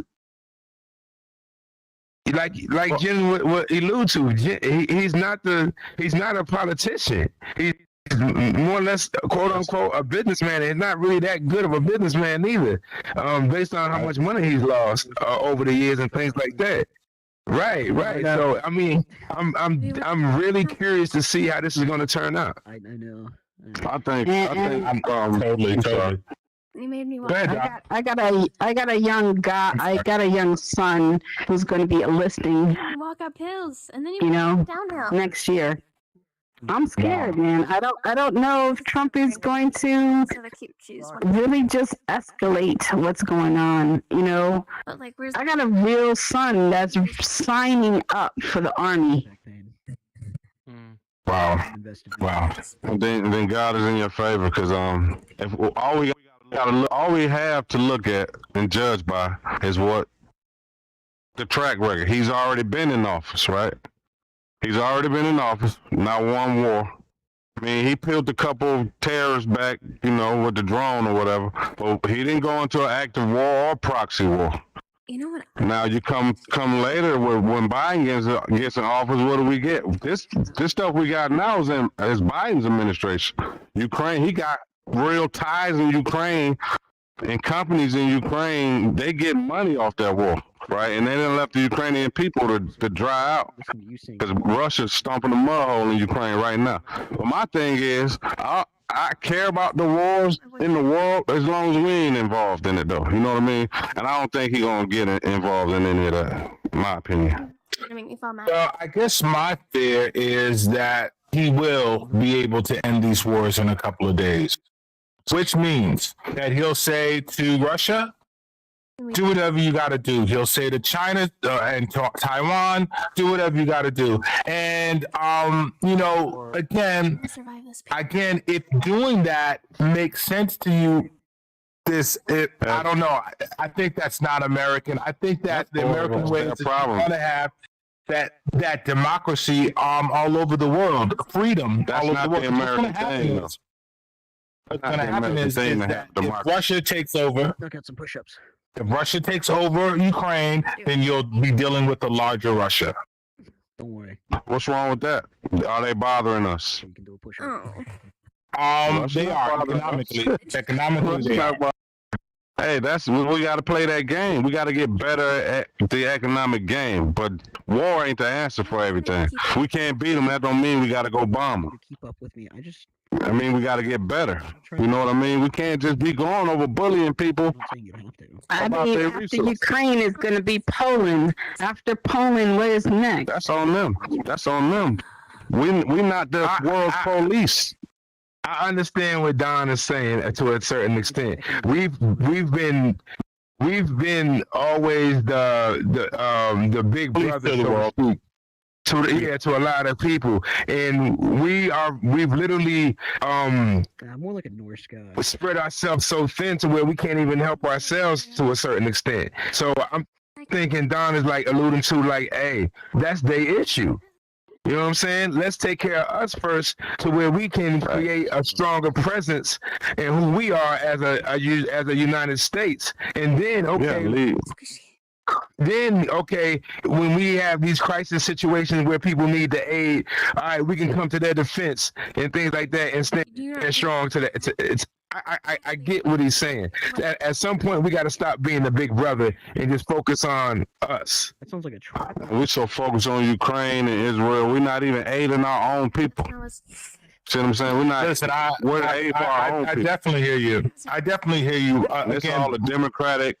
This is all under a Democratic administration. I was skinny. Again, I think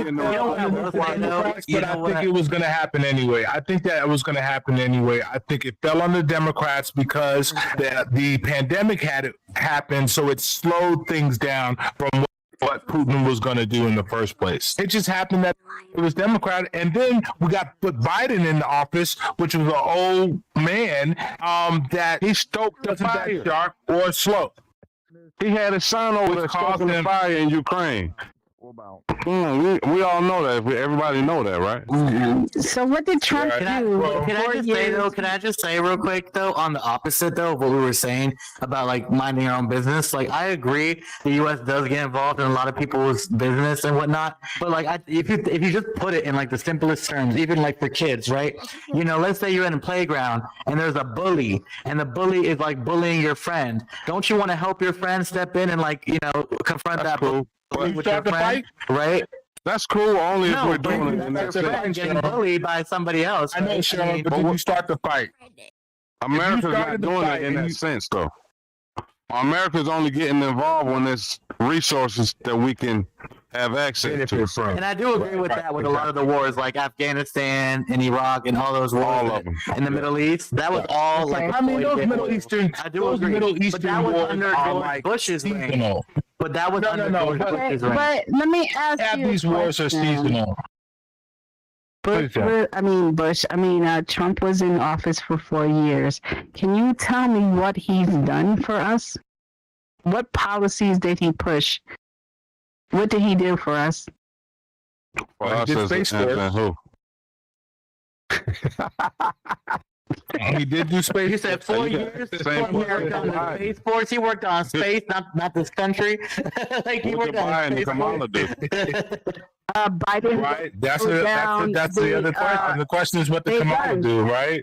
Yes. But she was the VP. She was Everybody knows the VP. I'm trying to answer to you. Okay, so the checks. This is getting good. He didn't give pussy. President Biden used his executive power to decrease the immigration 60% since last year. That's a fact. 60%. Yes, look it up. Look You it mean up, the bro. same administration that allowed the immigration? Can I finish? Let me No. She's talking about the ones that are counted. We're not talking about the 3 million that crossed the border. Go ahead, Jen. Nah, man. And he lowered the insulin to $35. Thank you, Lord, because the insulin was costing me $90 for insulin. Because, immigrant father. That's Good true. I think that Biden has done a lot Once for again, the country. haven't Think done about anything it. what Trump did. When Donald Trump came out of office, we were at a deficit, and Biden helped the country get to a point where we came out of that deficit and brought us into a positive. So, again, Democrats, if you look through history, they bring the money. Republicans usually spend it.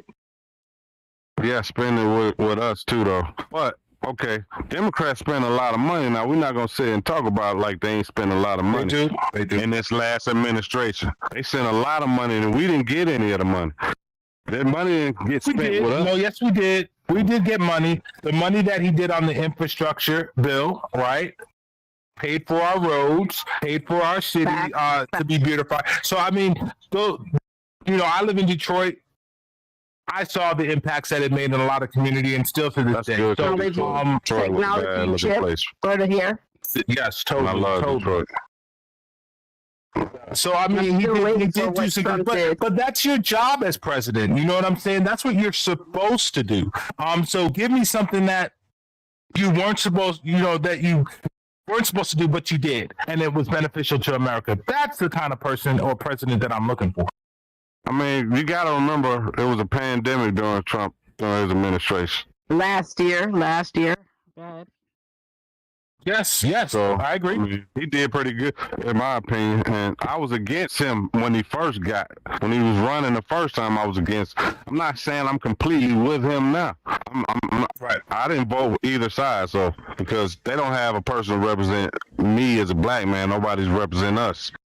So I didn't vote either way. But I'm leaning more towards him. Right. Because Well, good luck with the cops pulling you over, because now they don't I ain't got no ask you problem. any I was questions. born in America. I was born under that. Cops been pulling us over. You can't scare me with the scare tactics. Can't sue them now. Oh, no. I ain't worrying about suing. Just deal with it as we go. So one of the other questions that we had was how Americans will, as far as family life, how do you think that that's going to change with a woman president? Jen, would you like to take that question first? Why does it matter? Oh yeah, I mean, women know how to run the family home. I mean, we have high. I was with some powerful women. Period. Just recently, making moves, so we can do it ourselves, and I think. We care about what's going on, the issues.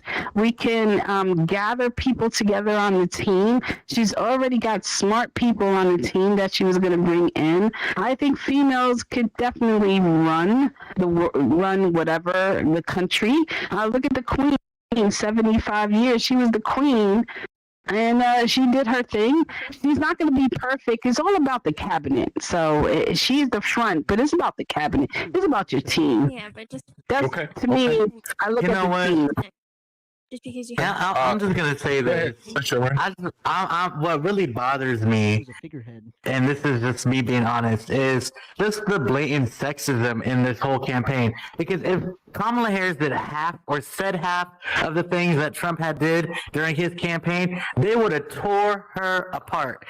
Like just recently, I was just talking to Jen on the phone. I'm like talking about this recent video of Trump performing like oral sex on the microphone. Like I don't know if you guys saw that. You know, some of y'all might find that funny, but if Kamala Harris did that, you know what people would be saying about her? Like they would be dragging her through the mud. So that to me is just why I'm so disappointed, because I feel like people still don't believe that a woman can run this country. And I think your sex has nothing to do with your, your qualifications to run a country. We've seen other countries be run by women before. We've seen prime ministers that are women. We've seen queens, like you said, right? Presidents that are women. So the whole notion that a woman can't run or can't win is not true. But it just is unfortunate because maybe it wasn't the right one, right? But I still think that, a woman should be able to do it. I keep forgetting. A woman can and has done it. But she's just not that one. I don't, in my opinion. I think it's. But women are more. I think women are more powerful and geared to run anything. I guess. You know what I mean? Because they more fair, more just, and they run the family from the beginning. But now we're in America now, and you already said it's sexist. So just think about what the rest of the world going how they would treat her. How they're gonna push her to a point where she gotta do something crazy. You know what I mean? They're not gonna respect her. We respect her. We Americans. We grew up in a culture. Our culture is moving closer to, accepting women as in leadership roles or whatever. But we in America, think about the other countries, especially the key countries like the Arab countries and all that. When you say we as Americans, I think like we in this room may think that, but not all of America thinks that, I think that they still think that a woman can't run this country. It's a man's job, right? And so I think that does convince a certain amount of people to go vote for a man, right? So I do think there's going to be sexism. And we got the polar opposite in our community. Let's not forget where we at. Let's not forget where we at. We are still in America. This place was created by white men. Period. Like stolen by white men. There we go. Well, okay. Well, call it what you want. Here's now. That's the foundation of this country, and those people are still in those places where you speak of teamwork. In these cabinets that you said that we have to create this unified front, they are still in this Congress. They still are running. But shit, because they have no life there's no term. They sit there in these spaces for years and years and years, generationally, and just fill in the holes, and they're still there. Right. So, in order to get that type of change that you're looking for, it have to be a complete overhaul. And those all sound like revolution to me. Man, which I feel that is what Trump's campaign was about. This campaign was really about a revolution and it was about the last holdout. It was about their last stand, really, to me, to be honest. Yeah, last stand. I agree. But if you look at that right there, that's the past and everything in it, and then you look at the future. For me, my perspective of the future, I'm looking at my community and the culture that we got, and it don't look good. It don't look good. So I looked at that. I said, okay, at least the conservatives have some type of value. And you look over here, there's no value, there's no nothing. Wait, let me ask you this, Don. So let me ask you this. I mean, I'm just speaking for my community now. And exactly, your community, right? Preach. And no, I just want to ask him real quick because you said earlier, as a black man, right, and that's your community that you also represent. How do you feel about Trump, removing all of Black history from textbooks, and not teaching people about, he did say that, he did say he was going to do that. Yes, it's in what Black history? What Black history do they teach about slavery? They're gonna beat us in the head with that. That ain't our only history. And it's up to the parents. It's up to you to have knowledge of self. It's up to you to have knowledge of self. That starts in the home, and you can't send somebody off to daycare or school and hope that they give them all the information they need. You teach the mother and the father teach the child. So you got to have a knowledge of self. That shouldn't be a problem with us because we need to have a knowledge of self. Some of these mother and fathers don't even know how to raise a kid. What are you talking about? Yeah, and they could have an absent family, right? That speaks back to the problem. That speaks back to the problem. Look, we're dealing with a double-edged situation. You're damned if you do, damned if you don't. That's always been Black America for us. You see what I'm saying? So for me, Let me ask you a question. Do you agree all the women stuff that he's trying to do? We will have to report our periods. We can't have abortions or procedures to save our lives. we should have abortions. If we had to stop having abortions 30 years ago, we'd probably be the majority. But listen, having a miscarriage, I have to have a DNC. DNC is part of scraping your womb. They're going to rule that out. That means I'm going to die. That's crazy, but guess what? You only speak about that when you're not talking about the real reason most women go and have abortions. The real reason most women go and have abortions because they don't want to raise no kids. And molested by their father. That's sad. I'm against that.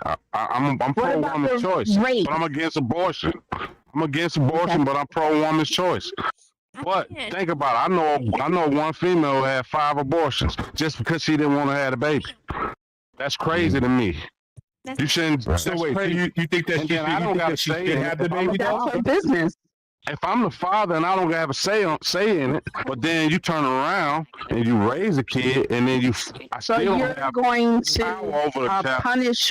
You're going to punish all the women of the United States now because no, I'm not punishing nobody. What I'm saying is it's unfair. It need to be straightened out, but I feel like it is what it is. It's both sides is abusing it. I think the women are dying. Listen. We have a lot. What about the men? Nobody cares about the things like Plan B. One second, Don. We have a lot of time that we are going to have these kind of discussions. But unfortunately, we are going to have to wrap this session up. And we look forward to what is going to happen in America, whether it's with our social justices or our rights to abortion. But wars and everything else, we have a lot on our table as Americans, and Americans, and we have to really get to work on those things and deal with these issues. Again, Metaverse is a great place to start. We can talk about these things and come up with solutions from all around. Oh well, we ran out of time for questions, but if we could do a couple of questions, that'd be great. Oh, awesome. Okay, great. So let's take some questions. If anyone has any questions to talk about the future of America. It's just like few people. Here. Anybody? You got a question? I feel like I do have a question. You got a question over here. Okay, great. All right, Raccoon. So my question is actually directed towards Don. In your opinion, when it comes to fixing the black community, what do you think Donald Trump will do to actually benefit? Oh, shit. Donald Trump he's kind of like he unpredictable. So, in our case, in the black community, unpredictable. Being that we had all predictable before, unpredictable was good. You know what I mean? Because he's an easy influence. Like people say, he's a narcissist. We know how to get in there and make him feel like he want to do something for us. We don't know. I know for one thing, the Democratic Party has had since 1968 to now to do something, and they haven't. So why not try it out? See what he got. Probably nothing though, to answer your question. Can I elaborate on that though? Can I elaborate on that? Because sometimes raccoon. And I want to say that sometimes nothing is a phenomenal thing, because then you give people a blank canvas to create what they want to create. Like they just said a little bit earlier, alluded to earlier, that he's looking to take black history out of the textbooks and out of education and things like that.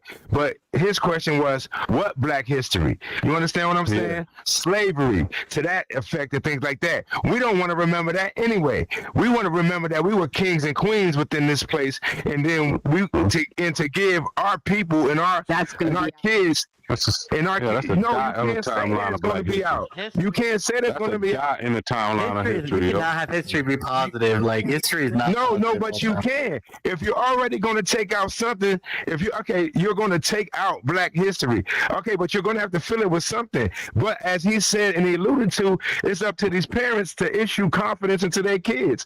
Hey, you're not being taught shit in school now in regards to who you are as a person. So let me put this in your brain. This is who you are as a person. You are a strong, confident individual and things of that nature. You create your own narrative now, period. Now, you can sit there and say, oh, it ain't going to be shitting me. I mean, it starts at home.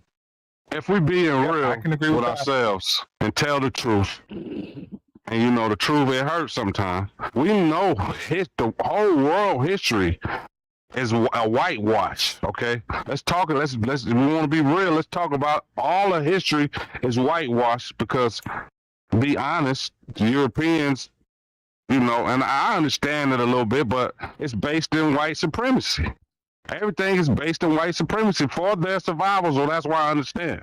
You get what I'm saying? But we know we're in the information age right now.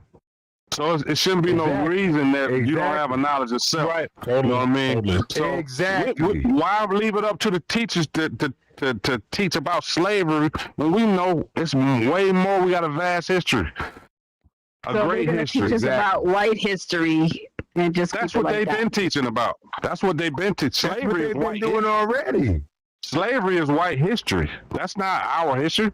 That's just something that happened. I'm not just talking about just slavery, but what about the other individuals have done stuff, have invented stuff, has been part of stuff? Martin Luther King, Malcolm X, that's it. They never taught that. They never taught that. Sorry. No, I'm being honest. That's all you get. You get slavery, Martin Luther King, Malcolm X. That's it. They don't even give you Malcolm X. They trying to give you Malcolm X now? They don't give you Marcus Garvey. They don't give you none of these people. Perseverance. So what are we talking about then? We talking about losing that? Exactly. That's what I'm saying. So you create losing. The only person they think about is Martin Luther King. To do what you want to do. The one who, you know, kind of sold us into the Democratic Party. We want to be real, you know. And he kind of feared that he sold us into a burning house, which he did. So, talk about it. Huh? I don't think we're going to get anywhere. Did we go to commercial or what? Oh. Around.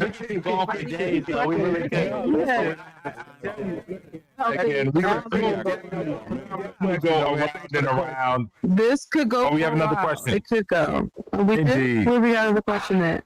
Oh no, I was just telling him thanks for the question. That was a great question. Yes, thank you. Yes, thank you so much, Rex. Yes, thank you, Rex. Yeah, good question. Again, America, we have a lot to get done. And you're right, it definitely does start with our youth. It starts with being a great parent and paying attention to what your kids are doing. Now, my issue is there's a lot of other things that were on the ballot that we're not really talking about. What about, you know, men in sports with women? Like, that's what crazy. are we going to do with that? You know, that was on the ballot. Donald Trump was definitely not for that. I know several people voted for Donald Trump because of that one issue, because they didn't feel that their voice was being heard around that issue. And I get it. And it's a lot of issues like that. We just have to try to solve them one by one. Can I speak to that, though? I mean, look what it has come to when that's on the ballot. You know what I mean? Hold on 1 second, Don. Hold that thought. All right. We got people's what we got. Little breaking news. The Republicans have won control of the U.S. Senate. Oh wow. Wow. Senate. Wow. Yes, ma'am. Yes. Wow. And also, we do have to wrap this. This is a great panel, y'all. We got to wrap this up soon because Trump is about to speak in Florida in about 1 minute.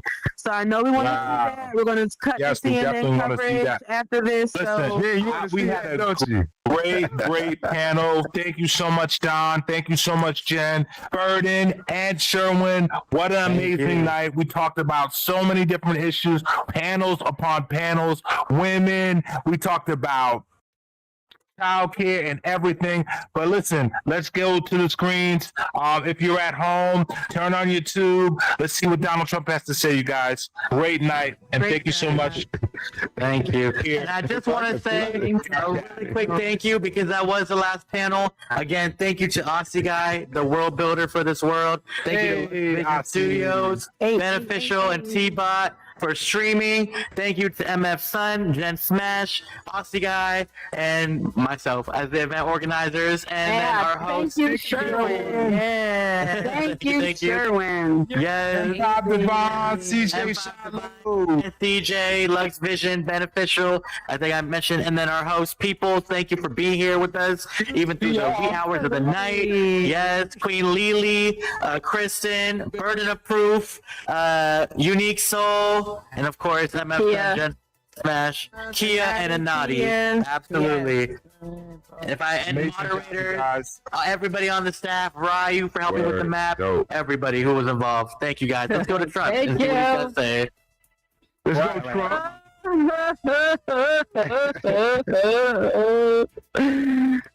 Also, so everyone knows, Vice President Harris let us know that she will not be speaking until tomorrow. She's not speaking tonight. So we will not hear from VP Harris tonight. She will speak tomorrow. But we got the CNN coverage. We Wowzers, put in pie. Are you looking to take your online presence to the next level? At Lux Vision Studios, we're your one-stop shop for building a strong digital brand and connecting with your target audience. We produce high-quality shows in a variety of formats, including podcasts, talk shows, gaming content, and motivational videos. Our team of experts will manage your social media channels and branding, helping you amplify your story and reach a wider audience. We stream content across popular social media platforms and Roku, ensuring maximum visibility. Whether you're a gamer, entrepreneur, or looking to inspire others, we have the expertise to help you achieve your online goals. Here's what sets us apart: engaging content. We produce a variety of shows to keep your audience interested and coming back for more. Social media and branding mastery. We'll manage your online presence and build a strong brand that resonates with your target audience. Multi-platform reach. We stream your content across popular platforms and Roku, maximizing your visibility. Community focus. We believe in fostering a community around your content, creating a loyal following. Let Lux Vision Studios help you connect with your community and amplify your voice online.